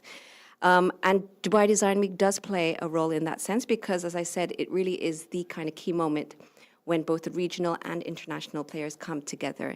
And we've seen so many instances where we've had these amazing emerging talent, like showcasing in more humble ways, I would say. And then the next year, they're suddenly part of the roster. Because it's been picked up by an international organization. And that's also what they want to see. It's exciting, right? It's great to see have and represent so many different voices on an international platform. Does that happen a lot in the design world, where you have big names picking up smaller, very kind of rustic regional products and names and kind of taking them under their wing a bit? Is that how it works in the design world? So first of all, there's a lot of different mentorship programs that happen any which way. And I think, and that happens both at an academic level, but then also through Design Week and some of our programs, as well as, like, as I said, all of these other sort of institutions that come together to try to create that ecosystem. I would say that it's definitely through that engagement that sometimes it's instant and sometimes these are like slow burns, I would say.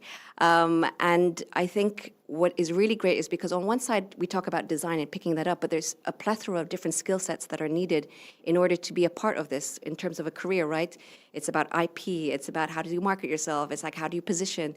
And so by bringing these kind of like different stakeholders together, this helps just kind of build the whole ecosystem. And it's not just international, there's incredibly established designers from the region and from here who've been in, you know, in the likes of an Al-Jud Luta is an incredible Emirati designer, or Nada Debs from Lebanon, and they've already made a mark externally. And like what's amazing is that they're really uplifting like the next generation behind them.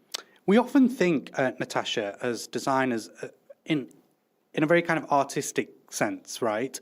But how important is kind of design thinking to business and also innovation, particularly here in Dubai? So I think that's also one of the evolutions I've seen any which way, and for me, it's something I'm also personally passionate about, having come from a philanthropy background.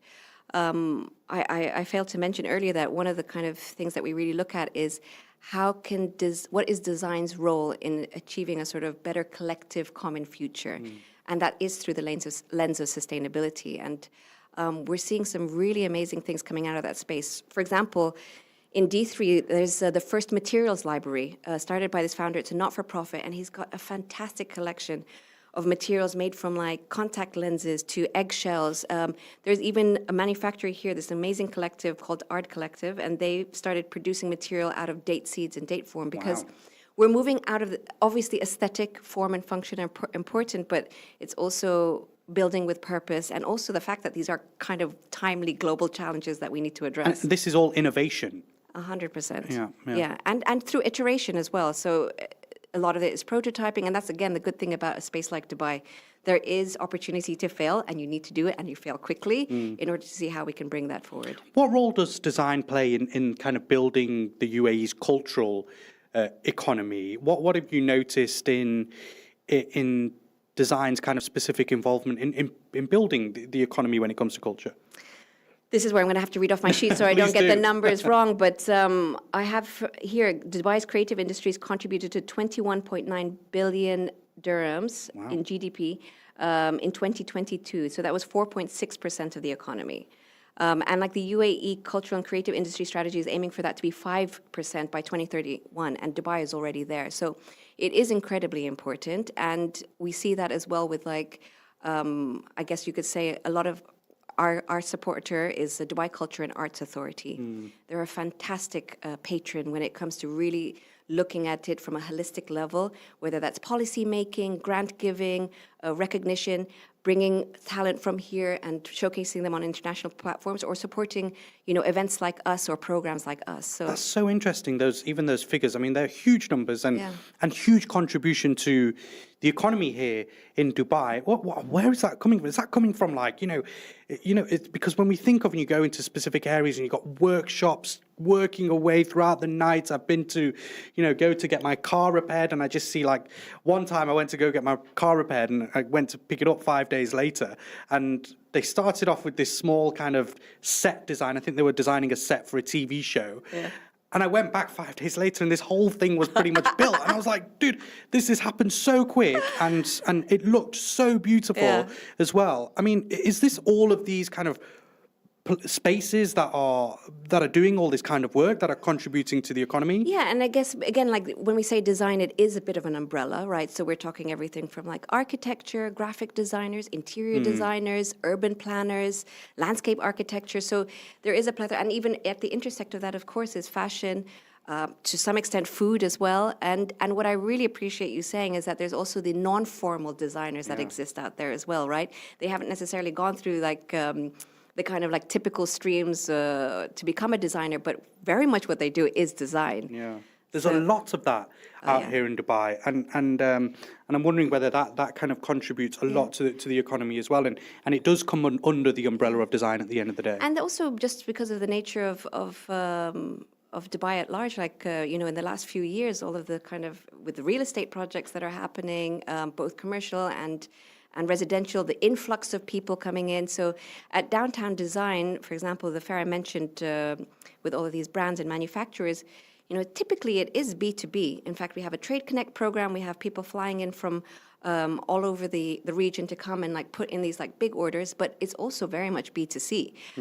And so, we'll have people walking in who happen to have bought 5 homes in Dubai, and they want to kit it out with the best of the best. So I think it's just like a whole sort of like plethora of different things coming together that really is shaping that economy. And it feels to me in particular, and you will know better, that there is just so much more creativity and the space to be creative here in Dubai as well. Is that something that you've been seeing? Yeah, so we're part of the Art Dubai group. So actually we also have our kind of initial event is Art Dubai, and that's the leading art fair in the Middle East. So it has been an absolute pleasure because we get to kind of see people starting at like the early career and then growing up, and then also having all these international people come in. But again, I think it's always been there. I think there's just been a lot of enablement that has happened through, as I said, these various stakeholders, and a lot of support through these different kind of interventions that we have coming in. Natasha Corella is with us. She is the organizer of Dubai Design Week. Is that the right title? What's your official Dubai Design Week title? It is. Oh, me. Okay. I was like, yeah, that's what the name is at the event. I'm the director of Dubai Design Week. She's the director of Dubai Design Week. Sticking with us, Natasha, we're just going to get the news headlines. Got so much to talk to you about. I want to talk a bit about community and accessibility to design. And I also want you to get your crystal ball out as well to have a bit of a think about what Dubai looks like in the future in terms of design as well. So we'll touch on those topics very shortly. Coming up to 1:30 here on Mira Business FM. This is Daybreak with me, Inzamam Rashid. We'll get the news coming up next.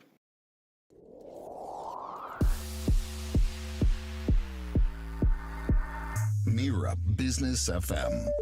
Welcome back to Mira Business FM. Just gone 1:37, around 23 minutes left of today's show with you up until 2 o'clock this afternoon, Daybreak with me, Inzamam Rashid. Let's continue our conversation with Natasha Kurella. She is the director of Dubai Design Week and is just an all-round design geek, I think it's probably fair to, art geek as well, it's fair to say, who's giving us a bit of insight into what and how Dubai has developed over the years in terms of when we're talking about design. I want to talk specifically, Natasha, about other major design hubs in the world, London, Milan, Paris as well. Where does Dubai fit on the kind of global design map?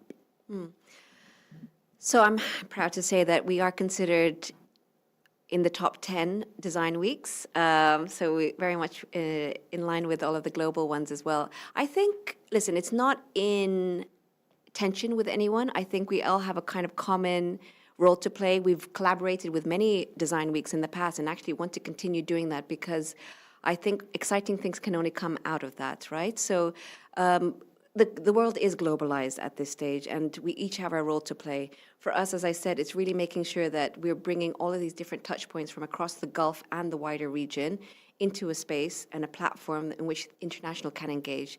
And then for us, like even building beyond that, you know, for example, we have something called the UAE Designer Exhibition, which is just for UAE-based designers, and they have a booth at Downtown Design.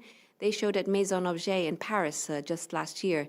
So I think it's really making sure that there's this continuous exchange, or even in talks, programs, different sorts of like other interventions, we continue to like work together collaboratively. And is it, you know, is it constantly growing and developing here in Dubai? And do you kind of see it being a leader? Do you kind of see it being the capital of design eventually? I do. I think just because, again, of the nature of Dubai, it's not limited with any. They don't box themselves in here, do they? It's just go exactly, all the time. Exactly. But I think it's now done.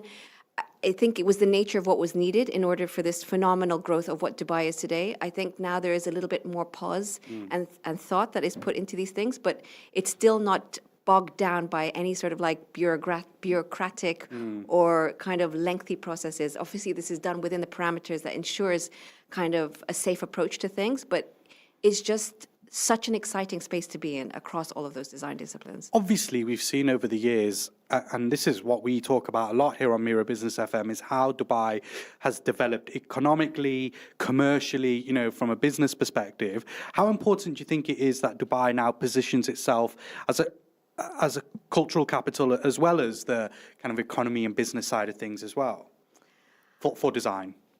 So I think it's really important. First of all, it does contribute to the economy, and as I said in those numbers earlier, and I think it's in line with the ambitions for space, right? When we talk about design, there's also city building. There is the nuance of infrastructure, you know, road infrastructure, transport, just everything that you can think of that brings a whole society together is done through design. And I think in order for it to kind of continue to evolve in that right way, you're going to need all of these designers and thinkers engaging in that space. So I think the sky's the limit, really, when it comes to these things. And how important, sorry, I want to go back to community and accessibility, something that we kind of touched on earlier, but I want to get into a bit more. How do you think, firstly, that Dubai Design Week, obviously, which you are in charge of, helps build a sense of community amongst creatives that are already here in Dubai? Is that what it's there for? Oh, 100%. We try to bring, and when we say community, it's so many different types of community, right? So it's everything from students through to the kind of cool kids as well. They always are really important, as well as like business. As I said, we have something called the Trade Connect program, which brings all of the sort of like business-minded people together. And again, this is their chance to really engage with each other, exchange ideas, present things that have culminated over the years. And so I think we try to platform all of these things together in that one space. I will also say, in terms of community and inclusivity, is that we also try to see how we can include design that, you know, for people that couldn't physically be here as well. And I'll give a very, an example of that is we have this program with United Nations Refugee Agency, and obviously, they look after, like, there's the largest refugee population actually in the Middle East, I think over 20 million. And when you leave your home, a lot of what you have with you are your skill sets. So there's a lot of artisans. And so whilst they can't physically be here, what we've done is created like a financial stream and revenue access by making sure those products are also shown and sold at Dubai Design Week in order to create livelihood. Interesting. When it comes to accessibility and inclusivity as well, is design, still seen, particularly here in Dubai, is it still seen as a bit of a niche or a luxury, or is it becoming more accessible to the wider public? Because when I kind of think of Dubai, and maybe this is me growing up in the UK, I kind of see it as, for people who, have the money to kind of invest in design and also to kind of have the time and the space to study design as well, and the financial backing to go into that. Is it still seen as a bit of a niche and a luxury, or is Dubai kind of approaching it differently? There's always going to be that space, right? When we talk about collectible design or really getting like the best, highest quality, most expensive products into a space, and that will always continue to be there. And I think it's an important part of it as well. But design is everything, right? We have designers coming in that just make zines, for example, and that in itself is design. We have one of our other programs is called Prototypes for Humanity, and that is the largest convening of student projects from over 700 universities, from your MIT, Stanford, Cambridge, Oxford, to like the best universities in China and Taiwan. And these are designed projects looking to solve humanity's challenges, whether that's climate or medical. So I think, like, when we talk about design, like, yes, you're right, like there's design with a capital D, but it really is something that intersects in every aspect of our life. And I guess kind of on the community aspect as well, what is being done, and what do you think more can be done? Because I know you work on your philanthropy side and kind of the giving backside thing as well. What do you think more can be done to engage schools, universities, young talent with a design and career path? Because I kind of feel it maybe isn't something that you think as a young kid, I want to grow up and I want to be a designer. Is more and more of that happening out here in the UAE? Yes, actually. So first of all, a few years ago, they started the Dubai Institute of Design and Innovation, which has its campus actually in D3, which is purely focused on design, and they have an incredible outreach program across schools. And that, again, is making sure that there is that sort of accessibility to design, to kind of give people this, open their eyes to what the opportunities can be in terms of a career there. As I said, there's already a plethora of different sort of programs and incentives that are in place, but I think that can only grow from here. Let's look at the future then, and I asked you to get your crystal ball out. I'm sure it's a very nice crystal ball as well, giving it to you. What do you think the next 5 to 10 years of design will look like in Dubai? Well, I think it's definitely going to convene or intersect a lot more with like climate goals. I think now there is this sense of urgency on how we are considering the way that we build and make, and that will inform a lot of different projects that are coming up. I see it also in terms of policy making. The Ministry of Culture is going to be putting out a paper looking at the intersect of design in the space and sustainability. I think we have to wrestle with AI and seeing how that can be a tool that can enhance or be used to its best ability while still remaining human-centered. Do you think it can? It's a difficult one because right now I think like if I had to speak on behalf of creatives, there's a lot of distress, I would say, because a lot of what AI is reproducing or putting back to you is pretty much taken from what is existing anywhere, which was created by humans. Yeah, so it's using information that's available. So, and I think there's still a lot that needs to be learned and understood and honored in terms of what that relationship looked like. What does IP look like these days? What does an original design look like these days? And so I think those are those can only be had through conversations and again through iterations.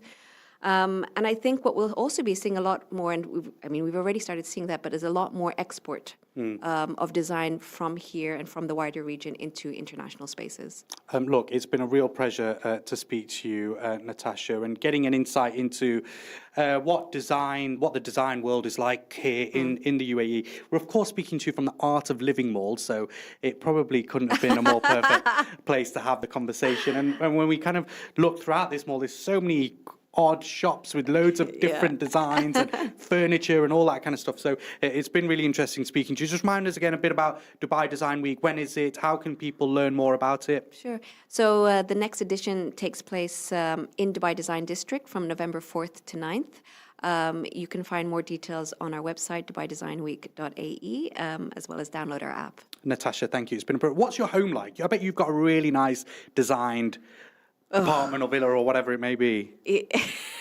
Those that, you know that saying? I have 3 kids, 3 dogs, 5 cats. So. Oh, wow. Okay, yeah, so maybe a lot of mess designed there instead. Exactly. It's lived. It's a lived space, let's say. Natasha, thank you so much. Really appreciate you joining us here on Mira Business FM. It's coming up to 1:50 on Daybreak. We'll be back after a very short break. Mira Business FM.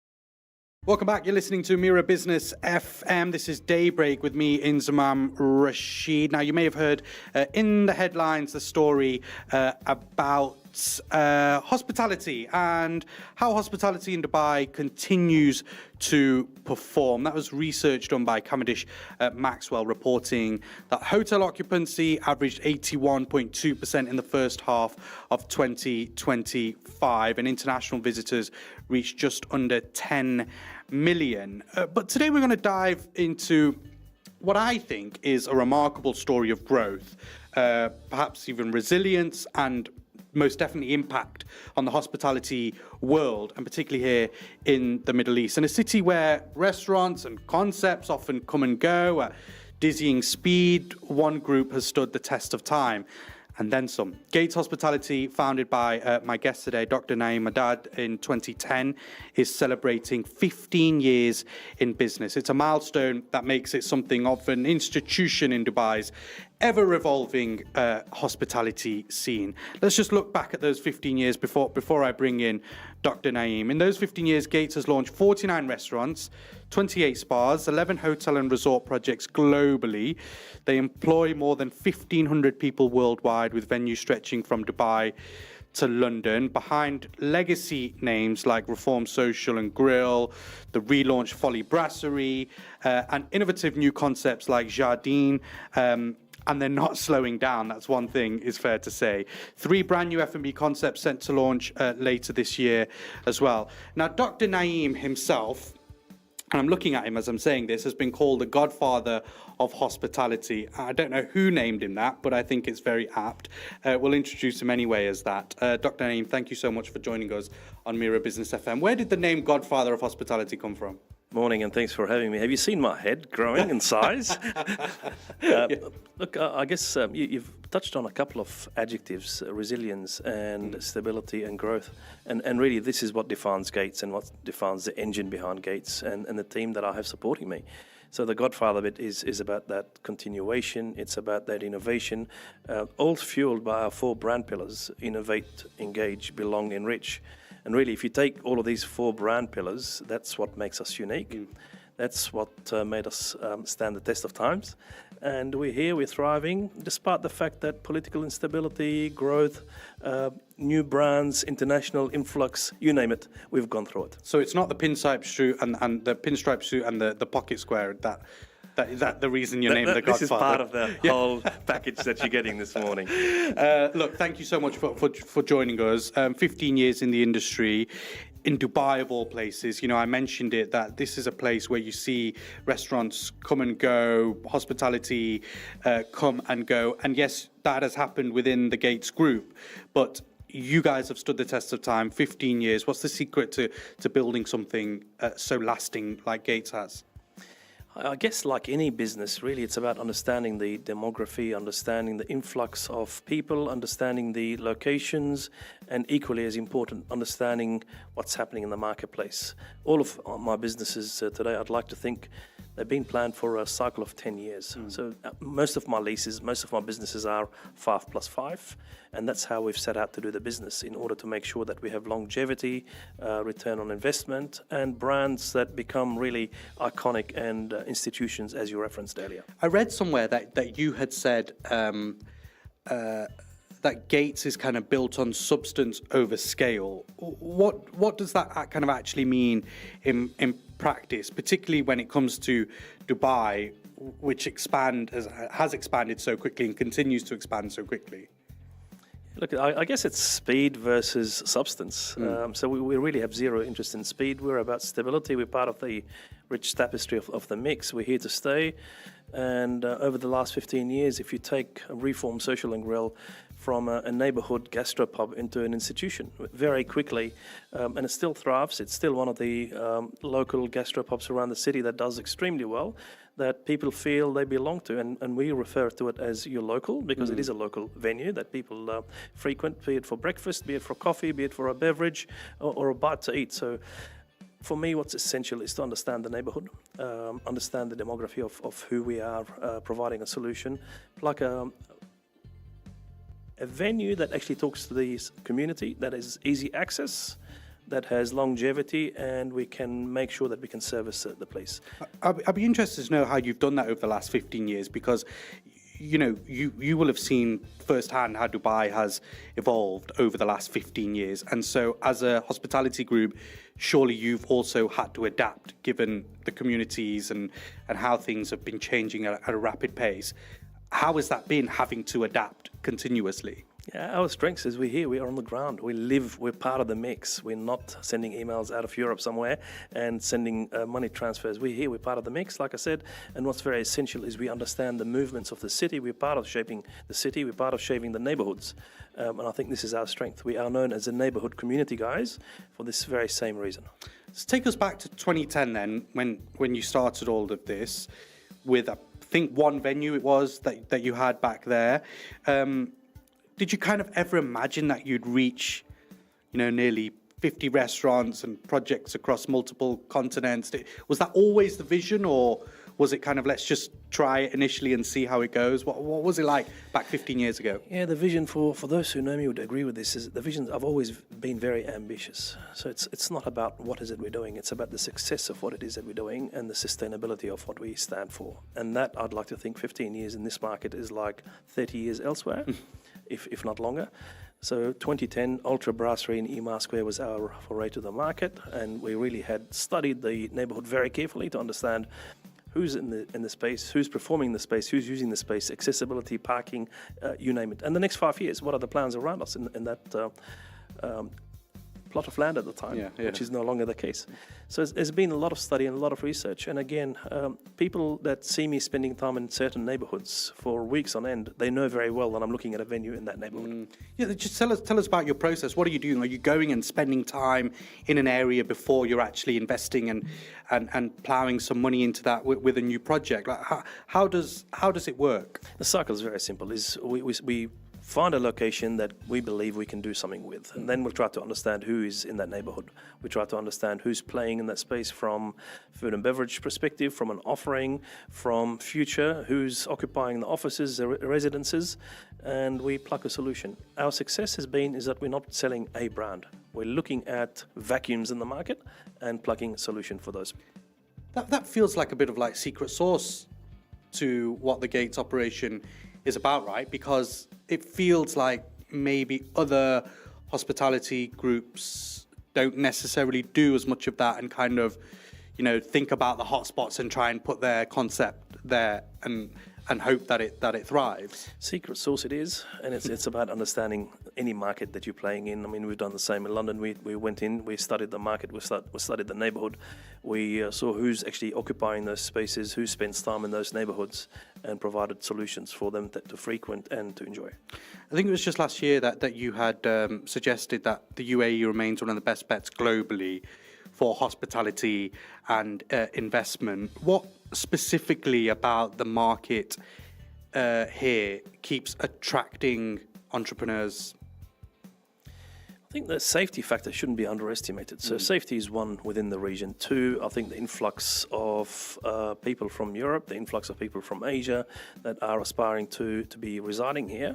And I think what the government has been very smart in doing is providing various aspects of visas, various aspects of people to come in and invest, enjoy lifestyle generally in a very safe and engaging, inviting surroundings. So I think we'll continue. If you look at the globe today, if you look at certain parts of the world, there are recessions. People aren't talking about them.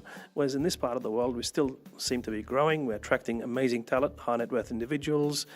And as I said earlier, the variety of visas now that gives people so many options to choose and select from is incredible. Because that's been a game changer.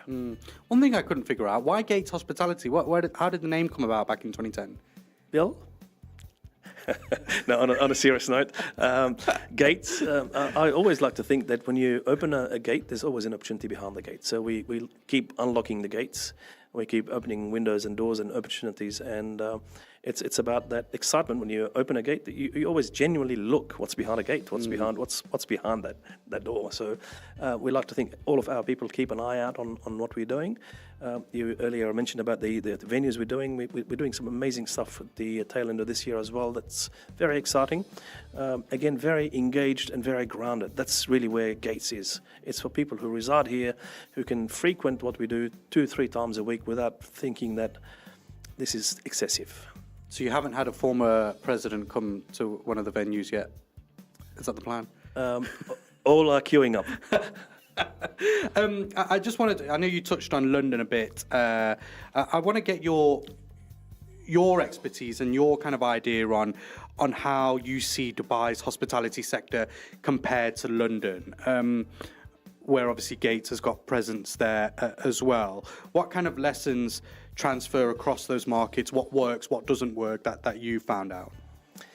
Very different markets, and I think we should always remember maturity of any market that we play in. So maturity in markets defines behavior, defines spending pattern, defines the joie de vivre, as I call it. So I think what's very essential is to understand who you are working with, who you're working for, and who you're providing a solution for. The UK market is extremely well established. It's been in years. Food and beverage has really pioneered on multi-levels for decades rather than years, actually.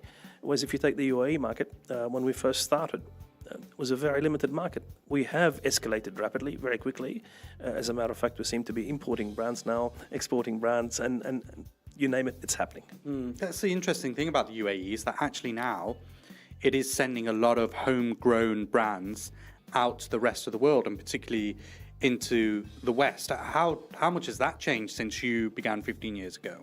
Not only has it changed, it never existed. Really, if you wind back the clock 10 years ago, brands were only coming into the region. We were going out scouting for brands that we felt would actually work and would be sustainable in this marketplace, whereas today we know full well that what we're doing here is a lot more advanced. And if you talk design component, if you talk about sustainability, if you talk about the offering itself and the environment, I think we have been able to shift very quickly because of the newness to the market and the ability to actually invest wisely. And do you think that that's kind of down to it? Do you think there is space still for homegrown operators? Because there obviously was, over the last kind of 10, 15 years, as you know, this huge influx of international names kind of dominating the market. But do you feel like here in the UAE, particularly in Dubai, there is still space for kind of homegrown operators? There are spaces for all brands, be it international, be it local, homegrown. I think the consumer has become very savvy. I think as long as your offering, your pricing strategy, your continuity, consistency is in place, I think businesses will do extremely well. Let's talk about Gates in particular, and you've got over 1,500 people as a workforce globally. I think retaining leadership in a transient city like Dubai must be pretty tough if I was to put myself in your shoes. How have you managed that and kept growing that team as well? It is a tough chapter. The human capital has always been one of the biggest challenges because, again, let's not forget, reality is a lot of people have come out here to actually make money and send money home. That has shifted over the years. People are here now to reside here and make a home out of being in the UAE. The best way to attract people is treat them the way you'd like to be treated and make sure that you create that kind of community, that family aspect. We have an amazing talent kind of retention level, which is very strong. And we've seen a lot of people that have left us to other experiences and work offers, but have also come back. And for me, that is very powerful, that is very strong. And not only does it dictate who we are, it enforces amongst the team themselves how we treat people and how the culture is so strong internally. I know, because this growing talent and kind of mentoring young talent is very close to the way you operate as well. Why is that so important and such an important part of the Gates mission? Look, I don't forget where I came from. I had some amazing mentors in my career growing up, and I valued what they have contributed towards my success, my growth, my shortfalls, and how they've nurtured my development. So I think it's an obligation for me it's my CSR to my community, my industry, to develop individuals. And what's best than developing your own people, growing your own people, because irrespective of them leaving your organization, they still always make a reference of their best experiences in life. And their best experiences are, and I'm hoping, under the Gates roofs.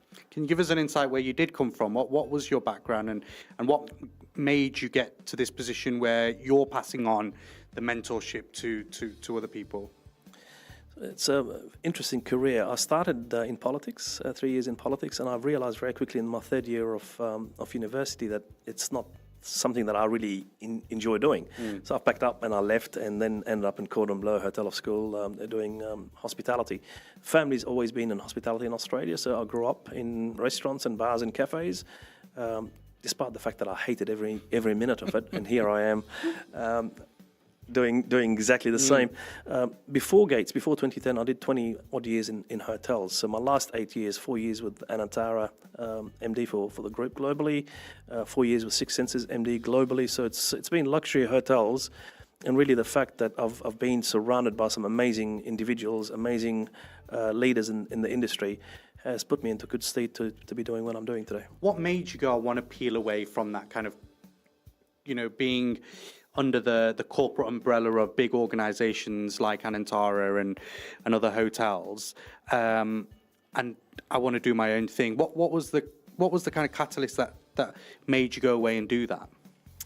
It's a long list. If I think of bureaucracy, I think of red tape, and I think of freedom as well. I think, irrespective of where you are in those organizations, you're still really not the owner of your daily chores and final decisions, because you do have investors, you have a board, you have CEOs that really you're reporting into daily. So no matter how much freedom you have, you still have an obligation to report up. And that for me as an individual was always something that I thought I'll do it for my own one day. I'm already doing it, so why not do it with my own space, in my own speed, and try it out. And here we are 15 years later. Yeah, here we are 15 years later with the title, The Godfather of Hospitality. You're listening to Mira Business FM. This is Daybreak with me, Inzamam Rashid. We are in conversation with Dr. Naeem Madad. He's the Gates Hospitality founder. We're talking to him about all things hospitality, but of course, his 15 years in the business, starting here at 2010 with Gates Hospitality, and how it has stood the test of time. It's coming up to 12:30. We're going to get the news headlines very shortly. If you're okay to stick with us, Dr. Naeem, we've still got plenty to talk about after the news, and we'll be back after this very, very short break. Mira Business FM. Welcome back to Daybreak, just coming up to 12:33. If you are watching us on YouTube right now, you will see that we are joined in the studio by none other than the Godfather of Hospitality. I love that name. You must have that surely kind of like printed or something, a picture of you stroking a white cat in a... I'm sure you have. So look, we're talking to Dr. Naeem Madad. He's the founder of Gates Hospitality here in Dubai, talking about 15 years in the business with Gates Hospitality and the success, and also what it's taken to have that success over the last 15 years. Appreciate you sticking with us, Dr. Naeem. I want to look forward now, though, and for the next 15 years of Gates Hospitality. How do you keep growing and stand the test of time for the next 15 years as well as a hospitality group out here in the UAE? Yeah, look, our selection process is very rigid. We are not into the volume game. We are looking at venues within neighborhoods, within locations that we feel we can add value. By understanding our own offering, by understanding our mix, our business itself, makes it actually rather easy because we know what we can do, what we can't do. I always like to stretch ourselves a little bit, but stretching within parameters that are achievables. So when we're looking at locations, when we're looking at destinations, when we're looking at other Emirates, the question's always about, are we really able to fulfill this? Because this is not a one-off. This is daily chores and long hours. And realistically, you're relying on individuals to execute your vision in a venue. So if that venue is not easy to reach and easy to access for me and the senior leadership, then we are putting a lot of risk on brands. How much of it comes through to you? Like, are you quite pedantic and not controlling, but quite, hands-on with the kind of decision making and actually go and visiting the place and making sure that it fits within the brand and that's the right step to take. Are you actively kind of making those decisions?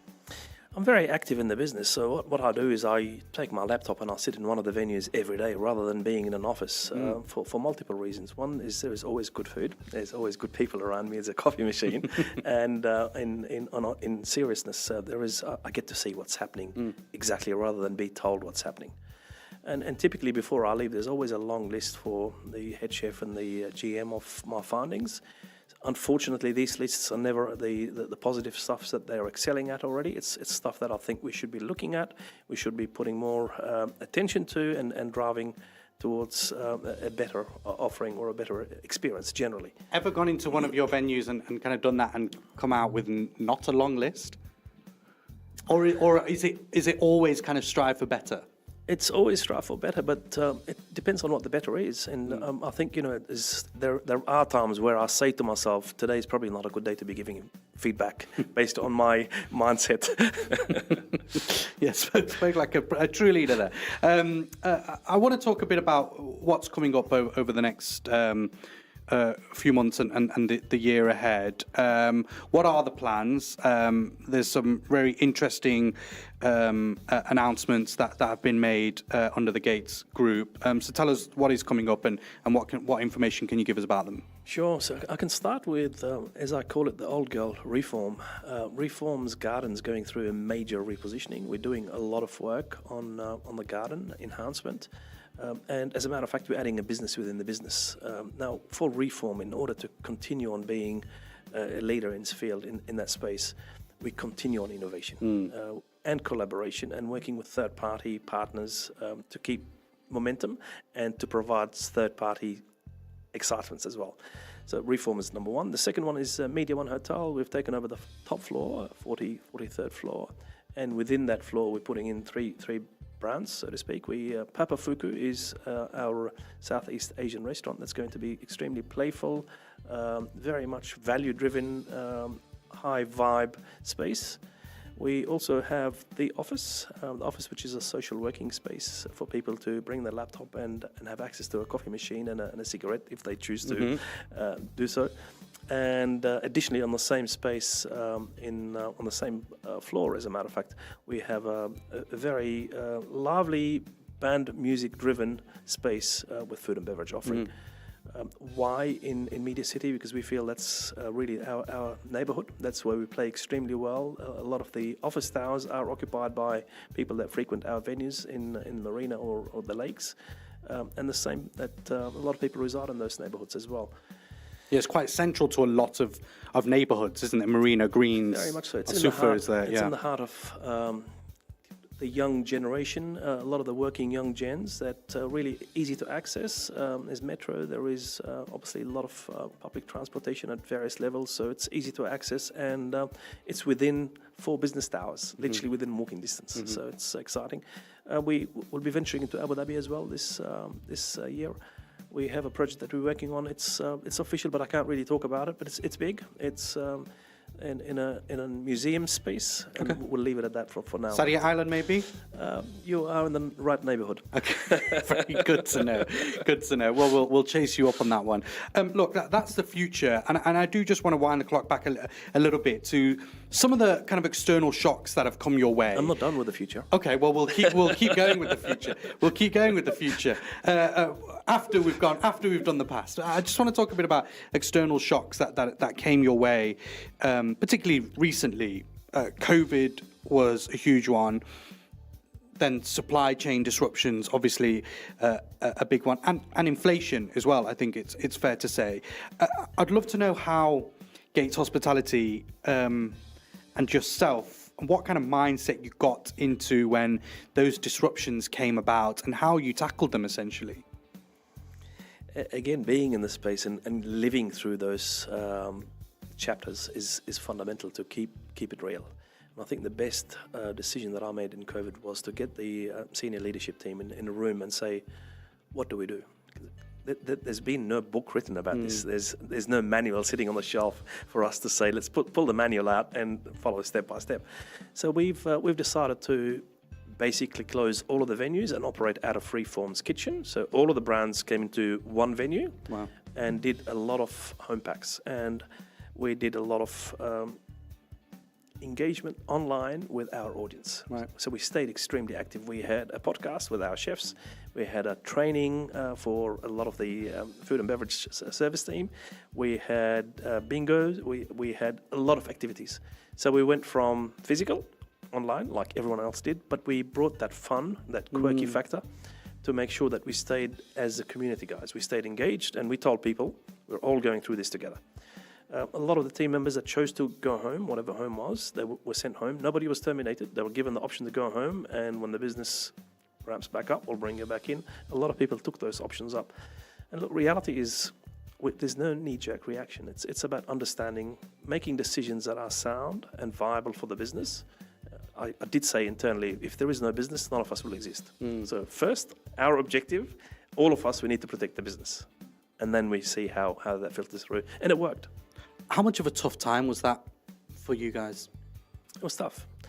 However, again, blessed with decisions that the country had made, it was a short period of time. Elsewhere in the world, in Australia, in the UK, we suffered for extended periods of time. And to top it all up, the decisions that were made to support people financially actually made the working community very lazy. So to pull people back into the workforce was an absolute challenge. Whereas here, it was short, it was precise, very cautiously curated, and the lights came back on fairly quickly. I found that very odd, during COVID time, is that, COVID itself was an issue that was the same for absolutely everyone. But yet, some countries reopened a lot quicker and really got their economies moving a lot faster, where some countries really, really fell behind and struggled from it. And I really kind of struggled to get my head around why that was until you do actually look at the leadership and how some countries kind of make decisions and what that comes down to. You've obviously got the benefit of looking at at venues that you've got in London and out here in the UAE. During that time, what were you looking at? How were you comparing the two places? Well, the gap was huge. The way we operated here, the way we had directives here was very clear, very transparent. We knew what we can do, what we can't do. We knew who can come to work, what time and what paperwork they required. Whereas in the UK, it was very challenging to be polite. Yeah, diplomatic. To be very polite. And look, we navigate through those. Unfortunately, who suffers? It's the end users and the employees who suffered most. Obviously, as a business, we had to challenge our landlords, we had to challenge our accounts, we had to challenge our stores, our warehouses, based on reality. But all of this is material. That's what really was the devastating part, was the livelihood of individuals that did not know how to react and made decisions based on media brainwashing rather than reality.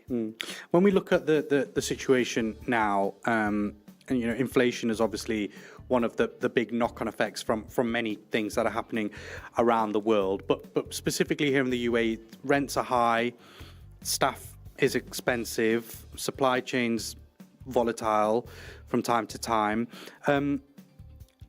Honestly, kind of how profitable is the F&B industry in Dubai right now? Are people even potentially overestimating margins out here? It's an oversaturated market. I am first to say I think we have about 15,000 licenses in Dubai. And if you do the maths quickly, there's 4 million people that reside in Dubai. We've just ticked over 4 million. Yeah. I'll say 2 million is labor. So they don't actually use anything that we have. They don't value what we do, what we provide.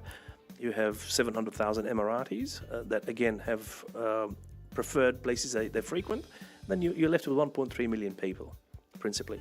Now, these 1.3 million people are from 2,500 dirhams a month up to 250. Yeah. So if you break that down again, all of us in the F&B sector, the kind of upper scale, if I may, are after 500,000 people. Now, of course, you may say to me, what about Emirates Airlines? What that influx of tourism? Of course, massive. But from our business, we talk to local residents. Our business is communities. Our business is, we benefit from international travelers. If you're coming to visit your family here, because they'll bring you over. But would you find us in the glitzy parts of the UAE or of Dubai? Absolutely not. This is not who we are. This is not what we set out to do. And it's about that repeat custom, isn't it? About getting people through the door once again and kind of leaving a mark. And if you come to visit your sister, then, oh, I remember going to that place. Let's go back to that next time I come. 100%. Look, we have people, when they actually leaving Dubai recently, someone sent us a bunch of flowers saying, thank you for taking care of me over the years. It doesn't happen often, not in this part of the world. But you become such an integral part of their community. And I think that's a fundamental shift where you're part of their daily experiences. Okay, so let's talk over the next 15 years. You mentioned some of the projects coming up at the end of this year. Where do you see Gates Hospitality in another 15 years from now? Where will we be? 2040?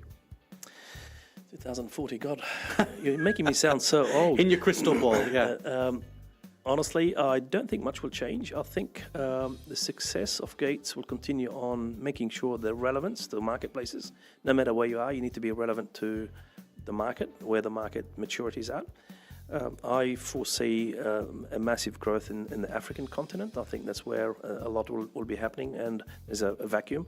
We are already playing in that market, but not to deep level, which will change, I think, over the next couple of years.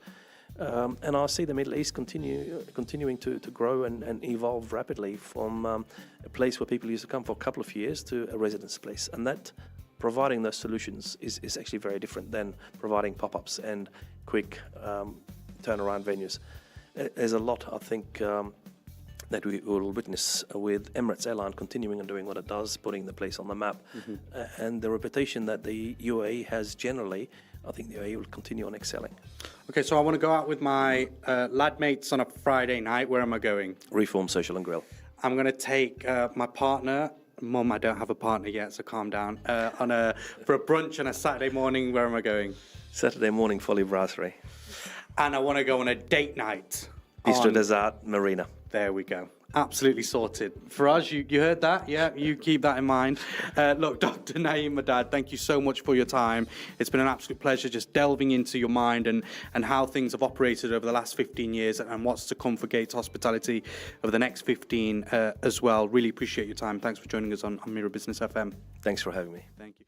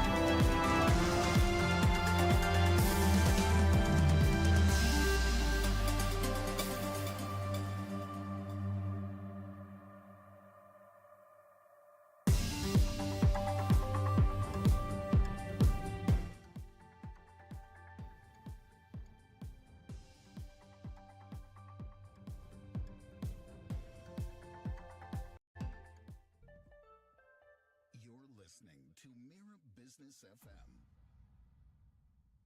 It's the morning drive. Welcome to the show. If you just joined us at mirabusiness.fm, that's the website. If you're with us on YouTube, hello. If you're with us on Rumble, if you're watching this clip on social media, welcome also. info@mira.fm is the contact number. whatsapp.mira.fm to find us on WhatsApp to send messages, photos, whatever it is you want to send through, get in touch. Now, on the morning drive, it's cars. Jacek Ziomek has lived in the world of luxury and super premium cars for over 25 years. He's been in sales, after sales, ownership support, really everything around high performance and exotic cars. There is no shortage of those kinds of vehicles on the roads here in the UAE. Now, since 2017, he's been based in Dubai. He's currently managing administration across a group of automotive companies focused on new supercars and spare parts. He says, and I quote, "Long story short, supercars are my business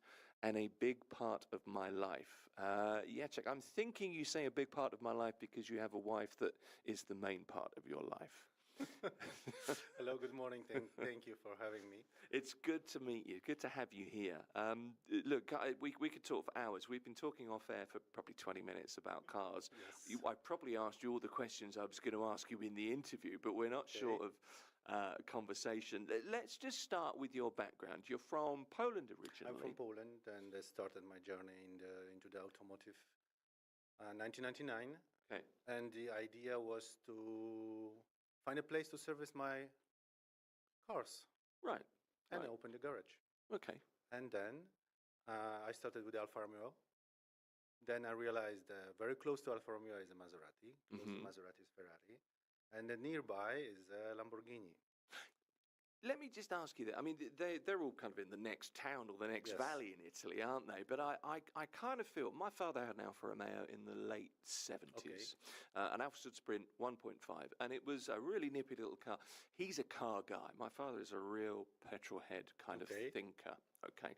And I always kind of felt that Alfa Romeos, I think, are lovely, but they're kind of a stepping stone to the next stage of Italian cars. Was that the way it was with you? You kind of thought, well, I can see where I'm going here. If you dive deep into the Italian cars, you will understand that it's like one family, and let's say they know each other. You know this joke why the Alfa Romeo drivers don't say hello at the road each other, because they've seen already in the garage. Okay. Yeah, I'm with you. So we're on that kind of track, really. So you essentially decided this is what I want to do. This was a career move for you, but also something that you... All the boys love cars, right? Right, okay. So it's simple, okay? I've been deep into the two industries in my life, the cars and IT, but mostly cars. And if at the same time, at some point of my career, I realized that those things are going together, because the brand new cars are mostly built of electronics. We discussed also about the Chinese cars rise. So it's far from my point of interest, but... Well, I want to ask you about Chinese cars a little bit later on, but I really want to talk about supercars now. So you built your garage up in Poland. What brought you to the UAE? One of my customers decided to build a garage in the UAE to grab the investors from this market to Poland. Okay. He was right, because the garage and the reputable garage is the best networking in the world, in my opinion, because those guys that trust you blindly. They're giving you the keys, the cars. They never give to their wives or kids. So I think that's building true. the trust, and it worked also here. Yeah, well, that's true in car ownership in general, isn't it? You know, when you buy a car from a trusted brand, you like the car, you service the car at the branch, at the garage, under warranty, and when you hand over the keys, I would defy anybody to not feel something like, don't scratch it or don't do this. But with supercars and hypercars, the performance vehicles that you deal with, that's amped up even more. But you have to take care about your customers, because they're very specific. Even such small things like you hand over the car out of the service. The clock in the car has to be set also. Yeah. Small things. The radio station's back. Yeah, all of that kind of thing. If something is wrong, even the seat is not in the same position, they are angry. They will never tell you. But I know it's, you sit in your car back, and after 1 kilometer, you know that something is wrong. What they did. what they did wrong.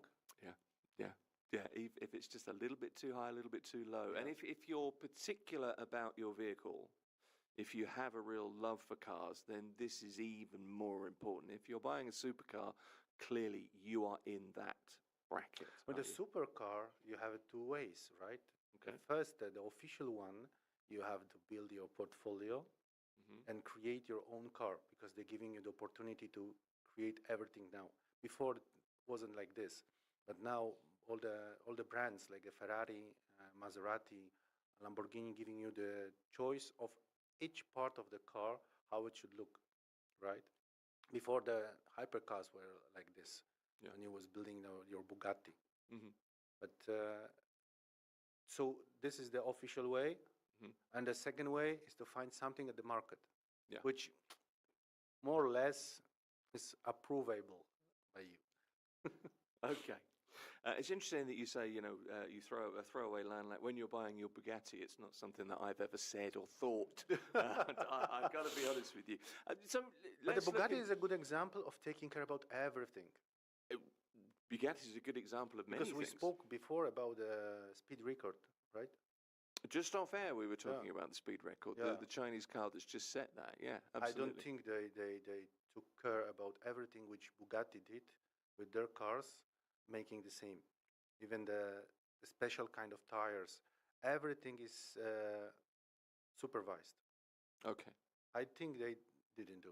Well, that's the difference in research and development, isn't it? We'll come to that again later if we have time as well. Let me look at what's in your showroom at the moment, because, the thing about talking to you is... We are under construction of the showroom, honestly speaking. Well, what's in the collection? What's in the collection? At this moment, most significant, two Bugattis, Chirons, I think the 12 cylinder. Horsepower? Could you give us a horsepower estimate? Doesn't matter. There? Doesn't matter. Doesn't matter? No. 1600. I know.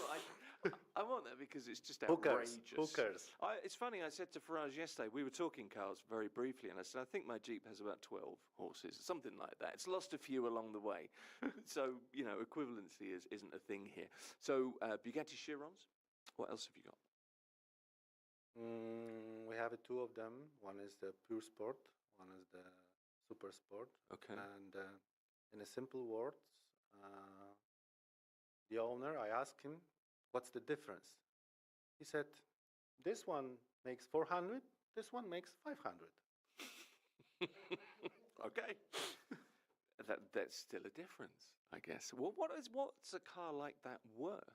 If I was to come to your showroom, you can say the proper Bugatti with no mileage or very low mileage, we can say it's around 20 million. Dirhams? Dirham. 20 million dirhams. Okay. So that's around about, what, $4 million? No, more than that, nearly $5 million. Okay. Yeah, I'm not coming around to buy that. So what else have you got in the collection? There many things are changing. So we had, of course, the last year electric Spectres. They are sold out. Regularly, we are selling the G classes, which is the most popular. It's not a supercar, but let's say the luxury SUV. Super popular luxury SUV. Yeah. And we are trying to get them in our own ideas, like the special configurations which are not known here at the market, the special colors. We have still, I think, in a stock yellow one, which is very rare. With the black interior and the yellow stitches. It's very nice configuration, mostly chosen by the Ferrari owners, not the G-Class. Right. Cullinan, 296. Last week we received the 911 GT3, 992.2. Okay. There is a nice story behind, because previously, if you know, the Porsche last year released the ST, Okay. The 911 Special Edition manual only. Right. We had one in our showroom, and that was a funny story because one of the Saudi guys bought it for his friend as a gift, birthday gift. We told him, sir, but the problem is the car has a manual transmission. It would be kind of problem. Doesn't matter. It will stay in the living room only. So it's an ornament. Wow. Okay. This is the thing with this, and I mean, I appreciate a nice looking car for the car, but a car for me is a transportation thing, and I think that's the way for most people. The point is, isn't it, that supercars are very different. It depends. You're driving in a normal metro wagon or in the gold wagon, right? Yeah, well, that's exactly the point. I'm not driving a gold wagon, clearly, but they're not just vehicles, is what I'm saying. They are vehicles, but there's a lot more. You have to feel it also. Yeah. There is. It's funny. We were talking gold earlier on, and there is an investment aspect. There is an emotional aspect, and it's the same with this, I think. Yeah. Yeah. Sometimes people are buying the cars as an investment, don't touch them at all, and waiting for let's say, to stay against the inflation. Sometimes it's better than keeping the money in the bank, right?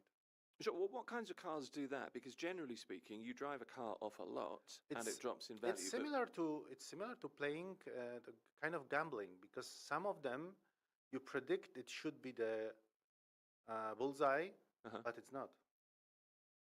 What would be like we spoke with before, the Ferrari 458, the there's the special example. edition. Always the Ferrari has a special edition of each model. Right. Like we had a 430 Scuderia, we had a 488 Pista, we had a 458 Speciale. This is special edition of this model. So those kind of cars giving you the 90%, 95% sure that it will be good investment. Okay. Some of them are completely unavailable. Some of them you can get, but even as the first owner, you can count on the 20-30% profit selling it after a couple of years. Let me ask you something about your business. The investment side, it's very hard to narrow down numbers, but in terms of your business, there are lots of companies that offer supercars. You can hire a supercar for a couple of hours here, a weekend, whatever you want here. Lots of companies do it, but what do you do that you believe makes you stand out from the crowd? What do you need to offer to be better? Because this is a very niche market. You have to be really This good. is hard market as well, because Tough. When the car is announced, probably it's sold out. Okay. If Ferrari is announcing the car, you are sure that everything is sold out. Sure, and the waiting list And, is 2 years, whatever it is. There's no waiting list. There's no waiting list. There's Well, no for waiting you list to because, get your for car. example, 250 pieces and all of them are sold. No, but for you to get your car, you're going to wait Okay. how long? 2-3 years. Yeah, okay. If you are good customers, you have an information before to stay in the line, or they are approaching you as a good customer, giving you the opportunity to buy. Okay. And But, you need to prove that you And some cars are like I said, bullseye. But some of them you have to wait years. That was a good example. Is remember the first 4-wheel drive Ferrari FF? I don't, but It's a 4-seater. Okay. Front engine V12. It's complicated in a technical way because Ferrari created 2 gearboxes in this car. One is in the back of the car, one is the front of the engine, and the front gearbox has only 3 gears, and it's turned off after you're reaching 120 kilometers per hour, so since then you have only rear-wheel drive. Right. Okay. Of course, it makes a lot of issues. Under warranty, and then also for the second, third, and fourth owners. But at the beginning, the car was, everyone says it's ugly, It's not the Ferrari, it's not the real Ferrari. Slowly, the value of the car stopped. Now it works with most of them. The value is not going down. The cars are disappearing from the market and showing after year or 2 or 3 with the new price only the best ones. Okay. And I think this is a good idea, but you have to wait years. So in the kind of, you cannot consider this as a good stuff for trading. You can trade with brand new cars when the value is high. A good example is like last year G63. Everyone wanted the car, okay? But now it's a common. You can buy it everywhere. Everyone has it in the portfolio, in the stock, so it's not so hard to get it. Well, that's the issue as well, isn't it? It's hot, and then it's not hot anymore. There's nothing really novel about it anymore. People don't want it, and all of a sudden, those kinds of cars are available again. Unfortunately, it's a hard business to be in. But can I ask you a very simple question? What's the difference between a supercar and a hypercar? Is it a financial difference? Is it a research? The borderline is fluent. Yeah. Okay. Yeah. Before it was like everything is below, which is below 3 seconds below the 0-100. Okay. Okay. It's a hypercar. Now we can say it's everything which is up to 2.5 is a hypercar. But the better description is everything above $1 million is a hypercar. Okay. So not necessarily. There are some cars like a new Revuelto, the successor of the Aventador. Okay. It's a borderline. Right.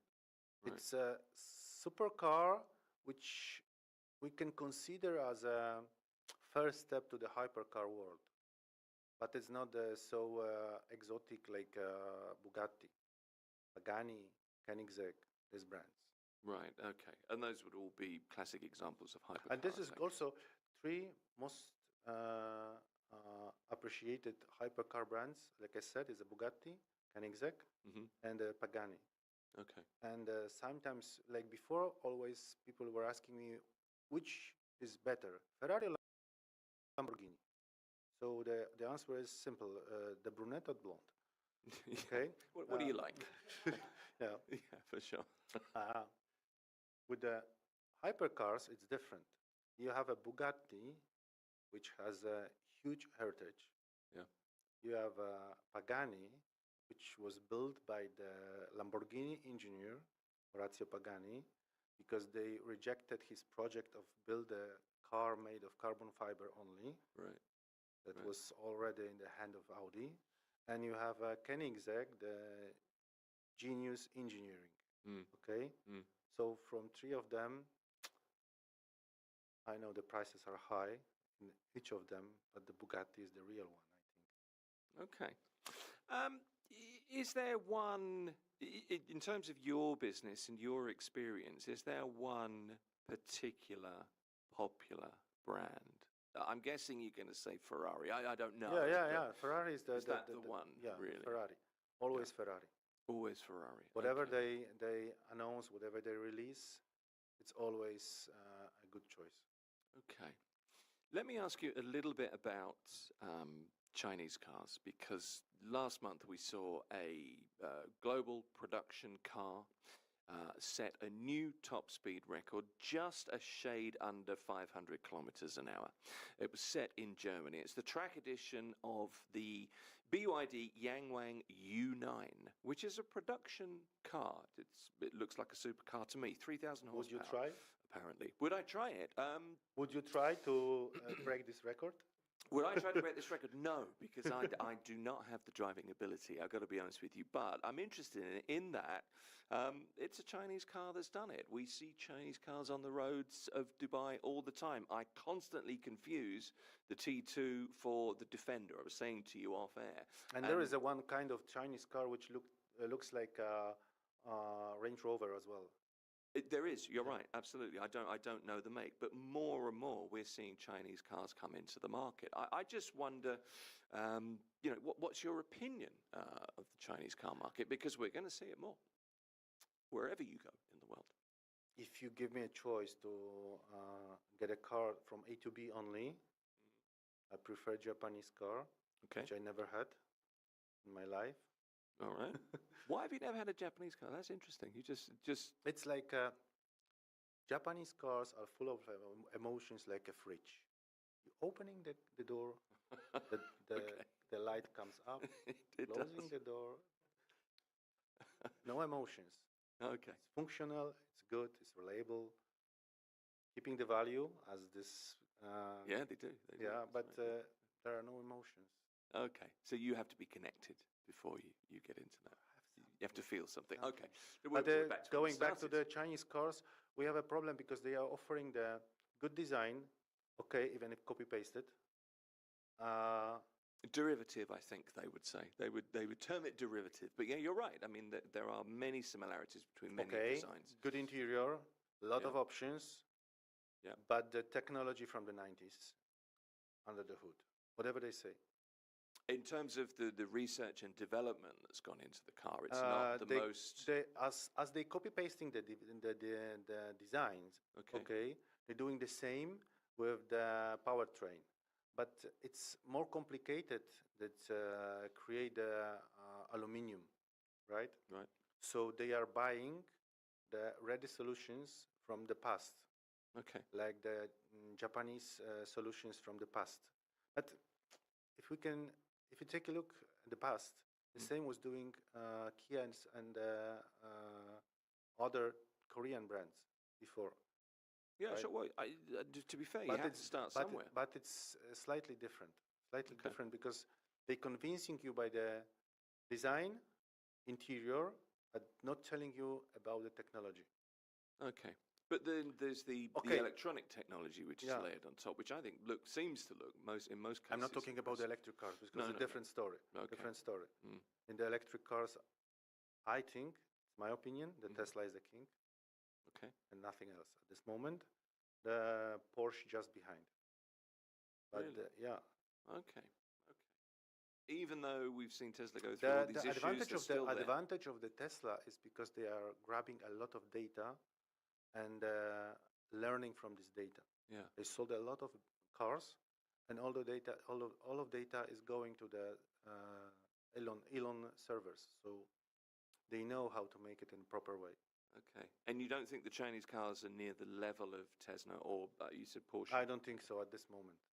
Okay. Probably yes, but not yet. They are popular. Yes, of course. And that's really a price difference, I guess. Would you see that that's the differentiator in this in most cases? Have you seen sometimes people afraid to buy something if it's too cheap, right? If I will offer you the brand new iPhone for $100, what do you say? Probably fake, right? I would guess, yeah. The same story with the cars. Okay. You pays for what you get, I suppose. Yeah, we can say like this. Let me just ask you a couple of quick questions. We're running a little bit over time, actually, but in terms of the things that you offer, I'm interested in how in the product offering that you have for supercars and supercar owners. It's not just about selling somebody a car. It's about maintaining the car properly. It's about valeting the car properly. It's about servicing the car properly. It's about even storing the car in the right way, isn't it? I mean, all of those things are much more important when you move to the level of vehicle that you. Yes, that's true. That's true. So the customer sometimes, mostly expects all of them, all of the stages to take care. We're giving them what is available, because we are, except the cars, we're selling the spare parts, so we're trying to give them the support for the spare parts. We also store the cars, but about the service, I'm not sure I'm ready again to jump into the same pool. I'm not going to ask you to jump in somewhere because you don't want to. it builds the credibility, but still it's very hard. Okay. Because you have to follow the trends in the electronics, mechanics, learn yourself, build your team, and keep the team also updated. It's not easy. We're still doing it in Poland, but it's a bit easier than here. Okay. And I guess environmental conditions here, the heat has an impact The as well. heat and the reason The is to dust. convince the people, the specialists, to come here. If you give them a proper salaries, it makes the business not so reliable. Okay. One. We are not a corporation, so No, it's a very bespoke service. I understand that. What's a final question? Just a quick question, and I'm asking you for the particular vehicle and also the price potentially as well. What's the most wanted, most sought after car in your experience of the last? there is no good question. There is not a good question. There's not a particular car that people are after. No. If the most important is the relation between the car and the price. If you have a good price for the car, like the mentioned before, we spoke about the LaFerrari. So people will compromise. LaFerrari, if you offer the good price for the Ferrari, it disappear in a while. Yeah, but no. But in your experience, what have most the market customers changes. asked for? The market changes? Yeah. So there is no such a thing, like you said. For example, today, if you have a good, we spoke about the 458 Ferrari, right? Yeah. 458 aperta means without a roof. Okay, it's most wanted car, for example. That's a good example. Yeah. Well, that's what I'm asking, really. Because people are asking for the car, thinking about the price from the past, but the price is rising. Sure. So it's an investment piece, perhaps an ornament to some people, as the Porsche you talked about earlier. Was it a Porsche you talked about earlier? It was, wasn't it? That somebody bought for their friend. Look, there's so many questions to ask. You're going to have to come back. We can talk about the cars a long time. Yeah, check. We really could. I really appreciate you being here. Jacek Ziomek, I have to get that right, is from X Motors, building a new showroom at the moment, a new environment, even, I guess. Really. It would be a boutique place and a place for the people who want something unique. A new boutique, indeed. Look, good to talk to you. We'll have to get you back. Will you come back? Waiting for your call. Brilliant. Nice to talk to you. Appreciate you joining us. Thank you. It is Mira Business FM, talking cars. You're listening to Mira Business FM.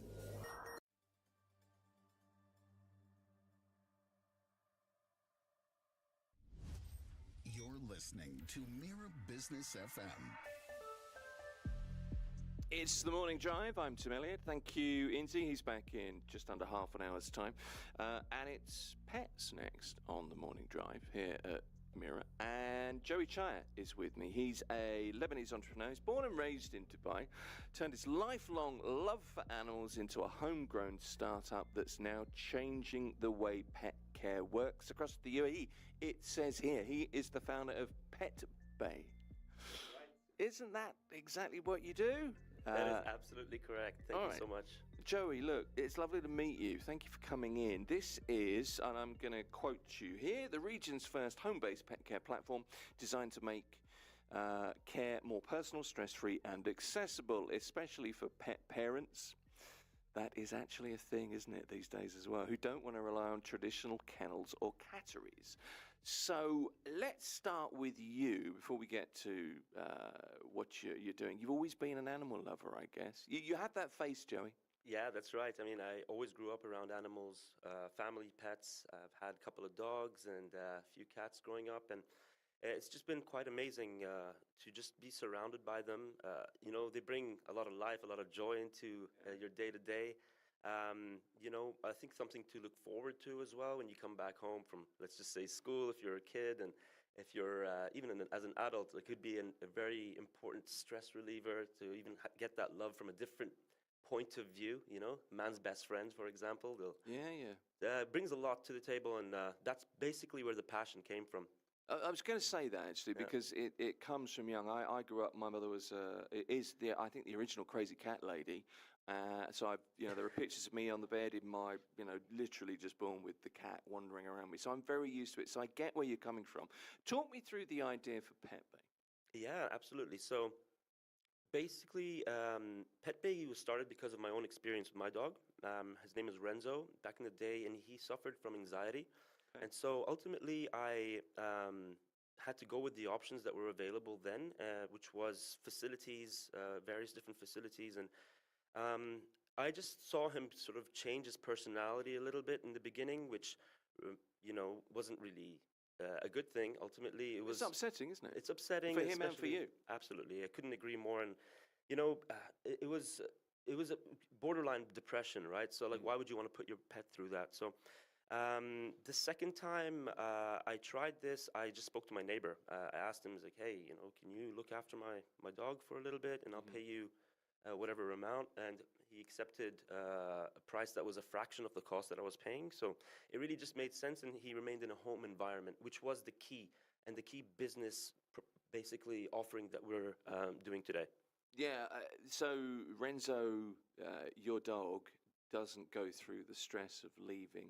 And I think we need to make a point here as well, that for people who aren't pet owners, to explain the whole kind of process and the feeling of it, if you see somebody you love or something you love or an animal you love going through a tough time, that really affects you, and that's really at the heart of this. And if you can be at home in a familiar environment, the stress levels are far lower. Yeah, absolutely. I mean, look, in general, there's a big group of pets that actually require our services, right? Or at least acquire our style of home-based pet sitting.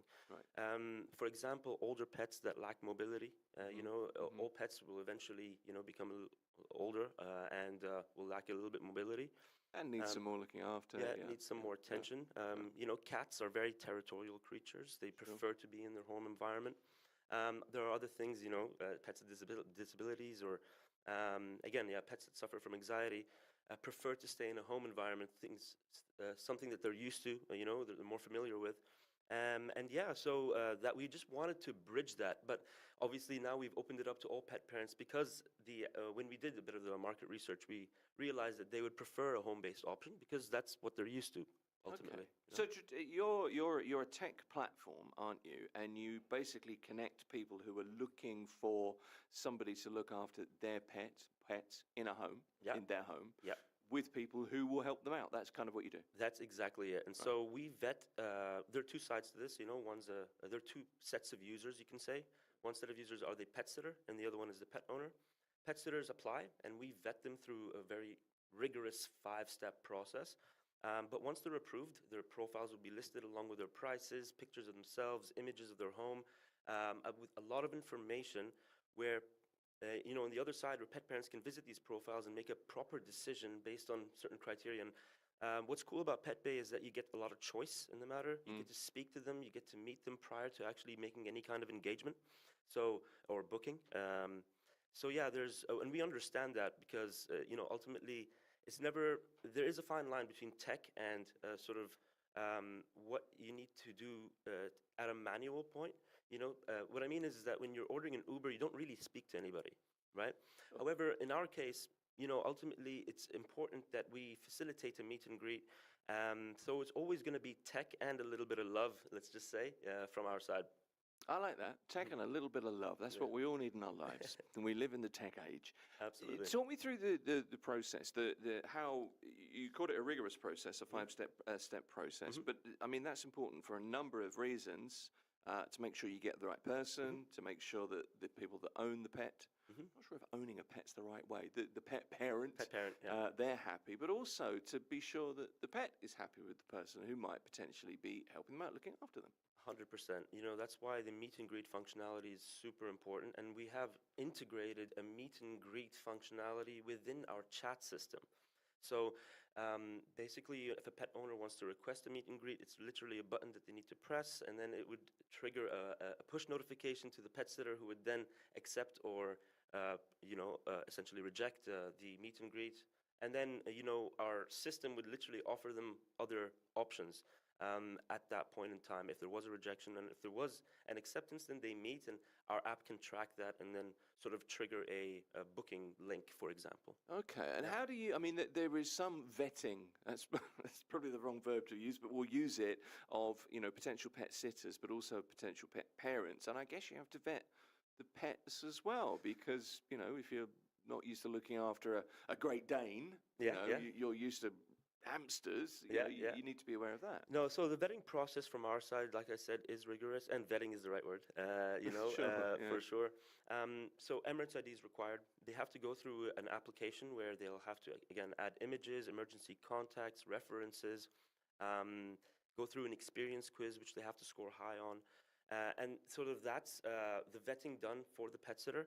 Now, for the other side, there isn't much being done from our side. However, what we do is we tell the pet sitter to vet themselves. So that's why, like I said, dialogue and meet and greets are super important prior to engagement or actually confirming the booking.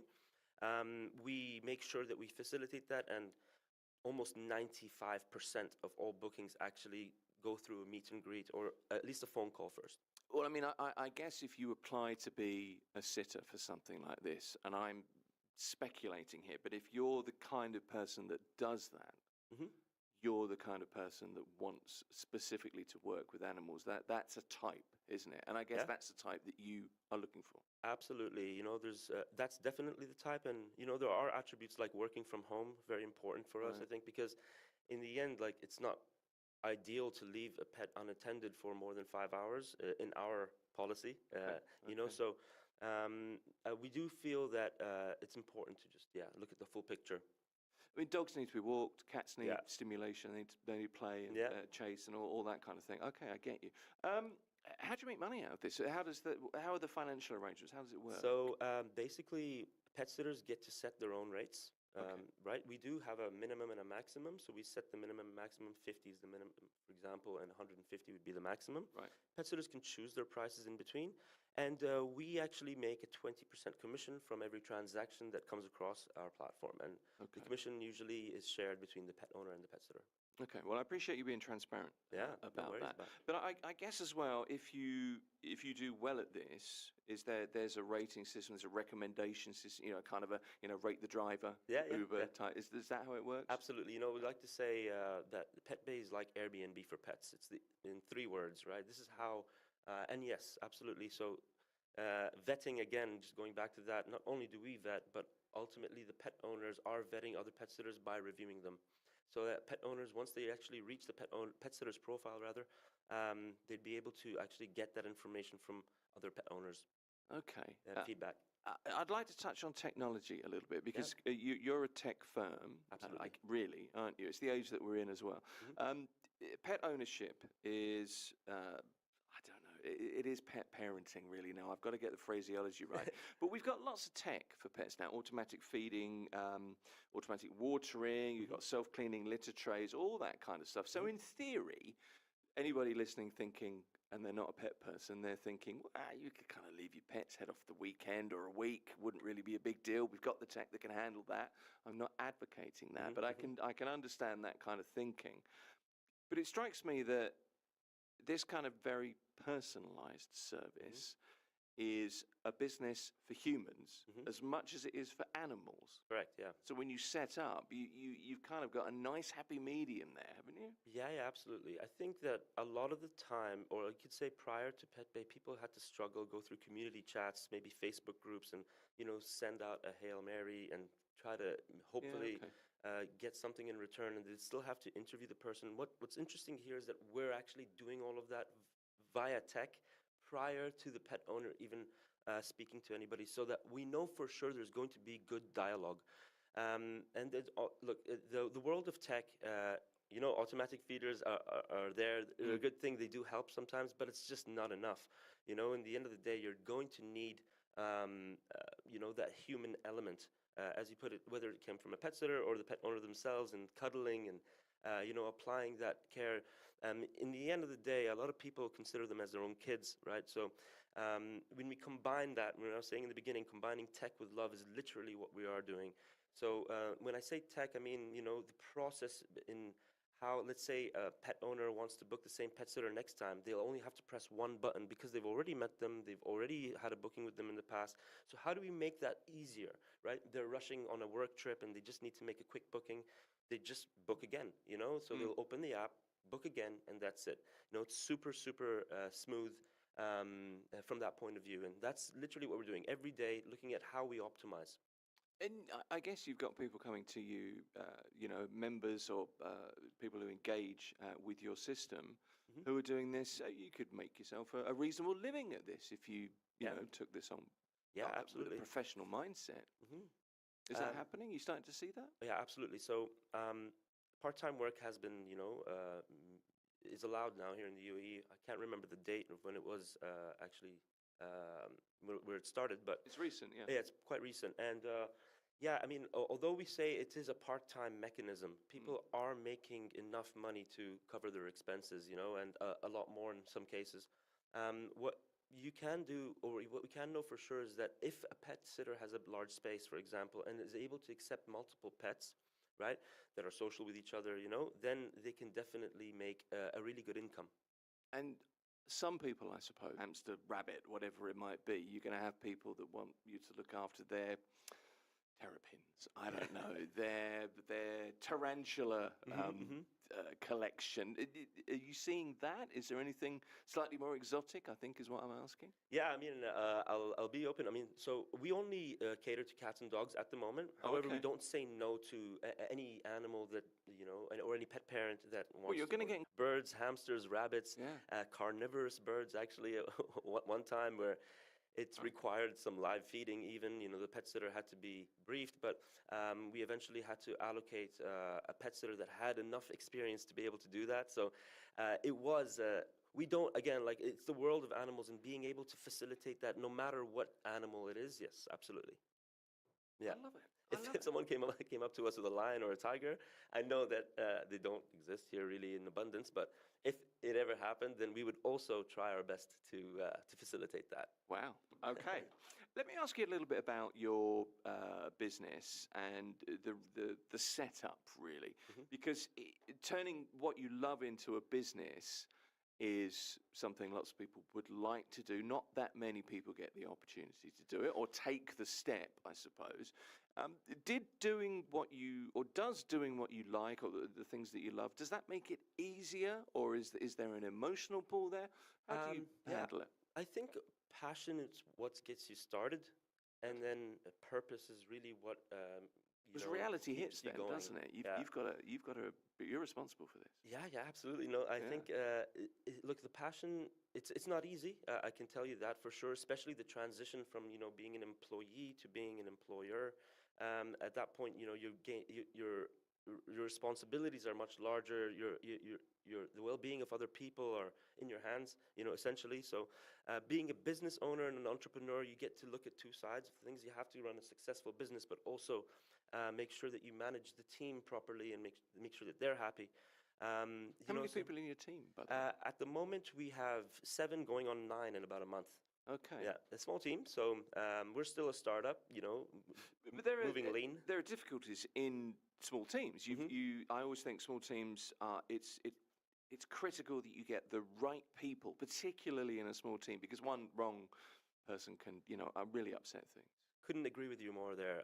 You know, like, in terms of difficulty, I guess there's two sides to it. So one is actually adopting the idea of starting a business and actually doing it. And really, the simplest answer here is just get it started. Like, just start somewhere. It doesn't matter where you start. Just start. It's gonna be, you know, not optimized in the beginning, but you have that time to do that. Right. And then the second part is actually running the business itself. The challenges that come every day, you know, but what we say is bring the problems, right? We need something to do. So that's really the sort of idea behind not only being an entrepreneur, just any business owner. If you're going to take the leap of faith, you might as well be ready and sort of embrace the problems that come your way. I think for a lot of people that's an interesting point, but for a lot of people that's difficult, because if you have the mindset or the mentality or the attitude, whatever it is, that you have this kind of, well, I don't see problems, I see opportunities. If you can truly mean that, then you're probably doing the right thing. Sure. And, we always take feedback very, very, seriously. Any feedback from pet owners, the app should do this. Why can't I, message the same pet sitter that I did last time? When we received that feedback, we immediately spoke to the developers. We're like, okay, let's get that in our backlog and in our product roadmap and implement it ASAP. So it's ever changing. We take the feedback very seriously. It's although difficult, global markets. Basically, they had a very good deal on tech startup licenses to be able to do exactly what we're doing. At the time, they somewhat subsidized it to attract more entrepreneurs to, do, I guess, what I'm doing. And so I'm licensed from there. It's a tech innovation license, meaning that I'm kind of acting as a broker or a middleman between two parties. So PetBay is a C2C platform connecting pet owners and pet sitters, which are two, individuals that need to meet and then transact on the platform for us to make money. We're licensed from ADGM. If you're looking at sort of other licenses, though, like grooming licenses, veterinary licenses, very, very different, because there you'd be actually handling the pet, driving the pet from point A to point B if it's a pet taxi.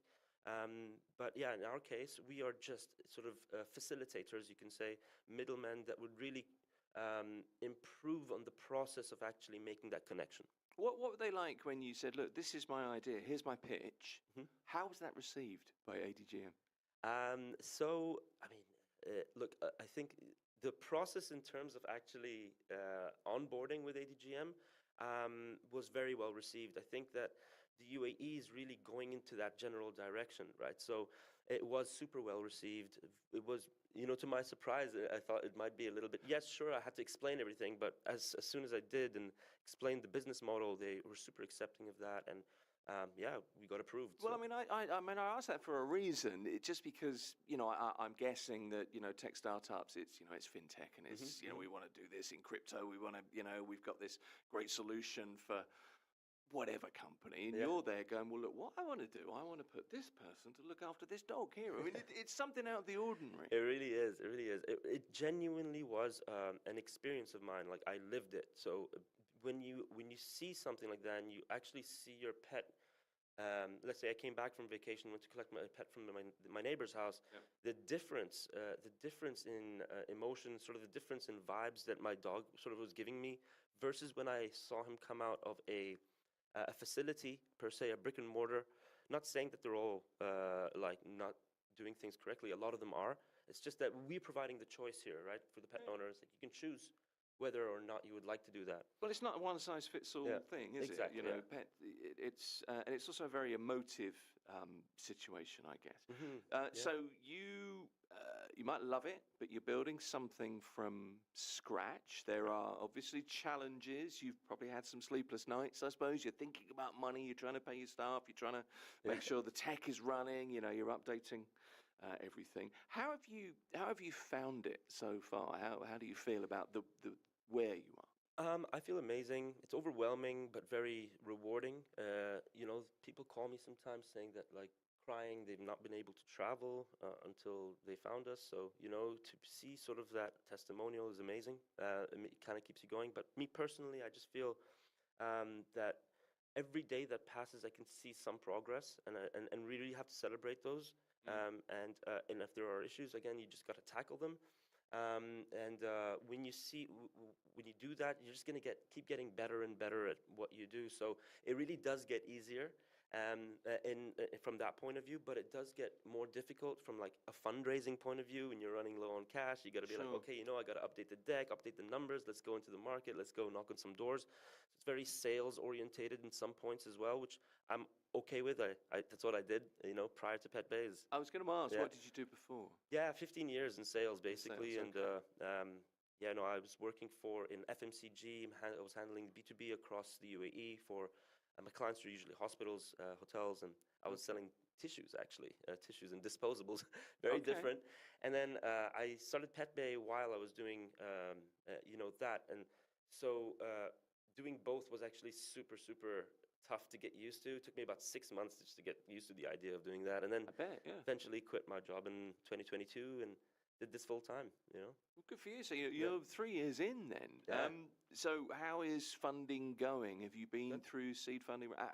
Yeah. Can you talk about that? Absolutely, yeah, sure. I mean, we had the founding members, me and my business partner, put the initial money. And then after that, we raised a family and friends round. And that was at the end of 2022. And we did one more sort of seed round after that. And now we're raising our Series A. Yeah. Okay, so Yeah. you're well down the road. The last thing I wanted to talk to you about, and I think this is the kind of the media thing, the slightly marketing thing as well. But you've been on Shark Tank. Yeah, that was. What was that like? Oh man, it was surreal. I grew up watching Shark Tank. You know, like I watched. You know, all the judges, Kevin O'Leary. You know, I used to, despite his emotions, but I loved watching his quirks. His quirks. Yeah, let's say. But yeah, I grew up watching it, so it was surreal.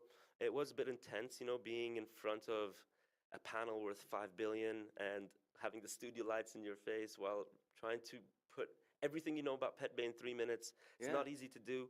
I think that, you know, especially as an entrepreneur, you know, you're so close to your brand, so there's so much to say, but to fit all that information in just a short amount of time it was a bit of a challenge, but we made it through. You know, we got an offer, and what Shark Tank did for us was amazing. You know, it created a lot of credibility, not only for our brand, but for the concept of home-based pet sitting and, you know, having someone come to your house, because we really do have 5 services, and the services can actually be rendered in the pet owner's home or the pet sitter's home.